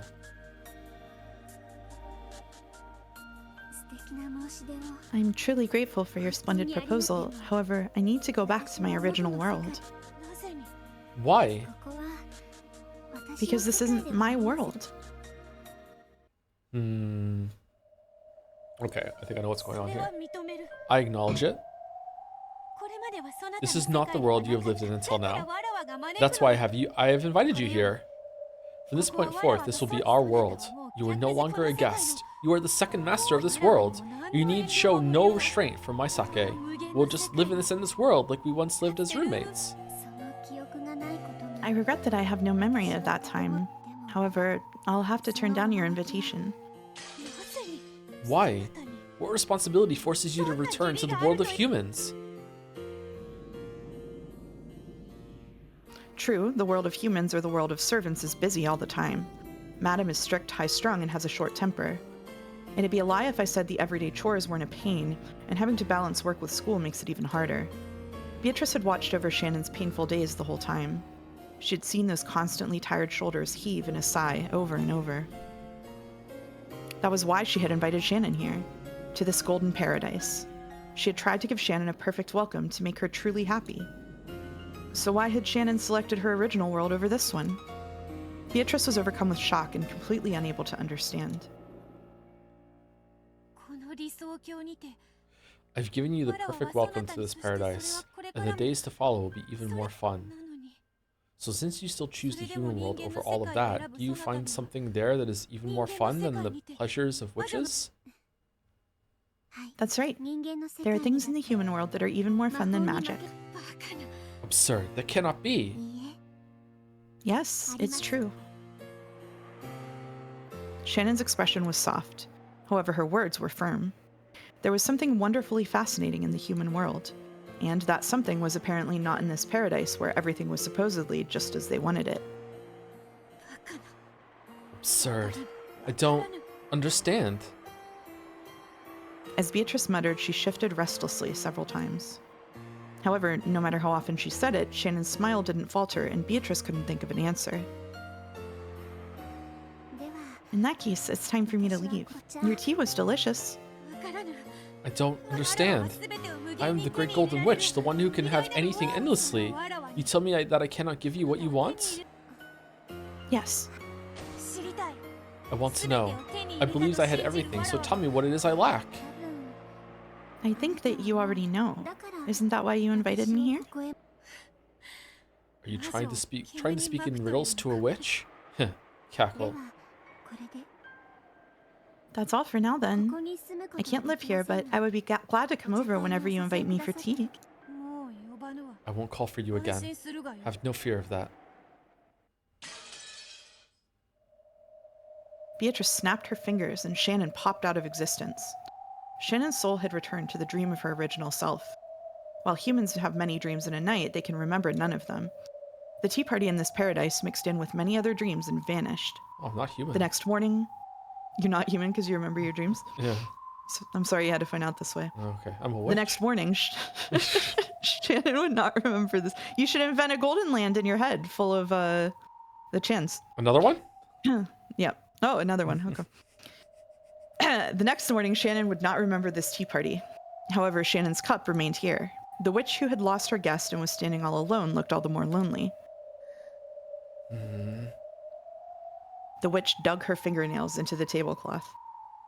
That grimace as she bit her lower lip made it clear that she still hadn't solved the puzzle Shannon had left behind. Ricci, there's no need to worry about it. A black hole opened above Shannon's empty seat, and the owner of that voice fell out of it. I do worry. Oh, come on. How could she say it with such certainty? Maybe she just wanted to get back to sleep quickly, since dawn is coming soon. What pleasure could Shannon know that I do not? What is this something that can be found in the human world, but not in my paradise? I don't understand. I want to know. Thinking about complicated stuff will just fuel your headache. I can be of service in Shannon's place. Let's enjoy a tea party together. I don't feel like it anymore. I'm bored of having tea parties with you. Aw, she's cranky. The witch shrugged and laughed, then took a bite out of a scone. She then blew into it, and it swelled up like a balloon before finally popping. Golden ribbons and butterflies flew out, but Beatrice didn't appear to notice. What is it that I do not possess? Stupid Shannon. What? Stupid Shannon. Better Me not won't be stay with me in my George. golden land. Better not be George. Better not be George.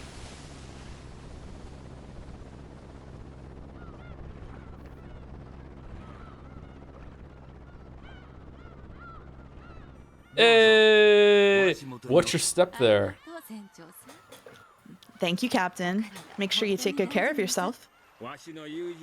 I've got a friend who sells this stuff that's supposed to be great for stiff shoulders. I'll bring you a sample next time. Oh, no need to trouble yourself, but thanks for caring. Hey, brats. How long are you gonna mess around up there? Let's go. Hey, Maria. Come down off the boat with Mama.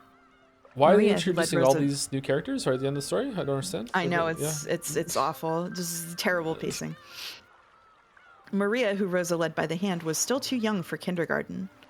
However, she seemed to notice that her cousins, whom she rarely ever saw, were playing all around her, and she was very excited. Battler and George had the energy of middle school or nearly middle school kids. Those two, along with Jessica, who had met them on Nijima, were clambering about on the boat. You okay, Asumu? You really don't like writing things, do you? Rudolph lent an arm to his wife, Asumu. Welcome to Kinjima. Thank you for making such a long journey. The whole family had Sorry. gathered for the conference. Shit, it's you, yeah. At this point in time, Rudolph's wife was still Asumu, and Angie hadn't been born. Goda and Cannon hadn't yet been employed by the Ushiromiya family, and the witch's epitaph, which would toy with the family's fate, hadn't appeared yet. They probably couldn't even imagine the bizarre crime that they would encounter several years later. Oh, are we gonna find out what Battler said or did or anything like that? Okay. Cross-sama, madam. The family has arrived. Good. Shall I call for father? Please do. I will go welcome everyone. Oh, Shannon, who cleaned this window frame? It still has dust on it. Quickly, wipe it off. As you wish, madam. Oh, come on. Natsuki's making her work so hard again. Just what good does she find in such a limited, ulcer-inducing life? I wanted to know. Ulcer-inducing life is such a perfect description for Natsui. Holy fuck! Oh my god, that's one of the best lines of the whole thing so Line far. goes so hard. Holy shit! Yep. Shannon, what is it that you found? And what did you mean when you said I already knew what I was missing? Shannon, is this something I must learn by learning about you?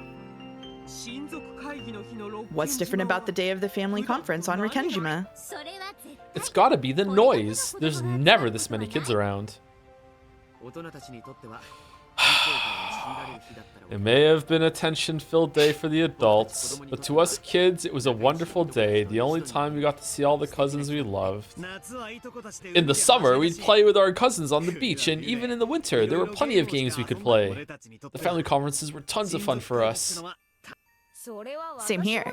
Mom was always yelling about how there must be no mistakes, but to me it was just the day I got to play with all my cousins. After all, there's usually nothing at all to do on Rikenjima. Back when I was still a little brat, I was always jealous of Jessica getting to live in this huge mansion with a private beach. But now that I tried putting myself in her shoes, it must have been pretty constricting, a pretty constricting place to live. Probably. There's hardly anything on Rikenjima. No friends' houses, no next-door neighbors, no neighborhood. If you think of how Jessica must have felt, you have to feel a little sad for her.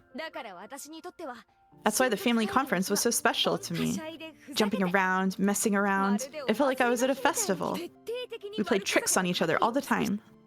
If the adults always talked about adult things and told you to go play somewhere else, Then you were three cousins at about the same age. Of course you'd horse around. no, not the three of us. The four of us.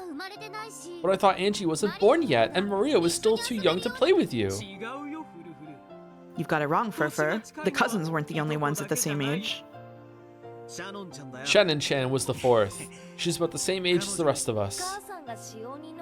Mom was always going on about not talking with the servant kids, but Shannon and I started to get close.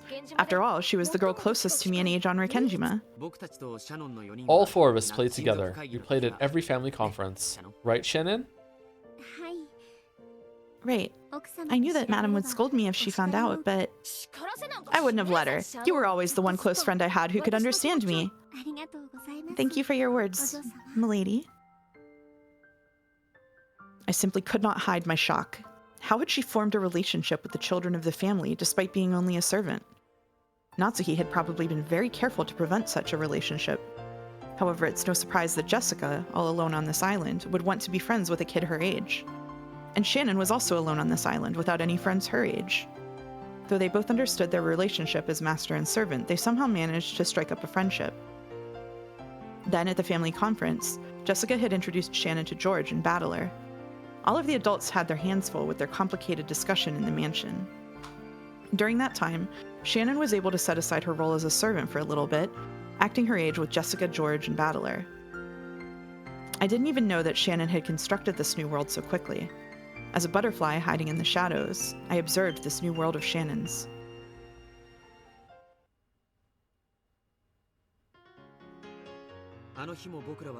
That day, we ran all around the rose garden and the beach. Just running around and playing was a blast. Yup, those were the only times that Shannon-chan smiled like a girl her age. I might have gotten a bit carried away. It's embarrassing. Battler's insanely huge now. So back then, Shannon and I were both taller and stronger than him. I just grew slowly back then. They say that those who start late end up the tallest. Yeah, totally. Back then, your chest was nothing like this, right? We're so back. That's not true. Shannon already had plenty of womanly charm back then, right? Who knows?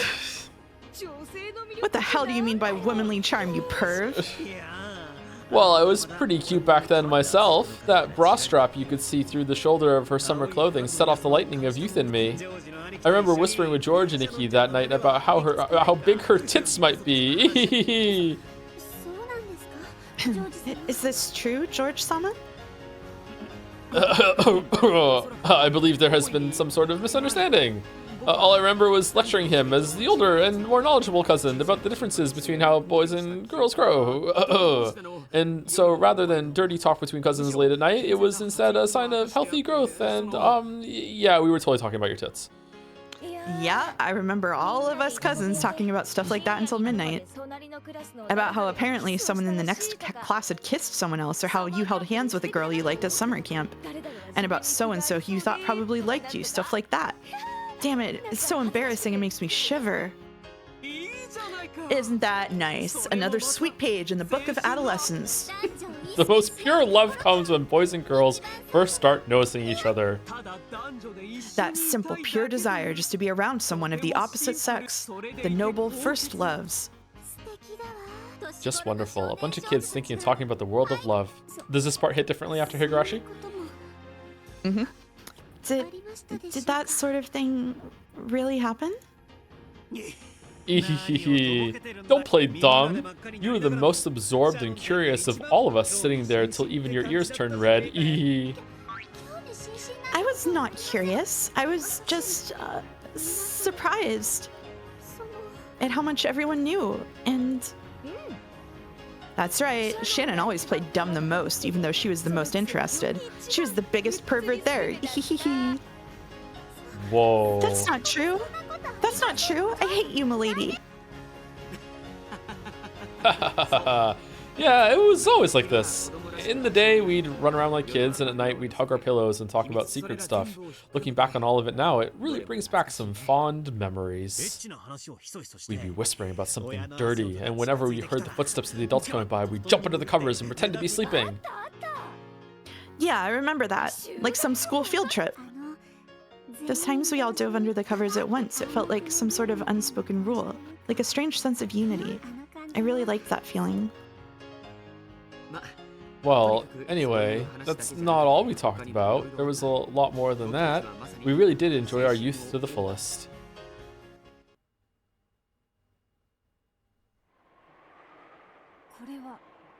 And what is this? Shannon, is this that fun thing of the human world? Is this incomprehensible messing around the thing that you found? A bunch of kids gathered together, playing stupid games and talking about trivial matters? Is this the human pleasure you found that surpasses the pleasure of witches? Yes. Doesn't it look fun to you? I won't call it boring. However, I cannot see how such a vulgar game can compare to my paradise, where all wishes can be granted. Interacting with people is a lot of fun. Of course, I also think your world is fun. But even so, I choose this world. I don't understand. I don't understand at all. Sorry, I just joke to make later. Beatrice held her head as though she was having a headache, but no matter how much she grimaced, she couldn't think of an answer. Tell me, what is it you found within this vulgar playing? Do you want to know? I do. Love. Love?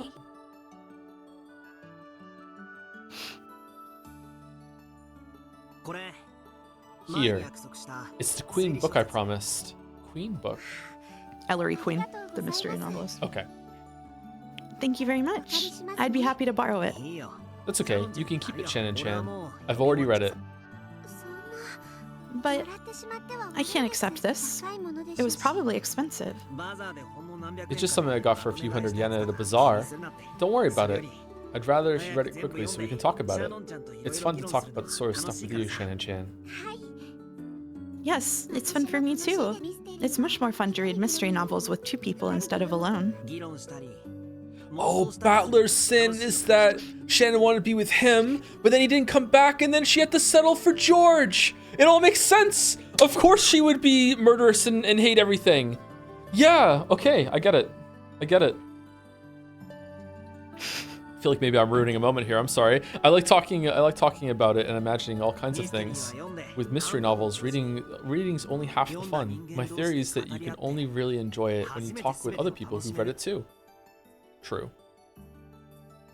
Our relationship began when we realized that we both read mystery novels. We were both surprised and very interested to find that the other not only read tons of mystery novels, but read them very thoroughly. Ever since then, it's been like this. Separate from the games we played with all the cousins, the two of us met together for some time alone. At first, it was like a sort of contest to see who knew more than the other. However, eventually, this turned into respect for how much the other had read, and how deeply they were able to think about it. Respect. Trust. Those emotions made our friendship even stronger. Of course, all of that had still fallen within the category of friendship, but we were still slightly aware of the fact that the other was of the opposite sex, making for a relationship that was charming or youthful, or maybe you could call it exciting.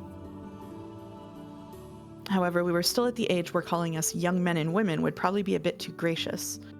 Of course, we didn't know a thing about love, so we couldn't understand that exciting feeling in our chests, both bitter and sweet, that we only felt when we were alone together.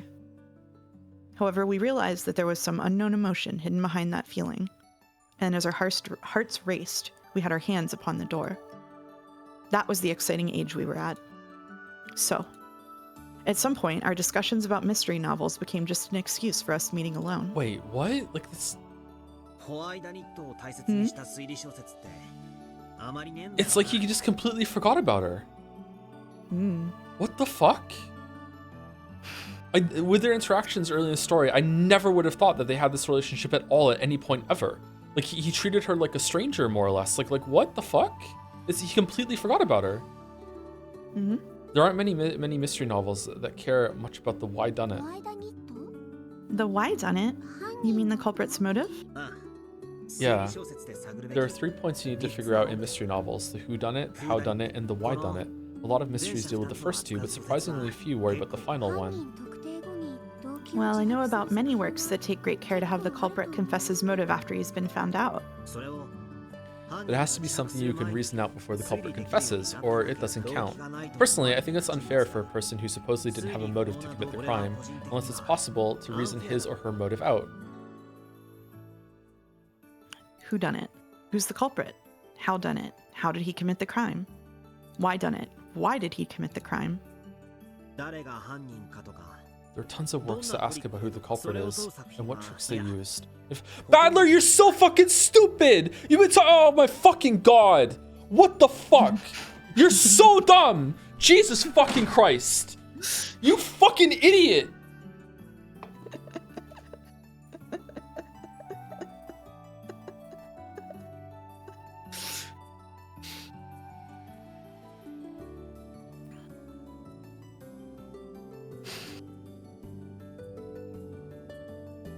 You had all this with her, and then you're talking to Beatrice, and not once did it make seems a little fucking familiar. Like, what the fuck, dude? Now, in Battler's defense. No, you under no circumstances have to in Battler's defense. In Battler's defense, his mother died, and he probably wiped a lot of this out of his head because he was really upset. Maybe a new Battler came along and erased his memory of the old Battler. Okay. All right. That is true. That is a very traumatic event to go through. Yeah, and he was gone. Yeah, that's true. I forgot. I did actually legitimately forget about that. Yeah, that's true. Okay. Yeah. That's true. Okay.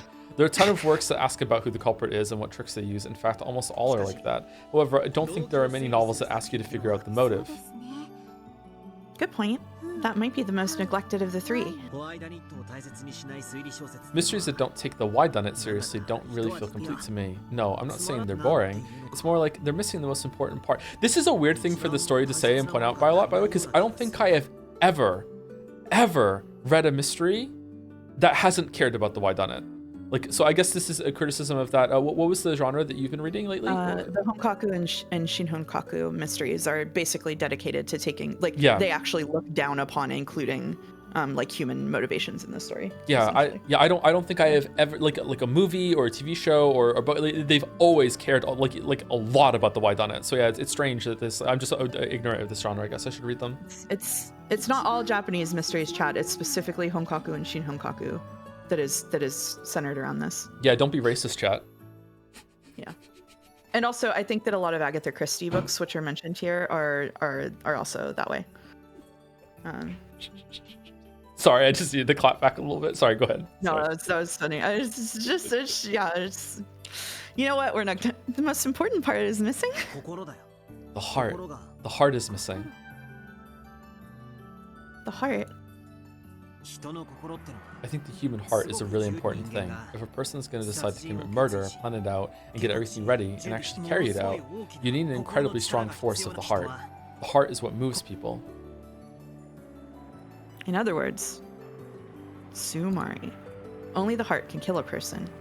When an emotional upheaval grows strong enough to make a person want to kill, the result is the tragedy called murder. If we turn it around, does that mean that the true way to close in on the crime is by searching for the heart that brings about the tragedy of murder? Only the heart can kill a person. So if a person has been killed, you must search for that heart. That's what he's saying. That's why I can't really enjoy novels where the culprit is just a homicidal maniac who kills for fun. Then you like novels that show a strong enough movement of the heart to lead to murder? That's right. And my favorite ones are the novels that let you reason that out. As he spoke, he looked back at me and smiled. Before today, I used to like novels that focused on exposing tricks. However, I decided to look for novels like the ones he recommended in the future. I don't like neglecting the heart. Did she write some to share with him? Was it like something that she was expecting to bond over with him? The heart is what makes people move. Yeah, I think you're right. This isn't limited to the mystery genre. All humans are moved by their hearts all the time.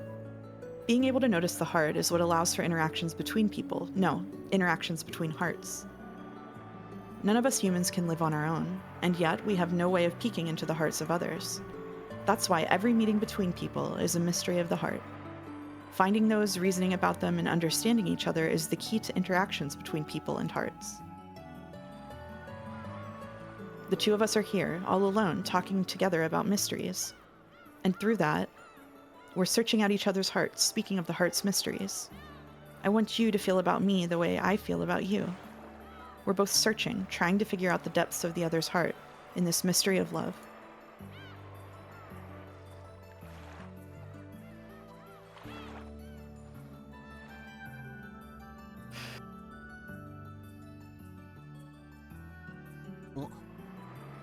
Look how late it's gotten. I wonder if Nikki and the others are waiting for us. そろそろ戻った方がいい Yeah, we should probably go back soon. シャノンちゃんと話してると Time seems to fly by when I'm talking with you, Shannon-chan. He seemed to be speaking the words of my heart. We were thinking the same thing, so the same words came out. いつまでも I wish we could talk together like this forever. I hate clocks. 俺もだぜ Same here. Talking about this stuff with you is the most fun part of coming to Rikenjima. Ooh, wow. Oh, When I saw man. that his smiling eyes were looking right at me, I turned away. I couldn't let him see my suddenly red face. 私も If only I could leave this place, I'd be able to read so much more. The bookshop on Nijima that I go to and the bookshop he goes to in the city are on completely different scales. The book exchange between the two of us had become completely one-sided, with him giving me all the books. シャノンちゃんはいつまで使用に How long do you plan to be a servant, Shannon-chan? わかりません I don't know. もしいつか If someday you decide to quit, 来たら If I do? 俺のところへ来いよ come over to my place. He said it almost carelessly. Maybe he was a bit embarrassed since he laughed weakly and blushed a little. そしたら And then, we won't need to worry about time running out anymore. そうですね That's right. We could be together as long as we wanted. The little secret dates on this island only happened a few times a year. And even when they did happen, it was only for a short, uncertain period of time. It wouldn't work over the phone or with letters. We can only talk about our mystery when we're standing together like this. 必ずその日は I know that day will come someday. 来るでしょうか You think it will? ああ絶 Yeah, 対にな I'm certain of it. Certain? Why is he certain? This is fucking tragic, man. When that day comes, I'll come for you, riding a white 迎えに horse. 来てやるぜ Ahem. Dude! Dude! What? After saying this, he turned away. He was probably too proud to show me his blushing cheeks. But even without seeing, I knew what his face looked like. To come riding on a white horse, isn't that like a prince riding a white horse? So what exactly does that mean? Does it mean you're going to be my prince? My mind was going blank, so I just couldn't reason out his mystery of love, even though it was all plain and simple. Okay, so the word horse is just ruined forever, chat. Okay, alright, that's good. Alright, okay. いつ来るんでしょう Okay. To unruin it, can I do you care if I tell you if or where this was mentioned in the story before? Or would you rather wait until you go on a reread to see if this was foreshadowed at all? I'm guessing it was. Well, there are things that are relevant to it, but I'm not going to tell you like what the scope of it was unless you want to know. Oh, sure, go ahead. I'm sure chat would enjoy that too.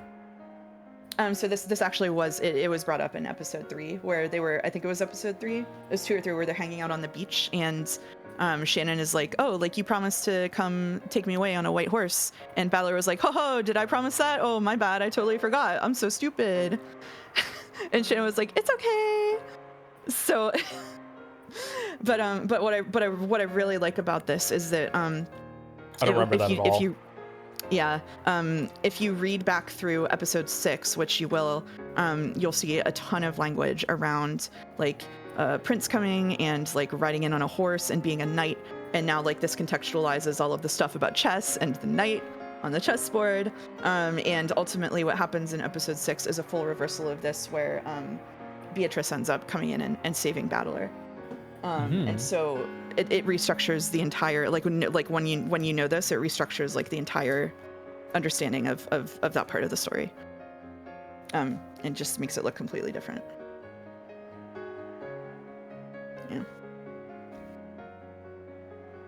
You don't remember it. You judge by that. I think that's presents as a throwaway line. Like why would you think of that? This Yeah, is it was a lot. a really quick line. Yeah. The fact that I retained that line on the first reading was like crazy to me because I normally don't remember stuff like that at all. But I did. When you reread episode 6, which you will, yikes mouse, we were talking about how we wanted to reread it later. Yeah, I want to reread it. Yeah. I'm not like, okay, whatever. Should I keep going? Yeah, go for it. I'm sorry, chat. I wonder, that's okay. I wonder when that day will come. Anytime you're ready. Huh? Goddamn battler. My heart skipped a beat. It was so sweet, yet it hurt. Anytime's good for me. This is your life we're talking about, Shannon-chan. You should think about it carefully before you decide. And once you've made up your mind, I'll respect your decision, no matter when you make it. Okay. Meanwhile, George is looking through the window at them like fucking Shimano. I'll keep on waiting until that day comes. Oh, battler, you motherfucker. If only I had been a bit more foolish and courageous.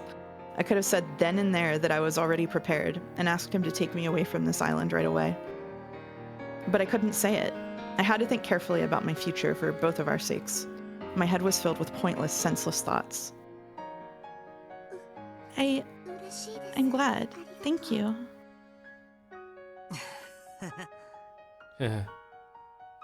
With his back still to me, he scratched his head and left. I knew he was doing this out of embarrassment, so I could clearly tell what his expression must have been.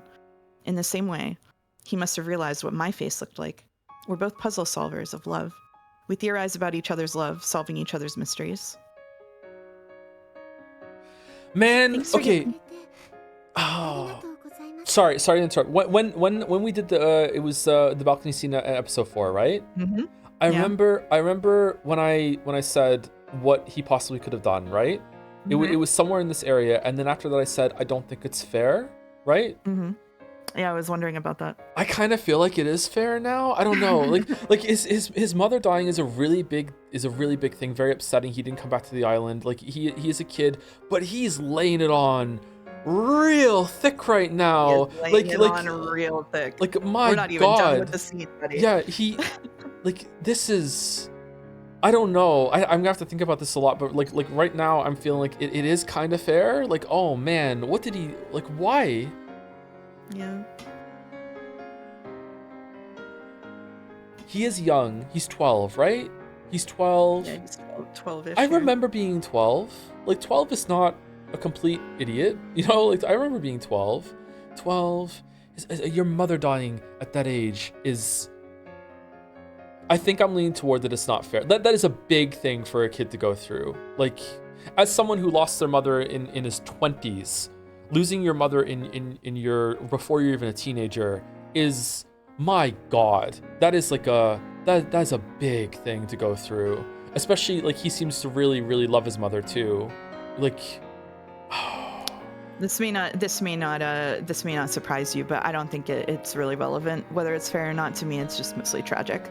It's just it's a really sad set of circumstances. It is tragic, but I don't know why I'm just like thinking of I think it's because there was like an implication of responsibility. So like my mind goes to, is it fair that he's responsible? You know, like yeah, that's fair enough. Yeah, yeah. She says like because of you, all of these people Yeah. die or whatever. Yeah. Huh. Anyway, I'm sorry to interrupt then. Okay, go ahead. No, you're okay. I mean, this is like I said before we started. This is like a chapter that hits pretty hard. So totally makes sense that you want to like pause in it. Okay. Thanks for giving me time. You have all the time in the world.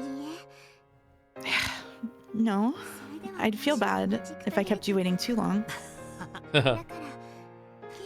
So I've decided. No, I should say that I will decide. I don't mean that I'll quit my job today, right now. Yes, 1 year. 1 year from now. If a year after now, you still feel like coming for me on a white horse, and me too, if I still like you a year from now, I'd like to dedicate the rest of my life to you. 1 year from now, right here, I'd like to make my decision. Year, い huh? い時間だな。 That sounds 春 good. 夏 Spring, summer, autumn, それ winter. だけの時間を過ご That's し a て good amount of time to look honestly into your heart. ですから So, next year, きっと please 迎えに come 来 for て me, ください okay? Oh, Yep. Just yep. He responded to my cowardly determination with a quick, strong answer. その日が来るのを I'll be waiting for that day to come. Yes, I'll be waiting too. 絶対 Make sure you come, okay? あ Yeah. 絶対ですよ Don't forget, come here next year, okay? あ Yeah. 絶対来るぜ I'll come, that's for こ certain. こで会おうな I'll meet you here. That's for certain.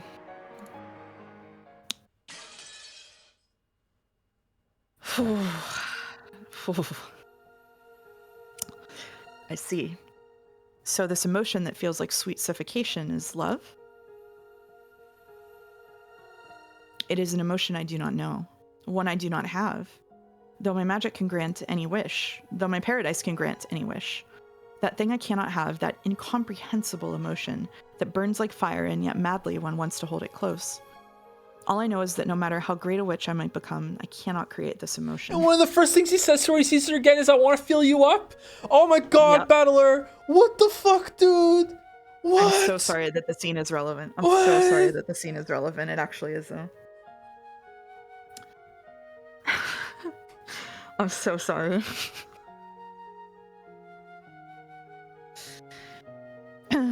It must be given by another person. For the first time, I realized that I wasn't all powerful. And I knew what Shannon had discovered in the world of humans. この感情は This ダメ emotion, だな it's just too 思い much. しまったら Once you felt it, 忘れられるで there's は no ない forgetting it, is there? Shannon, you win. Love, is it?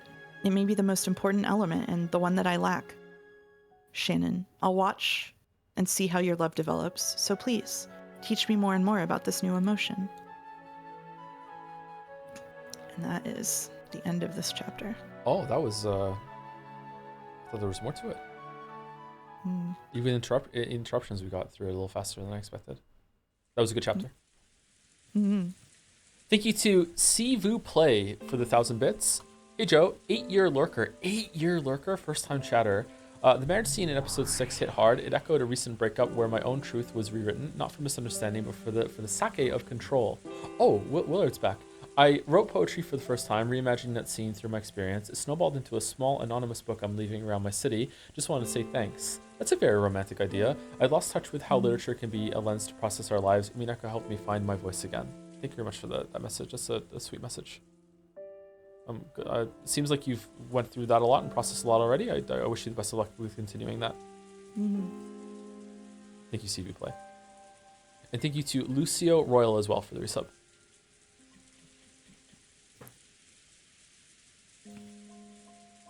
Okay, but don't litter. Leaving books around is not littering. It's not littering.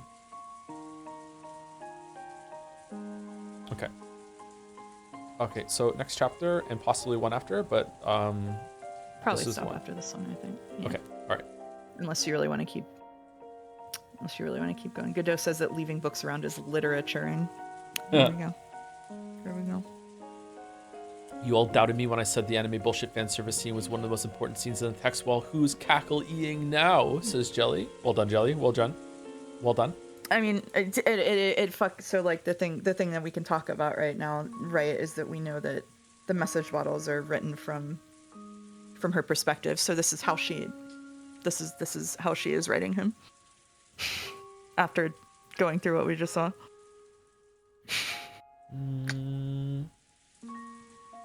Which is fun.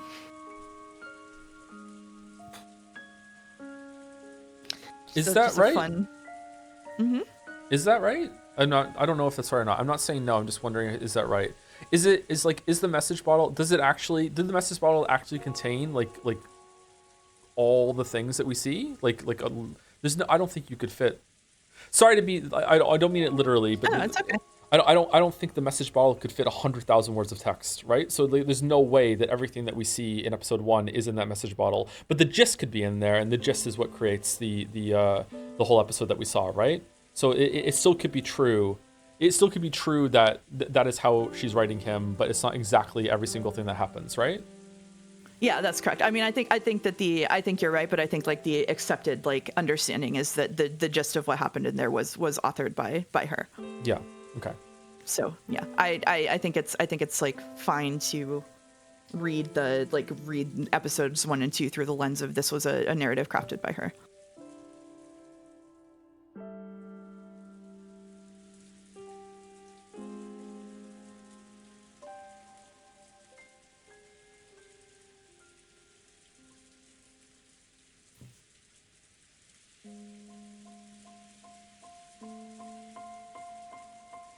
They're So written by episode Maria. 9.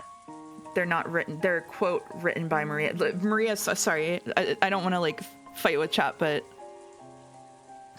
Haven't we known for a long time that it was the same handwriting as the person who signed in the book? That it was like it's yeah, been... it was episode 4. We found out that it was Beatrice's handwriting in the bottles. Mm-hmm. They were Yeah. signed by Maria, but Maria did not write them. Are we breaking soon? No, I think we're just going to continue until we're done this chapter, and then we'll probably end the stream after that. Yeah.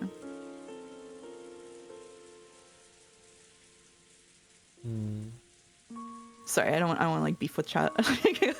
No, it's okay. There's a lot of things that I don't understand. I don't blame chat for having some dispute or confusion, because there's a lot of things that like, is that true? Is it not true in the story? But I don't know. I haven't thought that Maria had written those bottles for like episodes now. So I'm surprised there's some people in chat that still think that. But yeah, I saw a couple of people say that. So just... yeah, but I'm not surprised in the way that there's no way you could think. I'm just a little like caught off guard by it. Yeah. Sorry. No, it's okay. It is a lot of stuff to remember over 6 months. Yeah. Yes, for sure. Yeah. It's going to be really fun, air quotes fun, to have to go through that and then have to mix through the things that like, okay, you're not remembering that properly, but also just because you are remembering properly, you might still want to dispute it. Like maybe you don't agree with that. I feel like there's going to be a lot left up into interpretation at the end of this.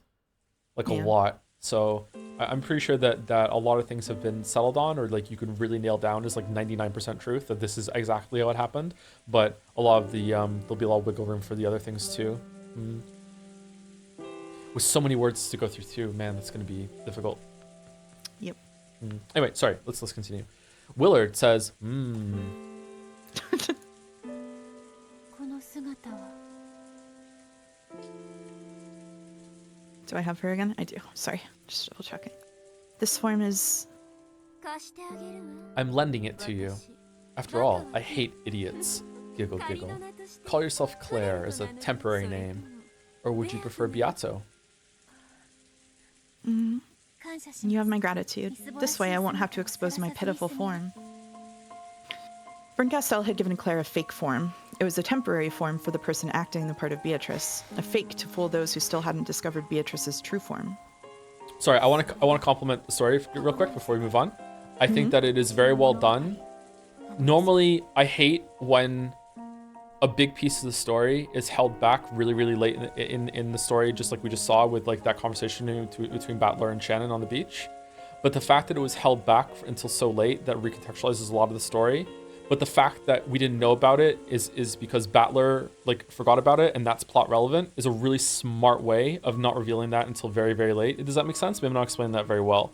It kind of got a little like muddled up there when I was trying to say. No, it does, yeah, and it makes like the fact like he was our point of view character for most of the story, and because he didn't know, we were just stuck with him being confused, and like we got the hint from her in like a throwaway line in episode 3, and it wasn't enough to spark his memory, and so it's obviously not going to spark yours. Like we just had like Death Stranding 2, where it just kept a shit ton of stuff until the very, very end for really arbitrary who gives a shit reasons for it, so it becomes across as like what a twist. Whereas here, the fact that we weren't told this is because the character didn't remember it, and because the character didn't remember it, that's plot relevant. That's like a real thing. Like it's the really, problem is that he didn't remember it. Like that is the plot. The plot is that he didn't know about this until right now either. So like that's it's really impressive. I really like that a lot. Yeah, when I talk about Umineko being like really multi-layered and having all of this stuff threaded through it, it's like when you go back, the foreshadowing on this is so intense, especially in episodes 3 and 4 and 6. But it's done in a way that doesn't leap out at you in any real way until you already know it, which is why people make the joke that reading Umineko for the second time is Umineko too, because there's a lot of stuff that way. Like it's just very intricately crafted in that way, which is really impressive. Man, you've been really good about not having moments where you're like, oh shit, as you're going through it again. Like here. Yeah. Good job. Hey, thanks. Yeah. I know I'm reacting a little bit more now, and it's just because we're at the end, you know. So I hope I'm not doing like too much. But No, you're doing great. You're doing great. I'm enjoying it. I think chat is enjoying it too. There are going to be some haters in chat no matter what, but you know, that's stream. It's okay. Anyway, am I Leon? Or are you Leon? I'll take Leo. Then is this a tale about me in another world? リオン Leon, これが this is indeed a tale of you in another world, and also my tale.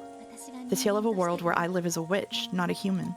私も I am capable of imagining what-if scenarios for my own life. しかし However, the tale you tell is beyond anything I can imagine. それでも Even もう so, 一人のお前の it's the life that another you has led. だからって But still, that doesn't mean I can accept it easily. Leon suddenly yelled and looked at the floor. Leon already knew. Because of the fragments left by Burned Castle, Leon knew. There was a different world where Leon lived as the Golden Witch Beatrice. And in this world, eventually, on the day of the 1986 October Family Conference, she would be the ringleader of a terrible crime. いくら異なる世界とはいえ Even if it is a different world, you're saying that I get my entire family and all of the servants involved in a terrible crime that I'm the mastermind of? 私はど How う am I 向き合え supposed ば to いい deal と with いうの that? 黙って聞いて Wait, 静かに she? 理解しろ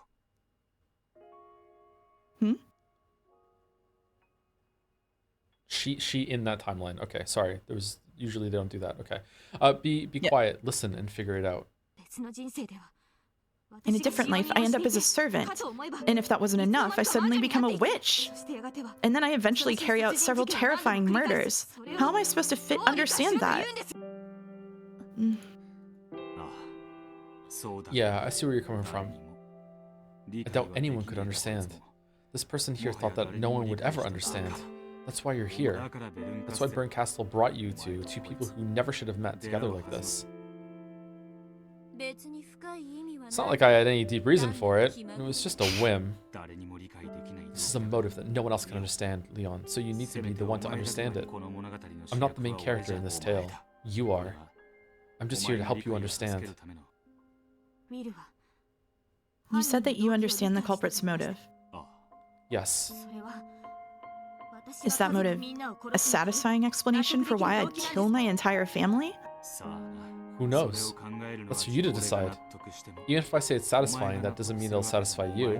You have to decide that for yourself. 私には何が何だ I か really don't have a clue what's going on. I've seen several crimes called game boards that Beatrice supposedly carried out, and now I'm hearing another me talk about a different life from mine. でも But there's no connection between that and the crime. I don't understand. 私も At this point in the tale, even I could not have dreamed that I would eventually carry out such terrible crimes. In fact, even if I had been able to dream of it, I did not have the power to commit those crimes at that time. だろうな Probably. The misfortune probably came when you solved the epitaph's riddle.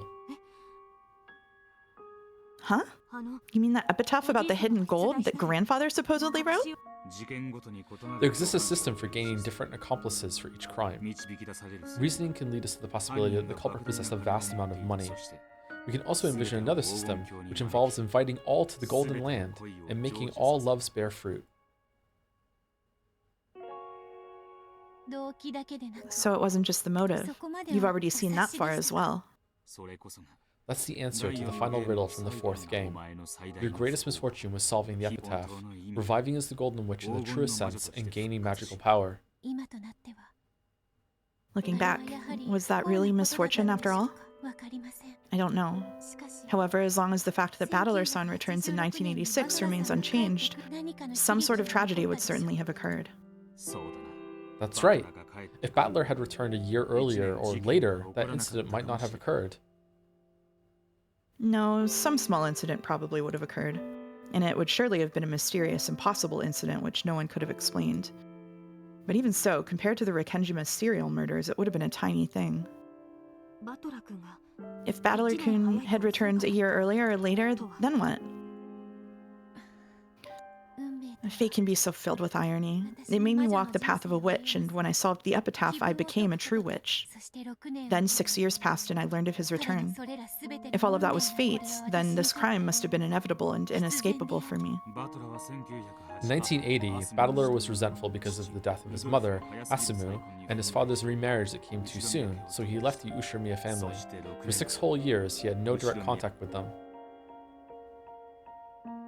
He convinced his grandparents on his mother's side to help him and went by his mother's maiden name. Then, when those grandparents passed away, he finally made up with Rudolph and returned to the Ushiromiya family again in 1986. That bad luck gave birth to your motive for the crime. I did wonder, why after 6 whole years did he finally come back? I understand. In a way, it would have been better for you if he had never come back. Of course, my suffering would have continued. However, I may not have tainted myself with the unforgivable crime of mass murder. How could Battler-kun leaving create a motive? You've got it backwards. Backwards? The crime didn't occur because Battler left. It happened because Battler came back. The more I think about it, Ushiromiya Battler was quite a disagreeable man. More than anything else, because he never realized that the outbreak of the crime was his fault. He did remember in the end. However, that was long after you gave up and disappeared. If that is so, then it would give my heart some peace. I don't have a clue what you two are talking about anymore, but I'd like to ask you bluntly.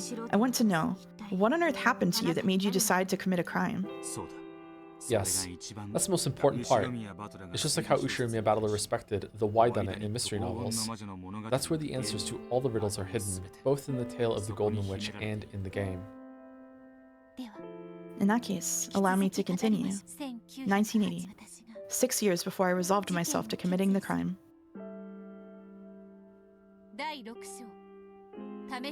Days of Trial.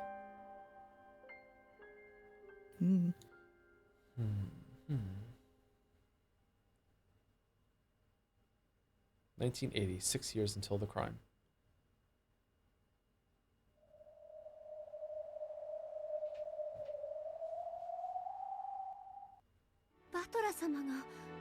Battler-sama has left the Ushiromiya family?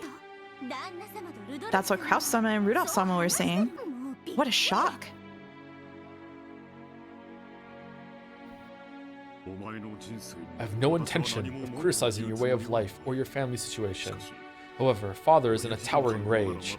Disinheriting a son is one thing, but I've never even heard of a child becoming fed up and leaving the family on his own. That Battler can be surprisingly stubborn, sort of like someone else I know. If you are unable to understand Battler-kun's feelings, one might question your right to be a father. Enough, Natsui. I'm sure Rudolph was just trying to show how dedicated he was to raising Kyrie-san's child in his own way. I would have nothing to say if this were happening next year. But why this year? He's still in his period of mourning. If you consider the timing of this pregnancy, one must acknowledge that Rudolph-san has acted disgracefully. Come on, don't be so harsh. This is my way of atoning for what I've done. Battler-kun's trying to protest against you on the behalf of his departed mother, Asumu-san. I deeply understand how he feels. If he were here, I would want to hold him and cry along with him. Natsuki's words were sharp. They pierced Rudolph mercilessly. Rudolph had no retort. His relationship with Kyrie had been adulterous, plain and simple. According to Rudolph, he had been close to Kyrie longer than Asumu. And even after his marriage to Asumu, that relationship had not disappeared.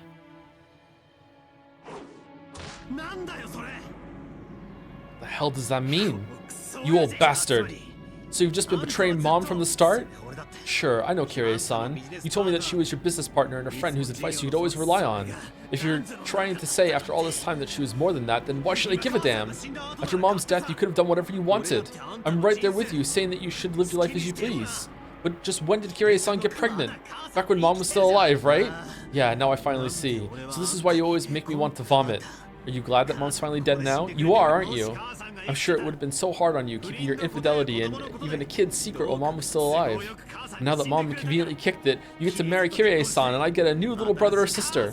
You can bet that Mom's crying in heaven. You bastard, you're embarrassing. I'm embarrassed. So embarrassed I can't stand to have the same last name as you. The kid is completely guiltless. It'd be too sad if he or she doesn't have both parents together. Go ahead, build a new family and raise that kid to have a happy life, but I'll never forgive you.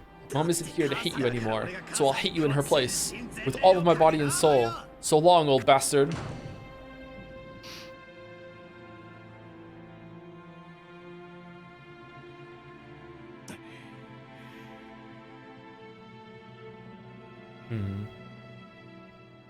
Okay. That is enough, Natsui. Rudolph hasn't lost the affection he feels for Battler-kun. It may take some time, but he wants to fix their relationship one day. As any father should. If it were some complete stranger, that would be one thing, but this is your own flesh and blood son. It's clearly your responsibility. Go ahead. Despise me all you want. I won't argue. That's the only way I can atone. At the very least, make sure you give the new child a happy life. The kid's going to be born. And Battler. They're both my kids. Wedding Kirie-san after Asumu-san's death may have been painful for Battler-kun, but it was the best choice you could make for the coming child. I understand why you did it. And I understand why Battler-kun felt like telling you that you were happy Asumu-san is dead. Stop, Natsui. Rudolph has already been scolded enough by the person most fit to do so. No, he hasn't. Shut the fuck up now then. How about some black tea? Could you go ask someone in the kitchen to make us some? Understood. Natsuki took this as a signal to leave the room and did so. Once she left, Kraus relaxed slightly. I feel bad for Asumu-san. But if we consider the timing of that soon-to-be-born child, this might have been quite the coincidence. Almost as though Asumu knew that and stepped down from the stage of her own choosing. Did I kill Asumu? If so, how long has it been since I started killing her? If you still treasure Asumu-san's memory, then no matter how many years it takes, you must fix your relationship with Battler-kun. Yeah, I know. And be sure to pour just as much affection on Kirie-san and the new child that is to be born, while also bearing Asumu-san's cross. If they have reserved seating in hell, if they do, I'd like to reserve myself a VIP spot.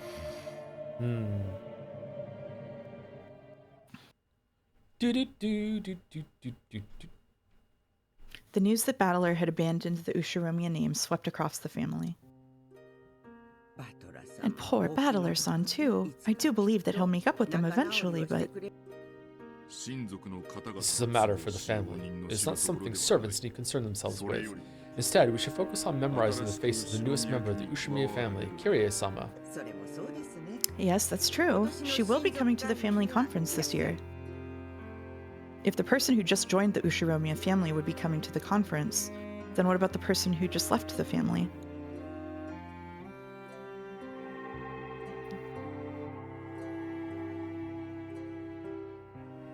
That means Battler isn't coming, right?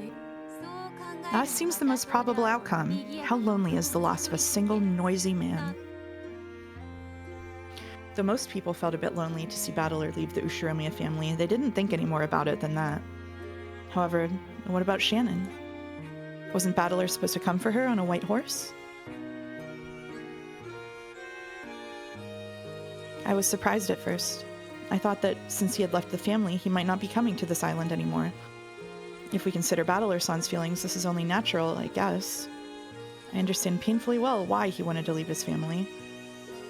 But does that really mean he won't come to Rikkenjima anymore? What on earth is going on? Will he really never return?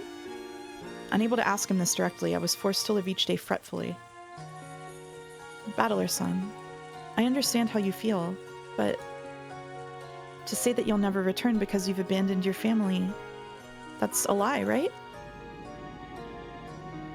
I was so confused that the world seemed to be spinning around me. I had a tight feeling in my chest and I couldn't think about anything. When I happened to touch my cheek, I was surprised to find it hot and wet. While wearing a truly miserable expression on my face, I was crying. Shannon. Shannon. From far away, I could hear someone calling to me. but it was a very strange sort of distance. Though it felt far away, the voice also seemed to be coming from right beside me.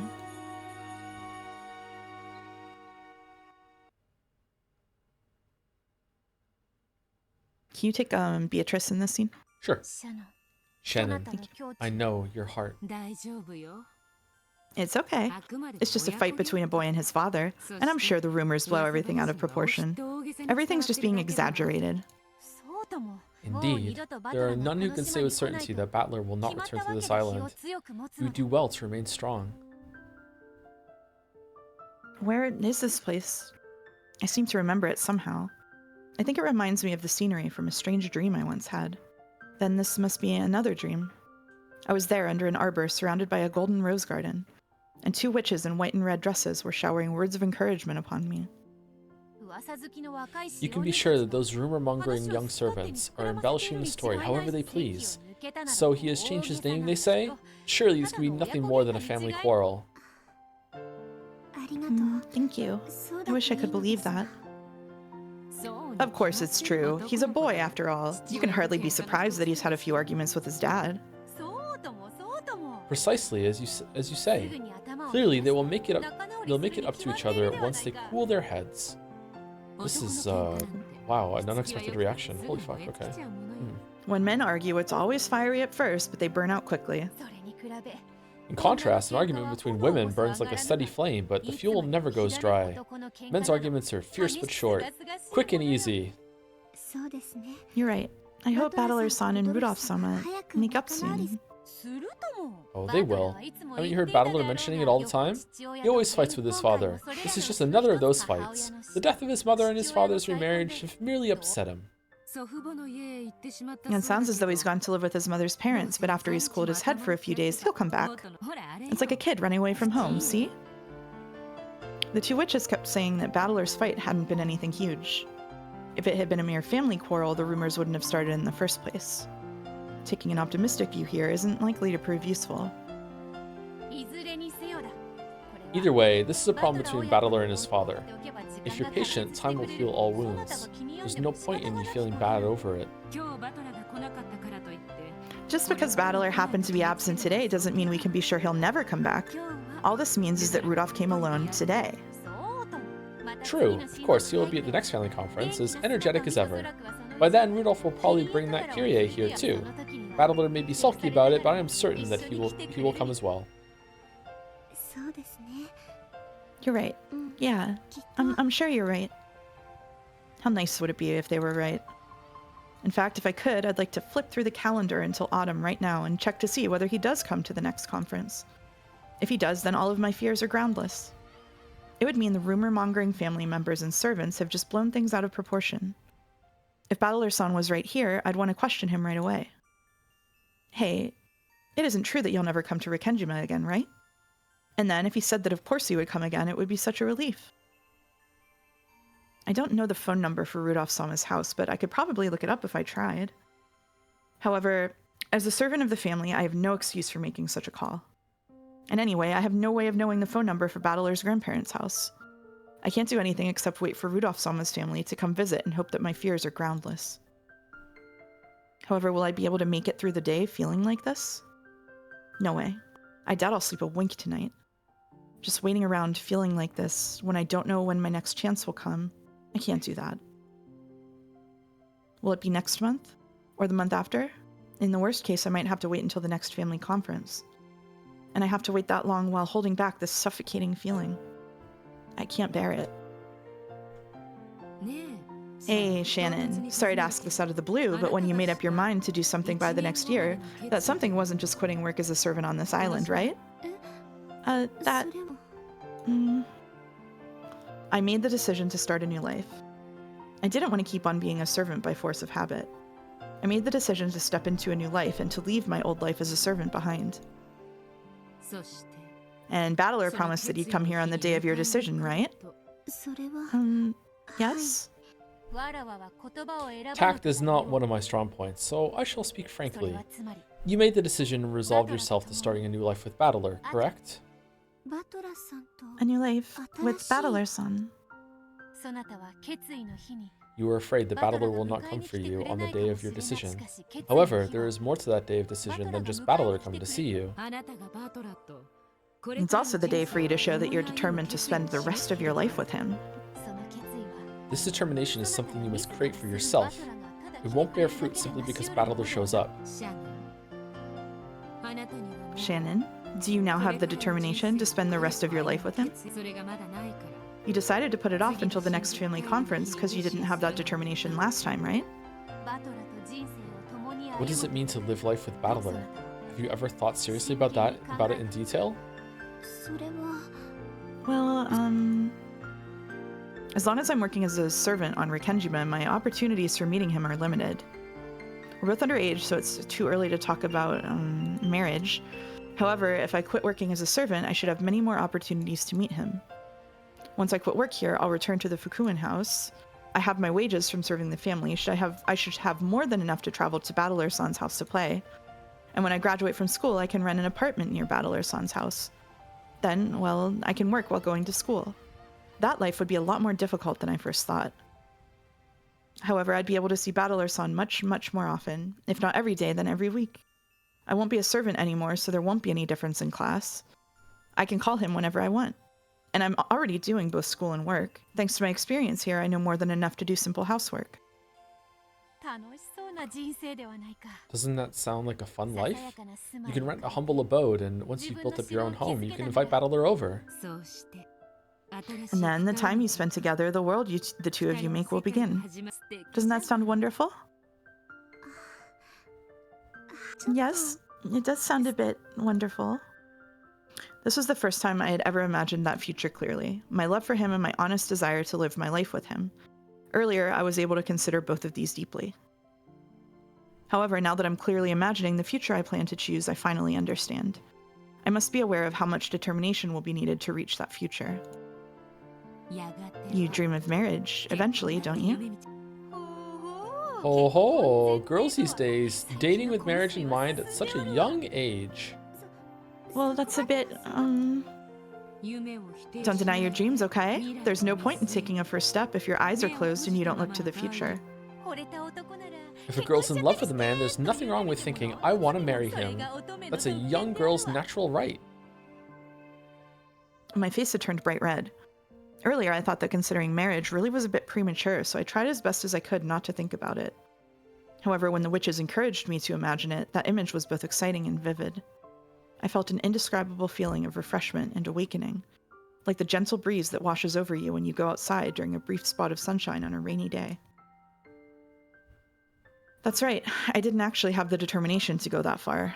I need to strengthen my determination by the time the next family conference comes around. If I can't do that, then sticking around as a servant on this island is no more than I deserve. And at the same time, this is also a trial. Okay, so again, sorry to interrupt. I'm really wondering right now, like, at what point does the furniture stuff happen, and then she like regresses hard, and then it's love for George that like wakes her up into seeing color, and that she goes to the portrait and talks to Beatrice for the first time, and does the mirror, like what happens here? Huh. Okay, true. A trial to be overcome. A trial? Why is that? Fool. Battler promised that he would come for you at the next family conference, did he not? You said he'd come on a white horse, right? Yes.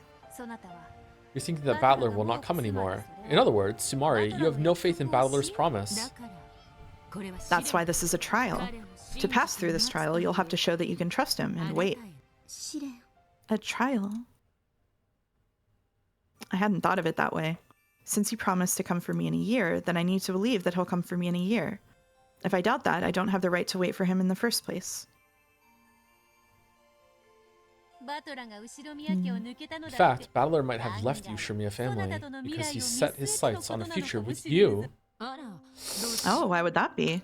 Yeah, the cope, the embodiment of cope is so tough. Oh, it's so tough. This too is Disco Elysium. Oh my god. Yep, I was just thinking that, yeah. If he knows that you will live together and eventually exchange marriage vows, having the name Ushirmiya would cause problems, and Shannon is a servant of the Ushirmiya family. unless you're George.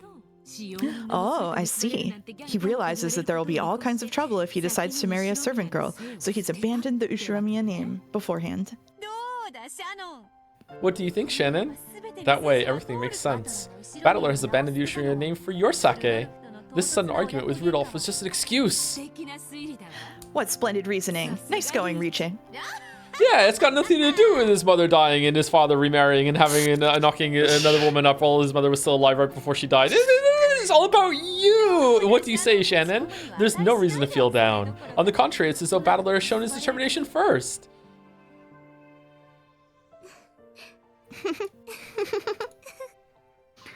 A smile had finally returned to my face. Of course, I hadn't taken the witches seriously and let myself be reassured.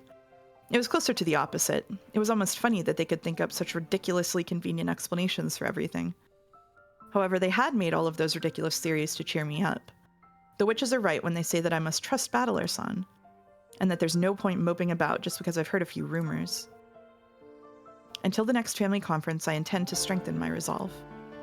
And I believe that he'll accept my feelings and come for me. The idea that Battler left the family so he could be married to me someday was laughable, of course, but right now I should try and feel confident enough to accept even crazy ideas like that. Thanks so much. I feel a little better now. That as well. I cannot stand watching you cry yourself to sleep.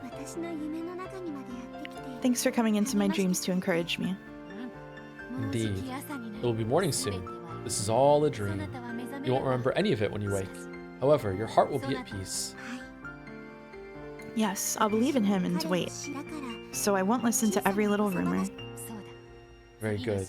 Wait until the next conference while improving yourself. If you think of it as training to become a wife, all of your everyday chores will grow more meaningful. Thanks a lot. Riche, it'll be morning soon. Is that so? Then, so long, Shannon. You may not remember me, but I will always be by your side, watching over you. Thank you. Yes, thank you.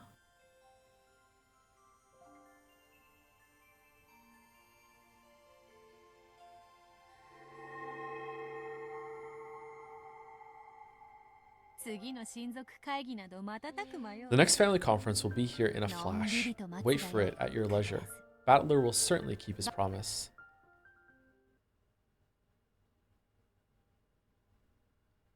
One year later. 1981, 5 years until the crime. Are we gonna go year by year?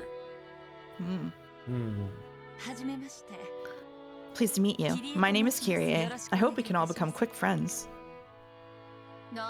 I've known your name longer than I've known Asumu-san's. I hear you're Rudolph's old girlfriend. I love Ava so much. I love her. Oh, she's so good. Oh, fuck. Yeah, she is just always throwing in to anyone. Yeah, we've known each other for quite a long time. Welcome to the Ushiromiya family. I hope you find it easy to grow comfortable here. Yes, I'd like to grow comfortable quickly so that I can support my husband. Look at how cute that little girl is. What's her name? This is Angie-chan. What a cute name. So you two couldn't make up after all. Thought this would be the perfect chance to bring him back, but he's as stubborn as Dad. Will Battler-kun ever come back? I'll miss him. Nothing wrong with a man having enough backbone to find his own way in the world. I'm sure he'll have made it big by the time he comes back. You think so? Right now, Battler-kun isn't home for him. The place he comes home to is somewhere else now. Enough. This concerns Rudolph's family only. It is not our place to meddle. Thank you, Kraus-Nissan. This is an issue for our family alone. However, I intend to do all I can to see that Battler-kun and Rudolph-san can live together again someday. After all, he's Angie's one and only big brother. Yep.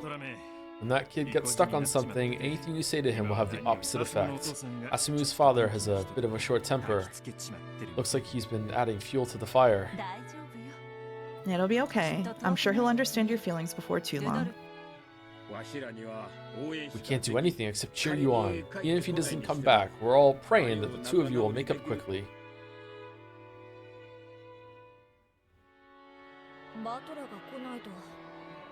It's a bit boring without Battler. Yeah. I hope he and Uncle Rudolph can make up soon. They're so belittling Lameo. No wonder he left. I don't know. Like, this is a... Okay, so I'm gonna call this an abusive family. They do have good sides to them, don't get me wrong, but there's a lot of generational bullshit. Like, you've seen these characters act really badly. Abusive families have a real tendency to have this mindset that, yeah, you're upset, but like, we don't need to work on it because we're family. You're gonna come back. Look, of course. Like, we're your family. How could you never come back? And it just like, they just completely like invalidate any problems that you have.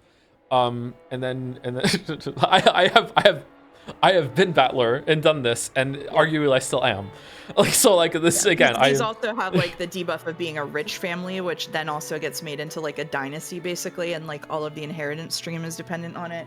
And so they're like, there's no way that he would stay gone. Like, then he doesn't get the money. Then he doesn't, like, he doesn't get the recognition. He loses his name. Like, so rich family adds like a whole layer of bullshit to it. Yeah. So this is another way of saying this is very, very realistic. You're absolutely right. They are belittling it. They're not addressing it. If they were addressing it, then it might be a good thing. This is related to that.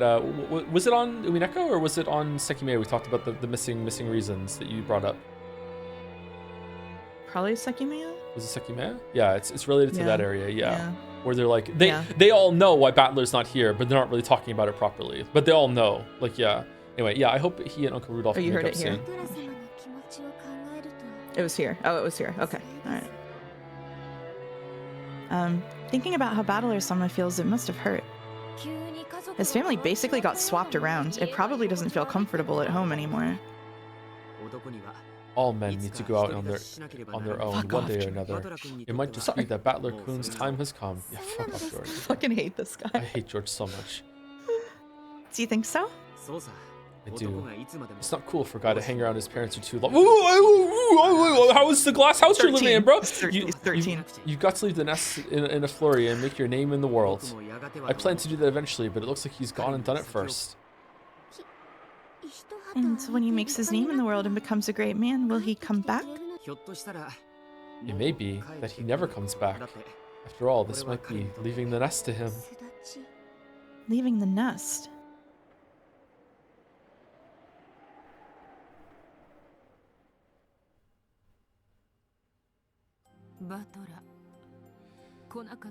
So 3 more years they're gonna be there. They won't be drinking tea anymore during these coping sessions. Oh my god, Battler didn't come, did he? Oh, how terrible! And I kept telling Shannon that he was sure to come. I'm sure she's very upset over Battler's absence, and it's all because I got her hopes up. She's been looking forward to this day. It pains me to think of how she must feel. Thanks, you two. I'm okay. I had been reunited with the witches once again in that dream world. Though I could never remember anything during the day, now that I was in the dream world, I somehow knew that this was a reunion. The witches both looked apologetic. Though they had tried to cheer me up by saying that Battler would come today, now that he hadn't come, it was like they'd been lying, and they seemed to regret it heavily. Shannon, well... Thanks for your concern. I'd be lying if I said I wasn't sad. But I'll be okay. Are you sure? Really sure?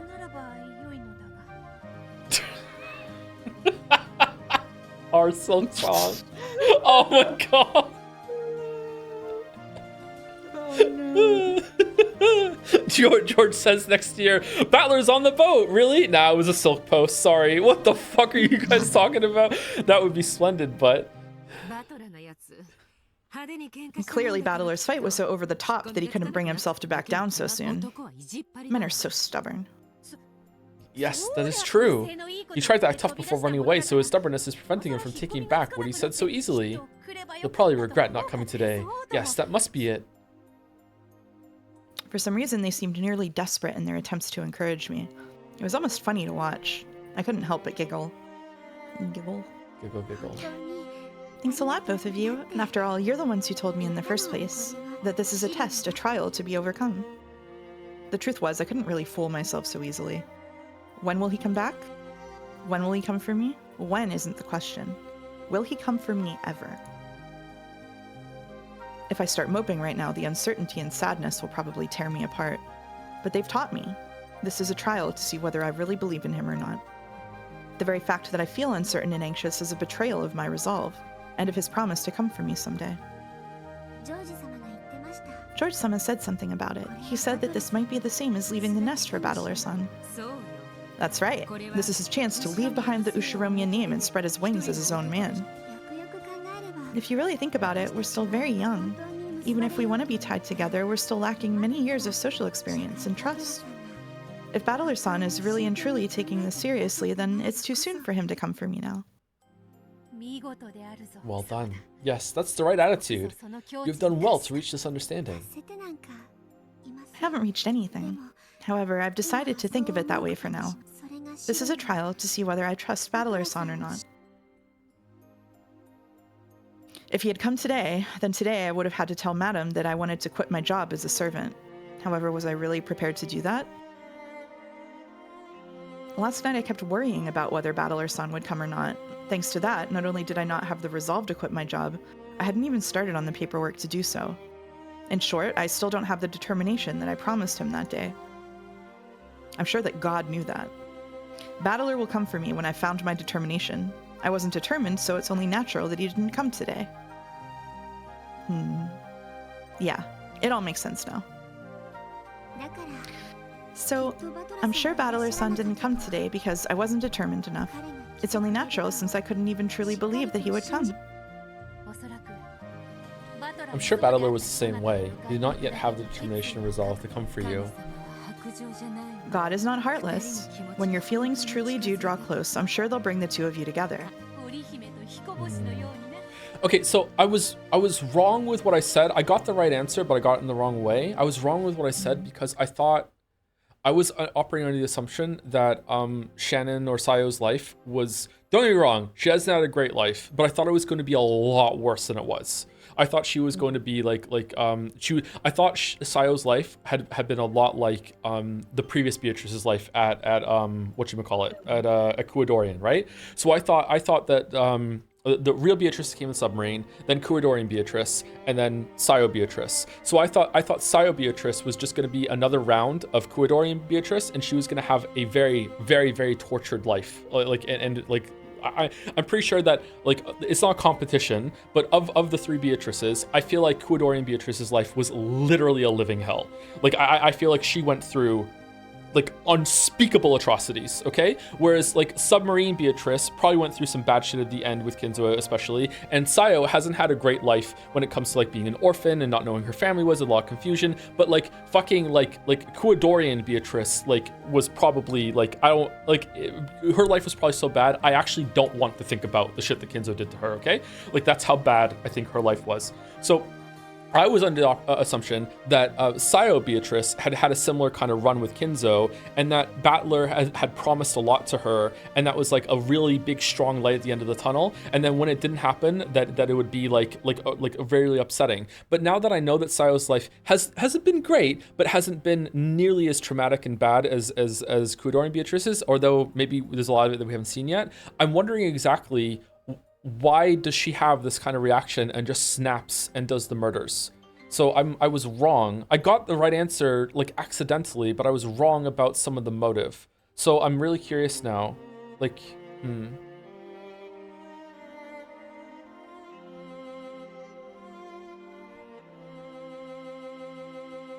It's not trauma scaling. I thought they went through something extremely similar, and that made sense to me. Yeah. And I'm curious what's going to happen here. You were imagining Battler as an escape from it, basically he was her only opportunity to get out of that situation. Yes, I don't. At least right now, it's just being presented as them being stupid teenagers. Yeah, I don't even want to tell you because I don't want to say the words what I thought Sayo was going through that Battler was going to get her away from. Okay, I don't even want to say those words.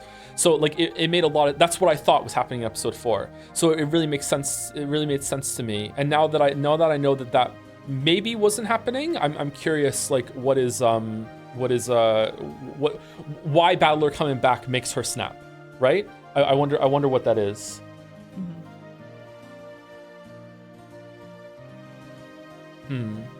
Okay, anyway, sorry. Let's continue. Just like Orihime and Hikoboshi? Bashi? Would you like me to explain what that reference means? Because this is another thing that appears in like every VN, like the Schrodinger's cat box. Sure, what is it? So she's talking about Tanabata here. So Tanabata is a festival that is celebrating those two gods, Orihime and Hikoboshi. Basically, they were two gods who both worked really hard and fell in love, and whenever they started spending time together, they both neglected their duties. And so the father of one of them separated them and told them that they could only meet once a year.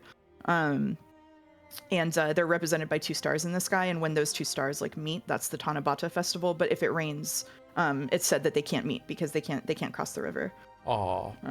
Okay. So that's a whole thing. Yeah. I like bullshit like that. That's nice.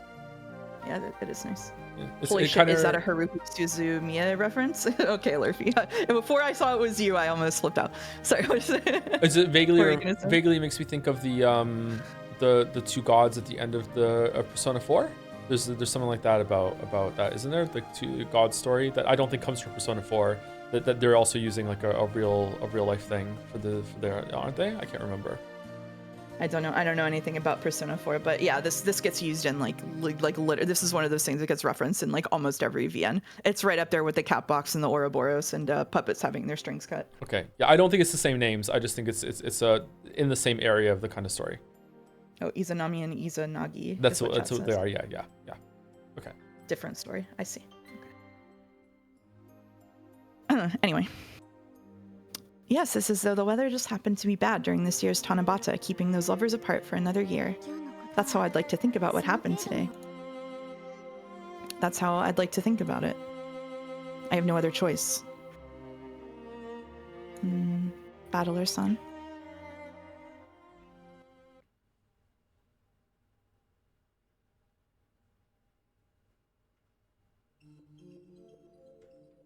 But Battler-kun didn't come back for 6 years.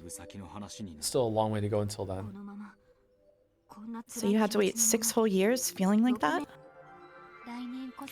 When one waits every year for something to happen the next, and then the same thing the next year, and the next, it becomes the same as waiting for an eternity. Pretty pathetic, don't you think? After all, this promise you thought you made with Battler seems to be something he knew nothing about, right? Battler-kun tend to use melodramatic phrases, just like Uncle Rudolph. His roundabout way of putting things might have led to a misunderstanding. Never happens to me. Some girl's gonna... Sorry? Some girl's gonna stab Battler in the back someday. Well, I guess that's more or less what this tale is. Come on. When words can be different things, it can turn a person's life upside down. There are times when careless talk costs lives.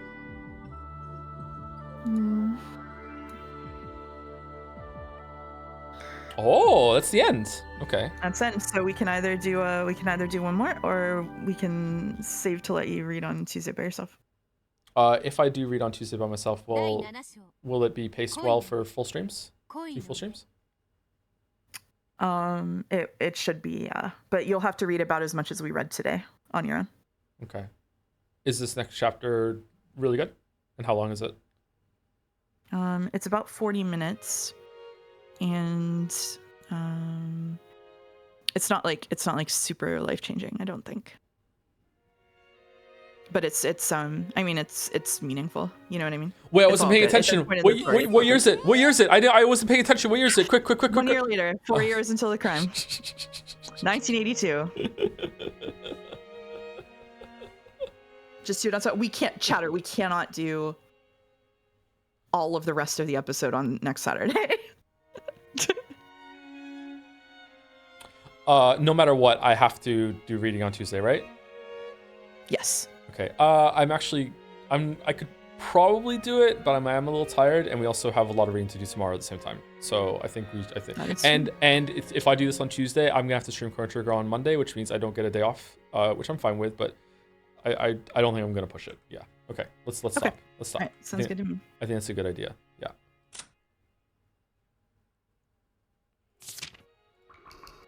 Wait, you're doing this tomorrow too? No, tomorrow Mouse and I stream Sekimea on her stream, so we have a lot of reading to do, City. and we might go a bit long tomorrow. We're planning to go a bit long tomorrow if needed to get through Shiroya City, and then on Monday I'm going to stream Chrono Trigger to finish Chrono Trigger, which might be a little bit of a longer stream if I want to do all the Bikoi wallpapers back. If I want to do all of the side content at the end, which I definitely want to do.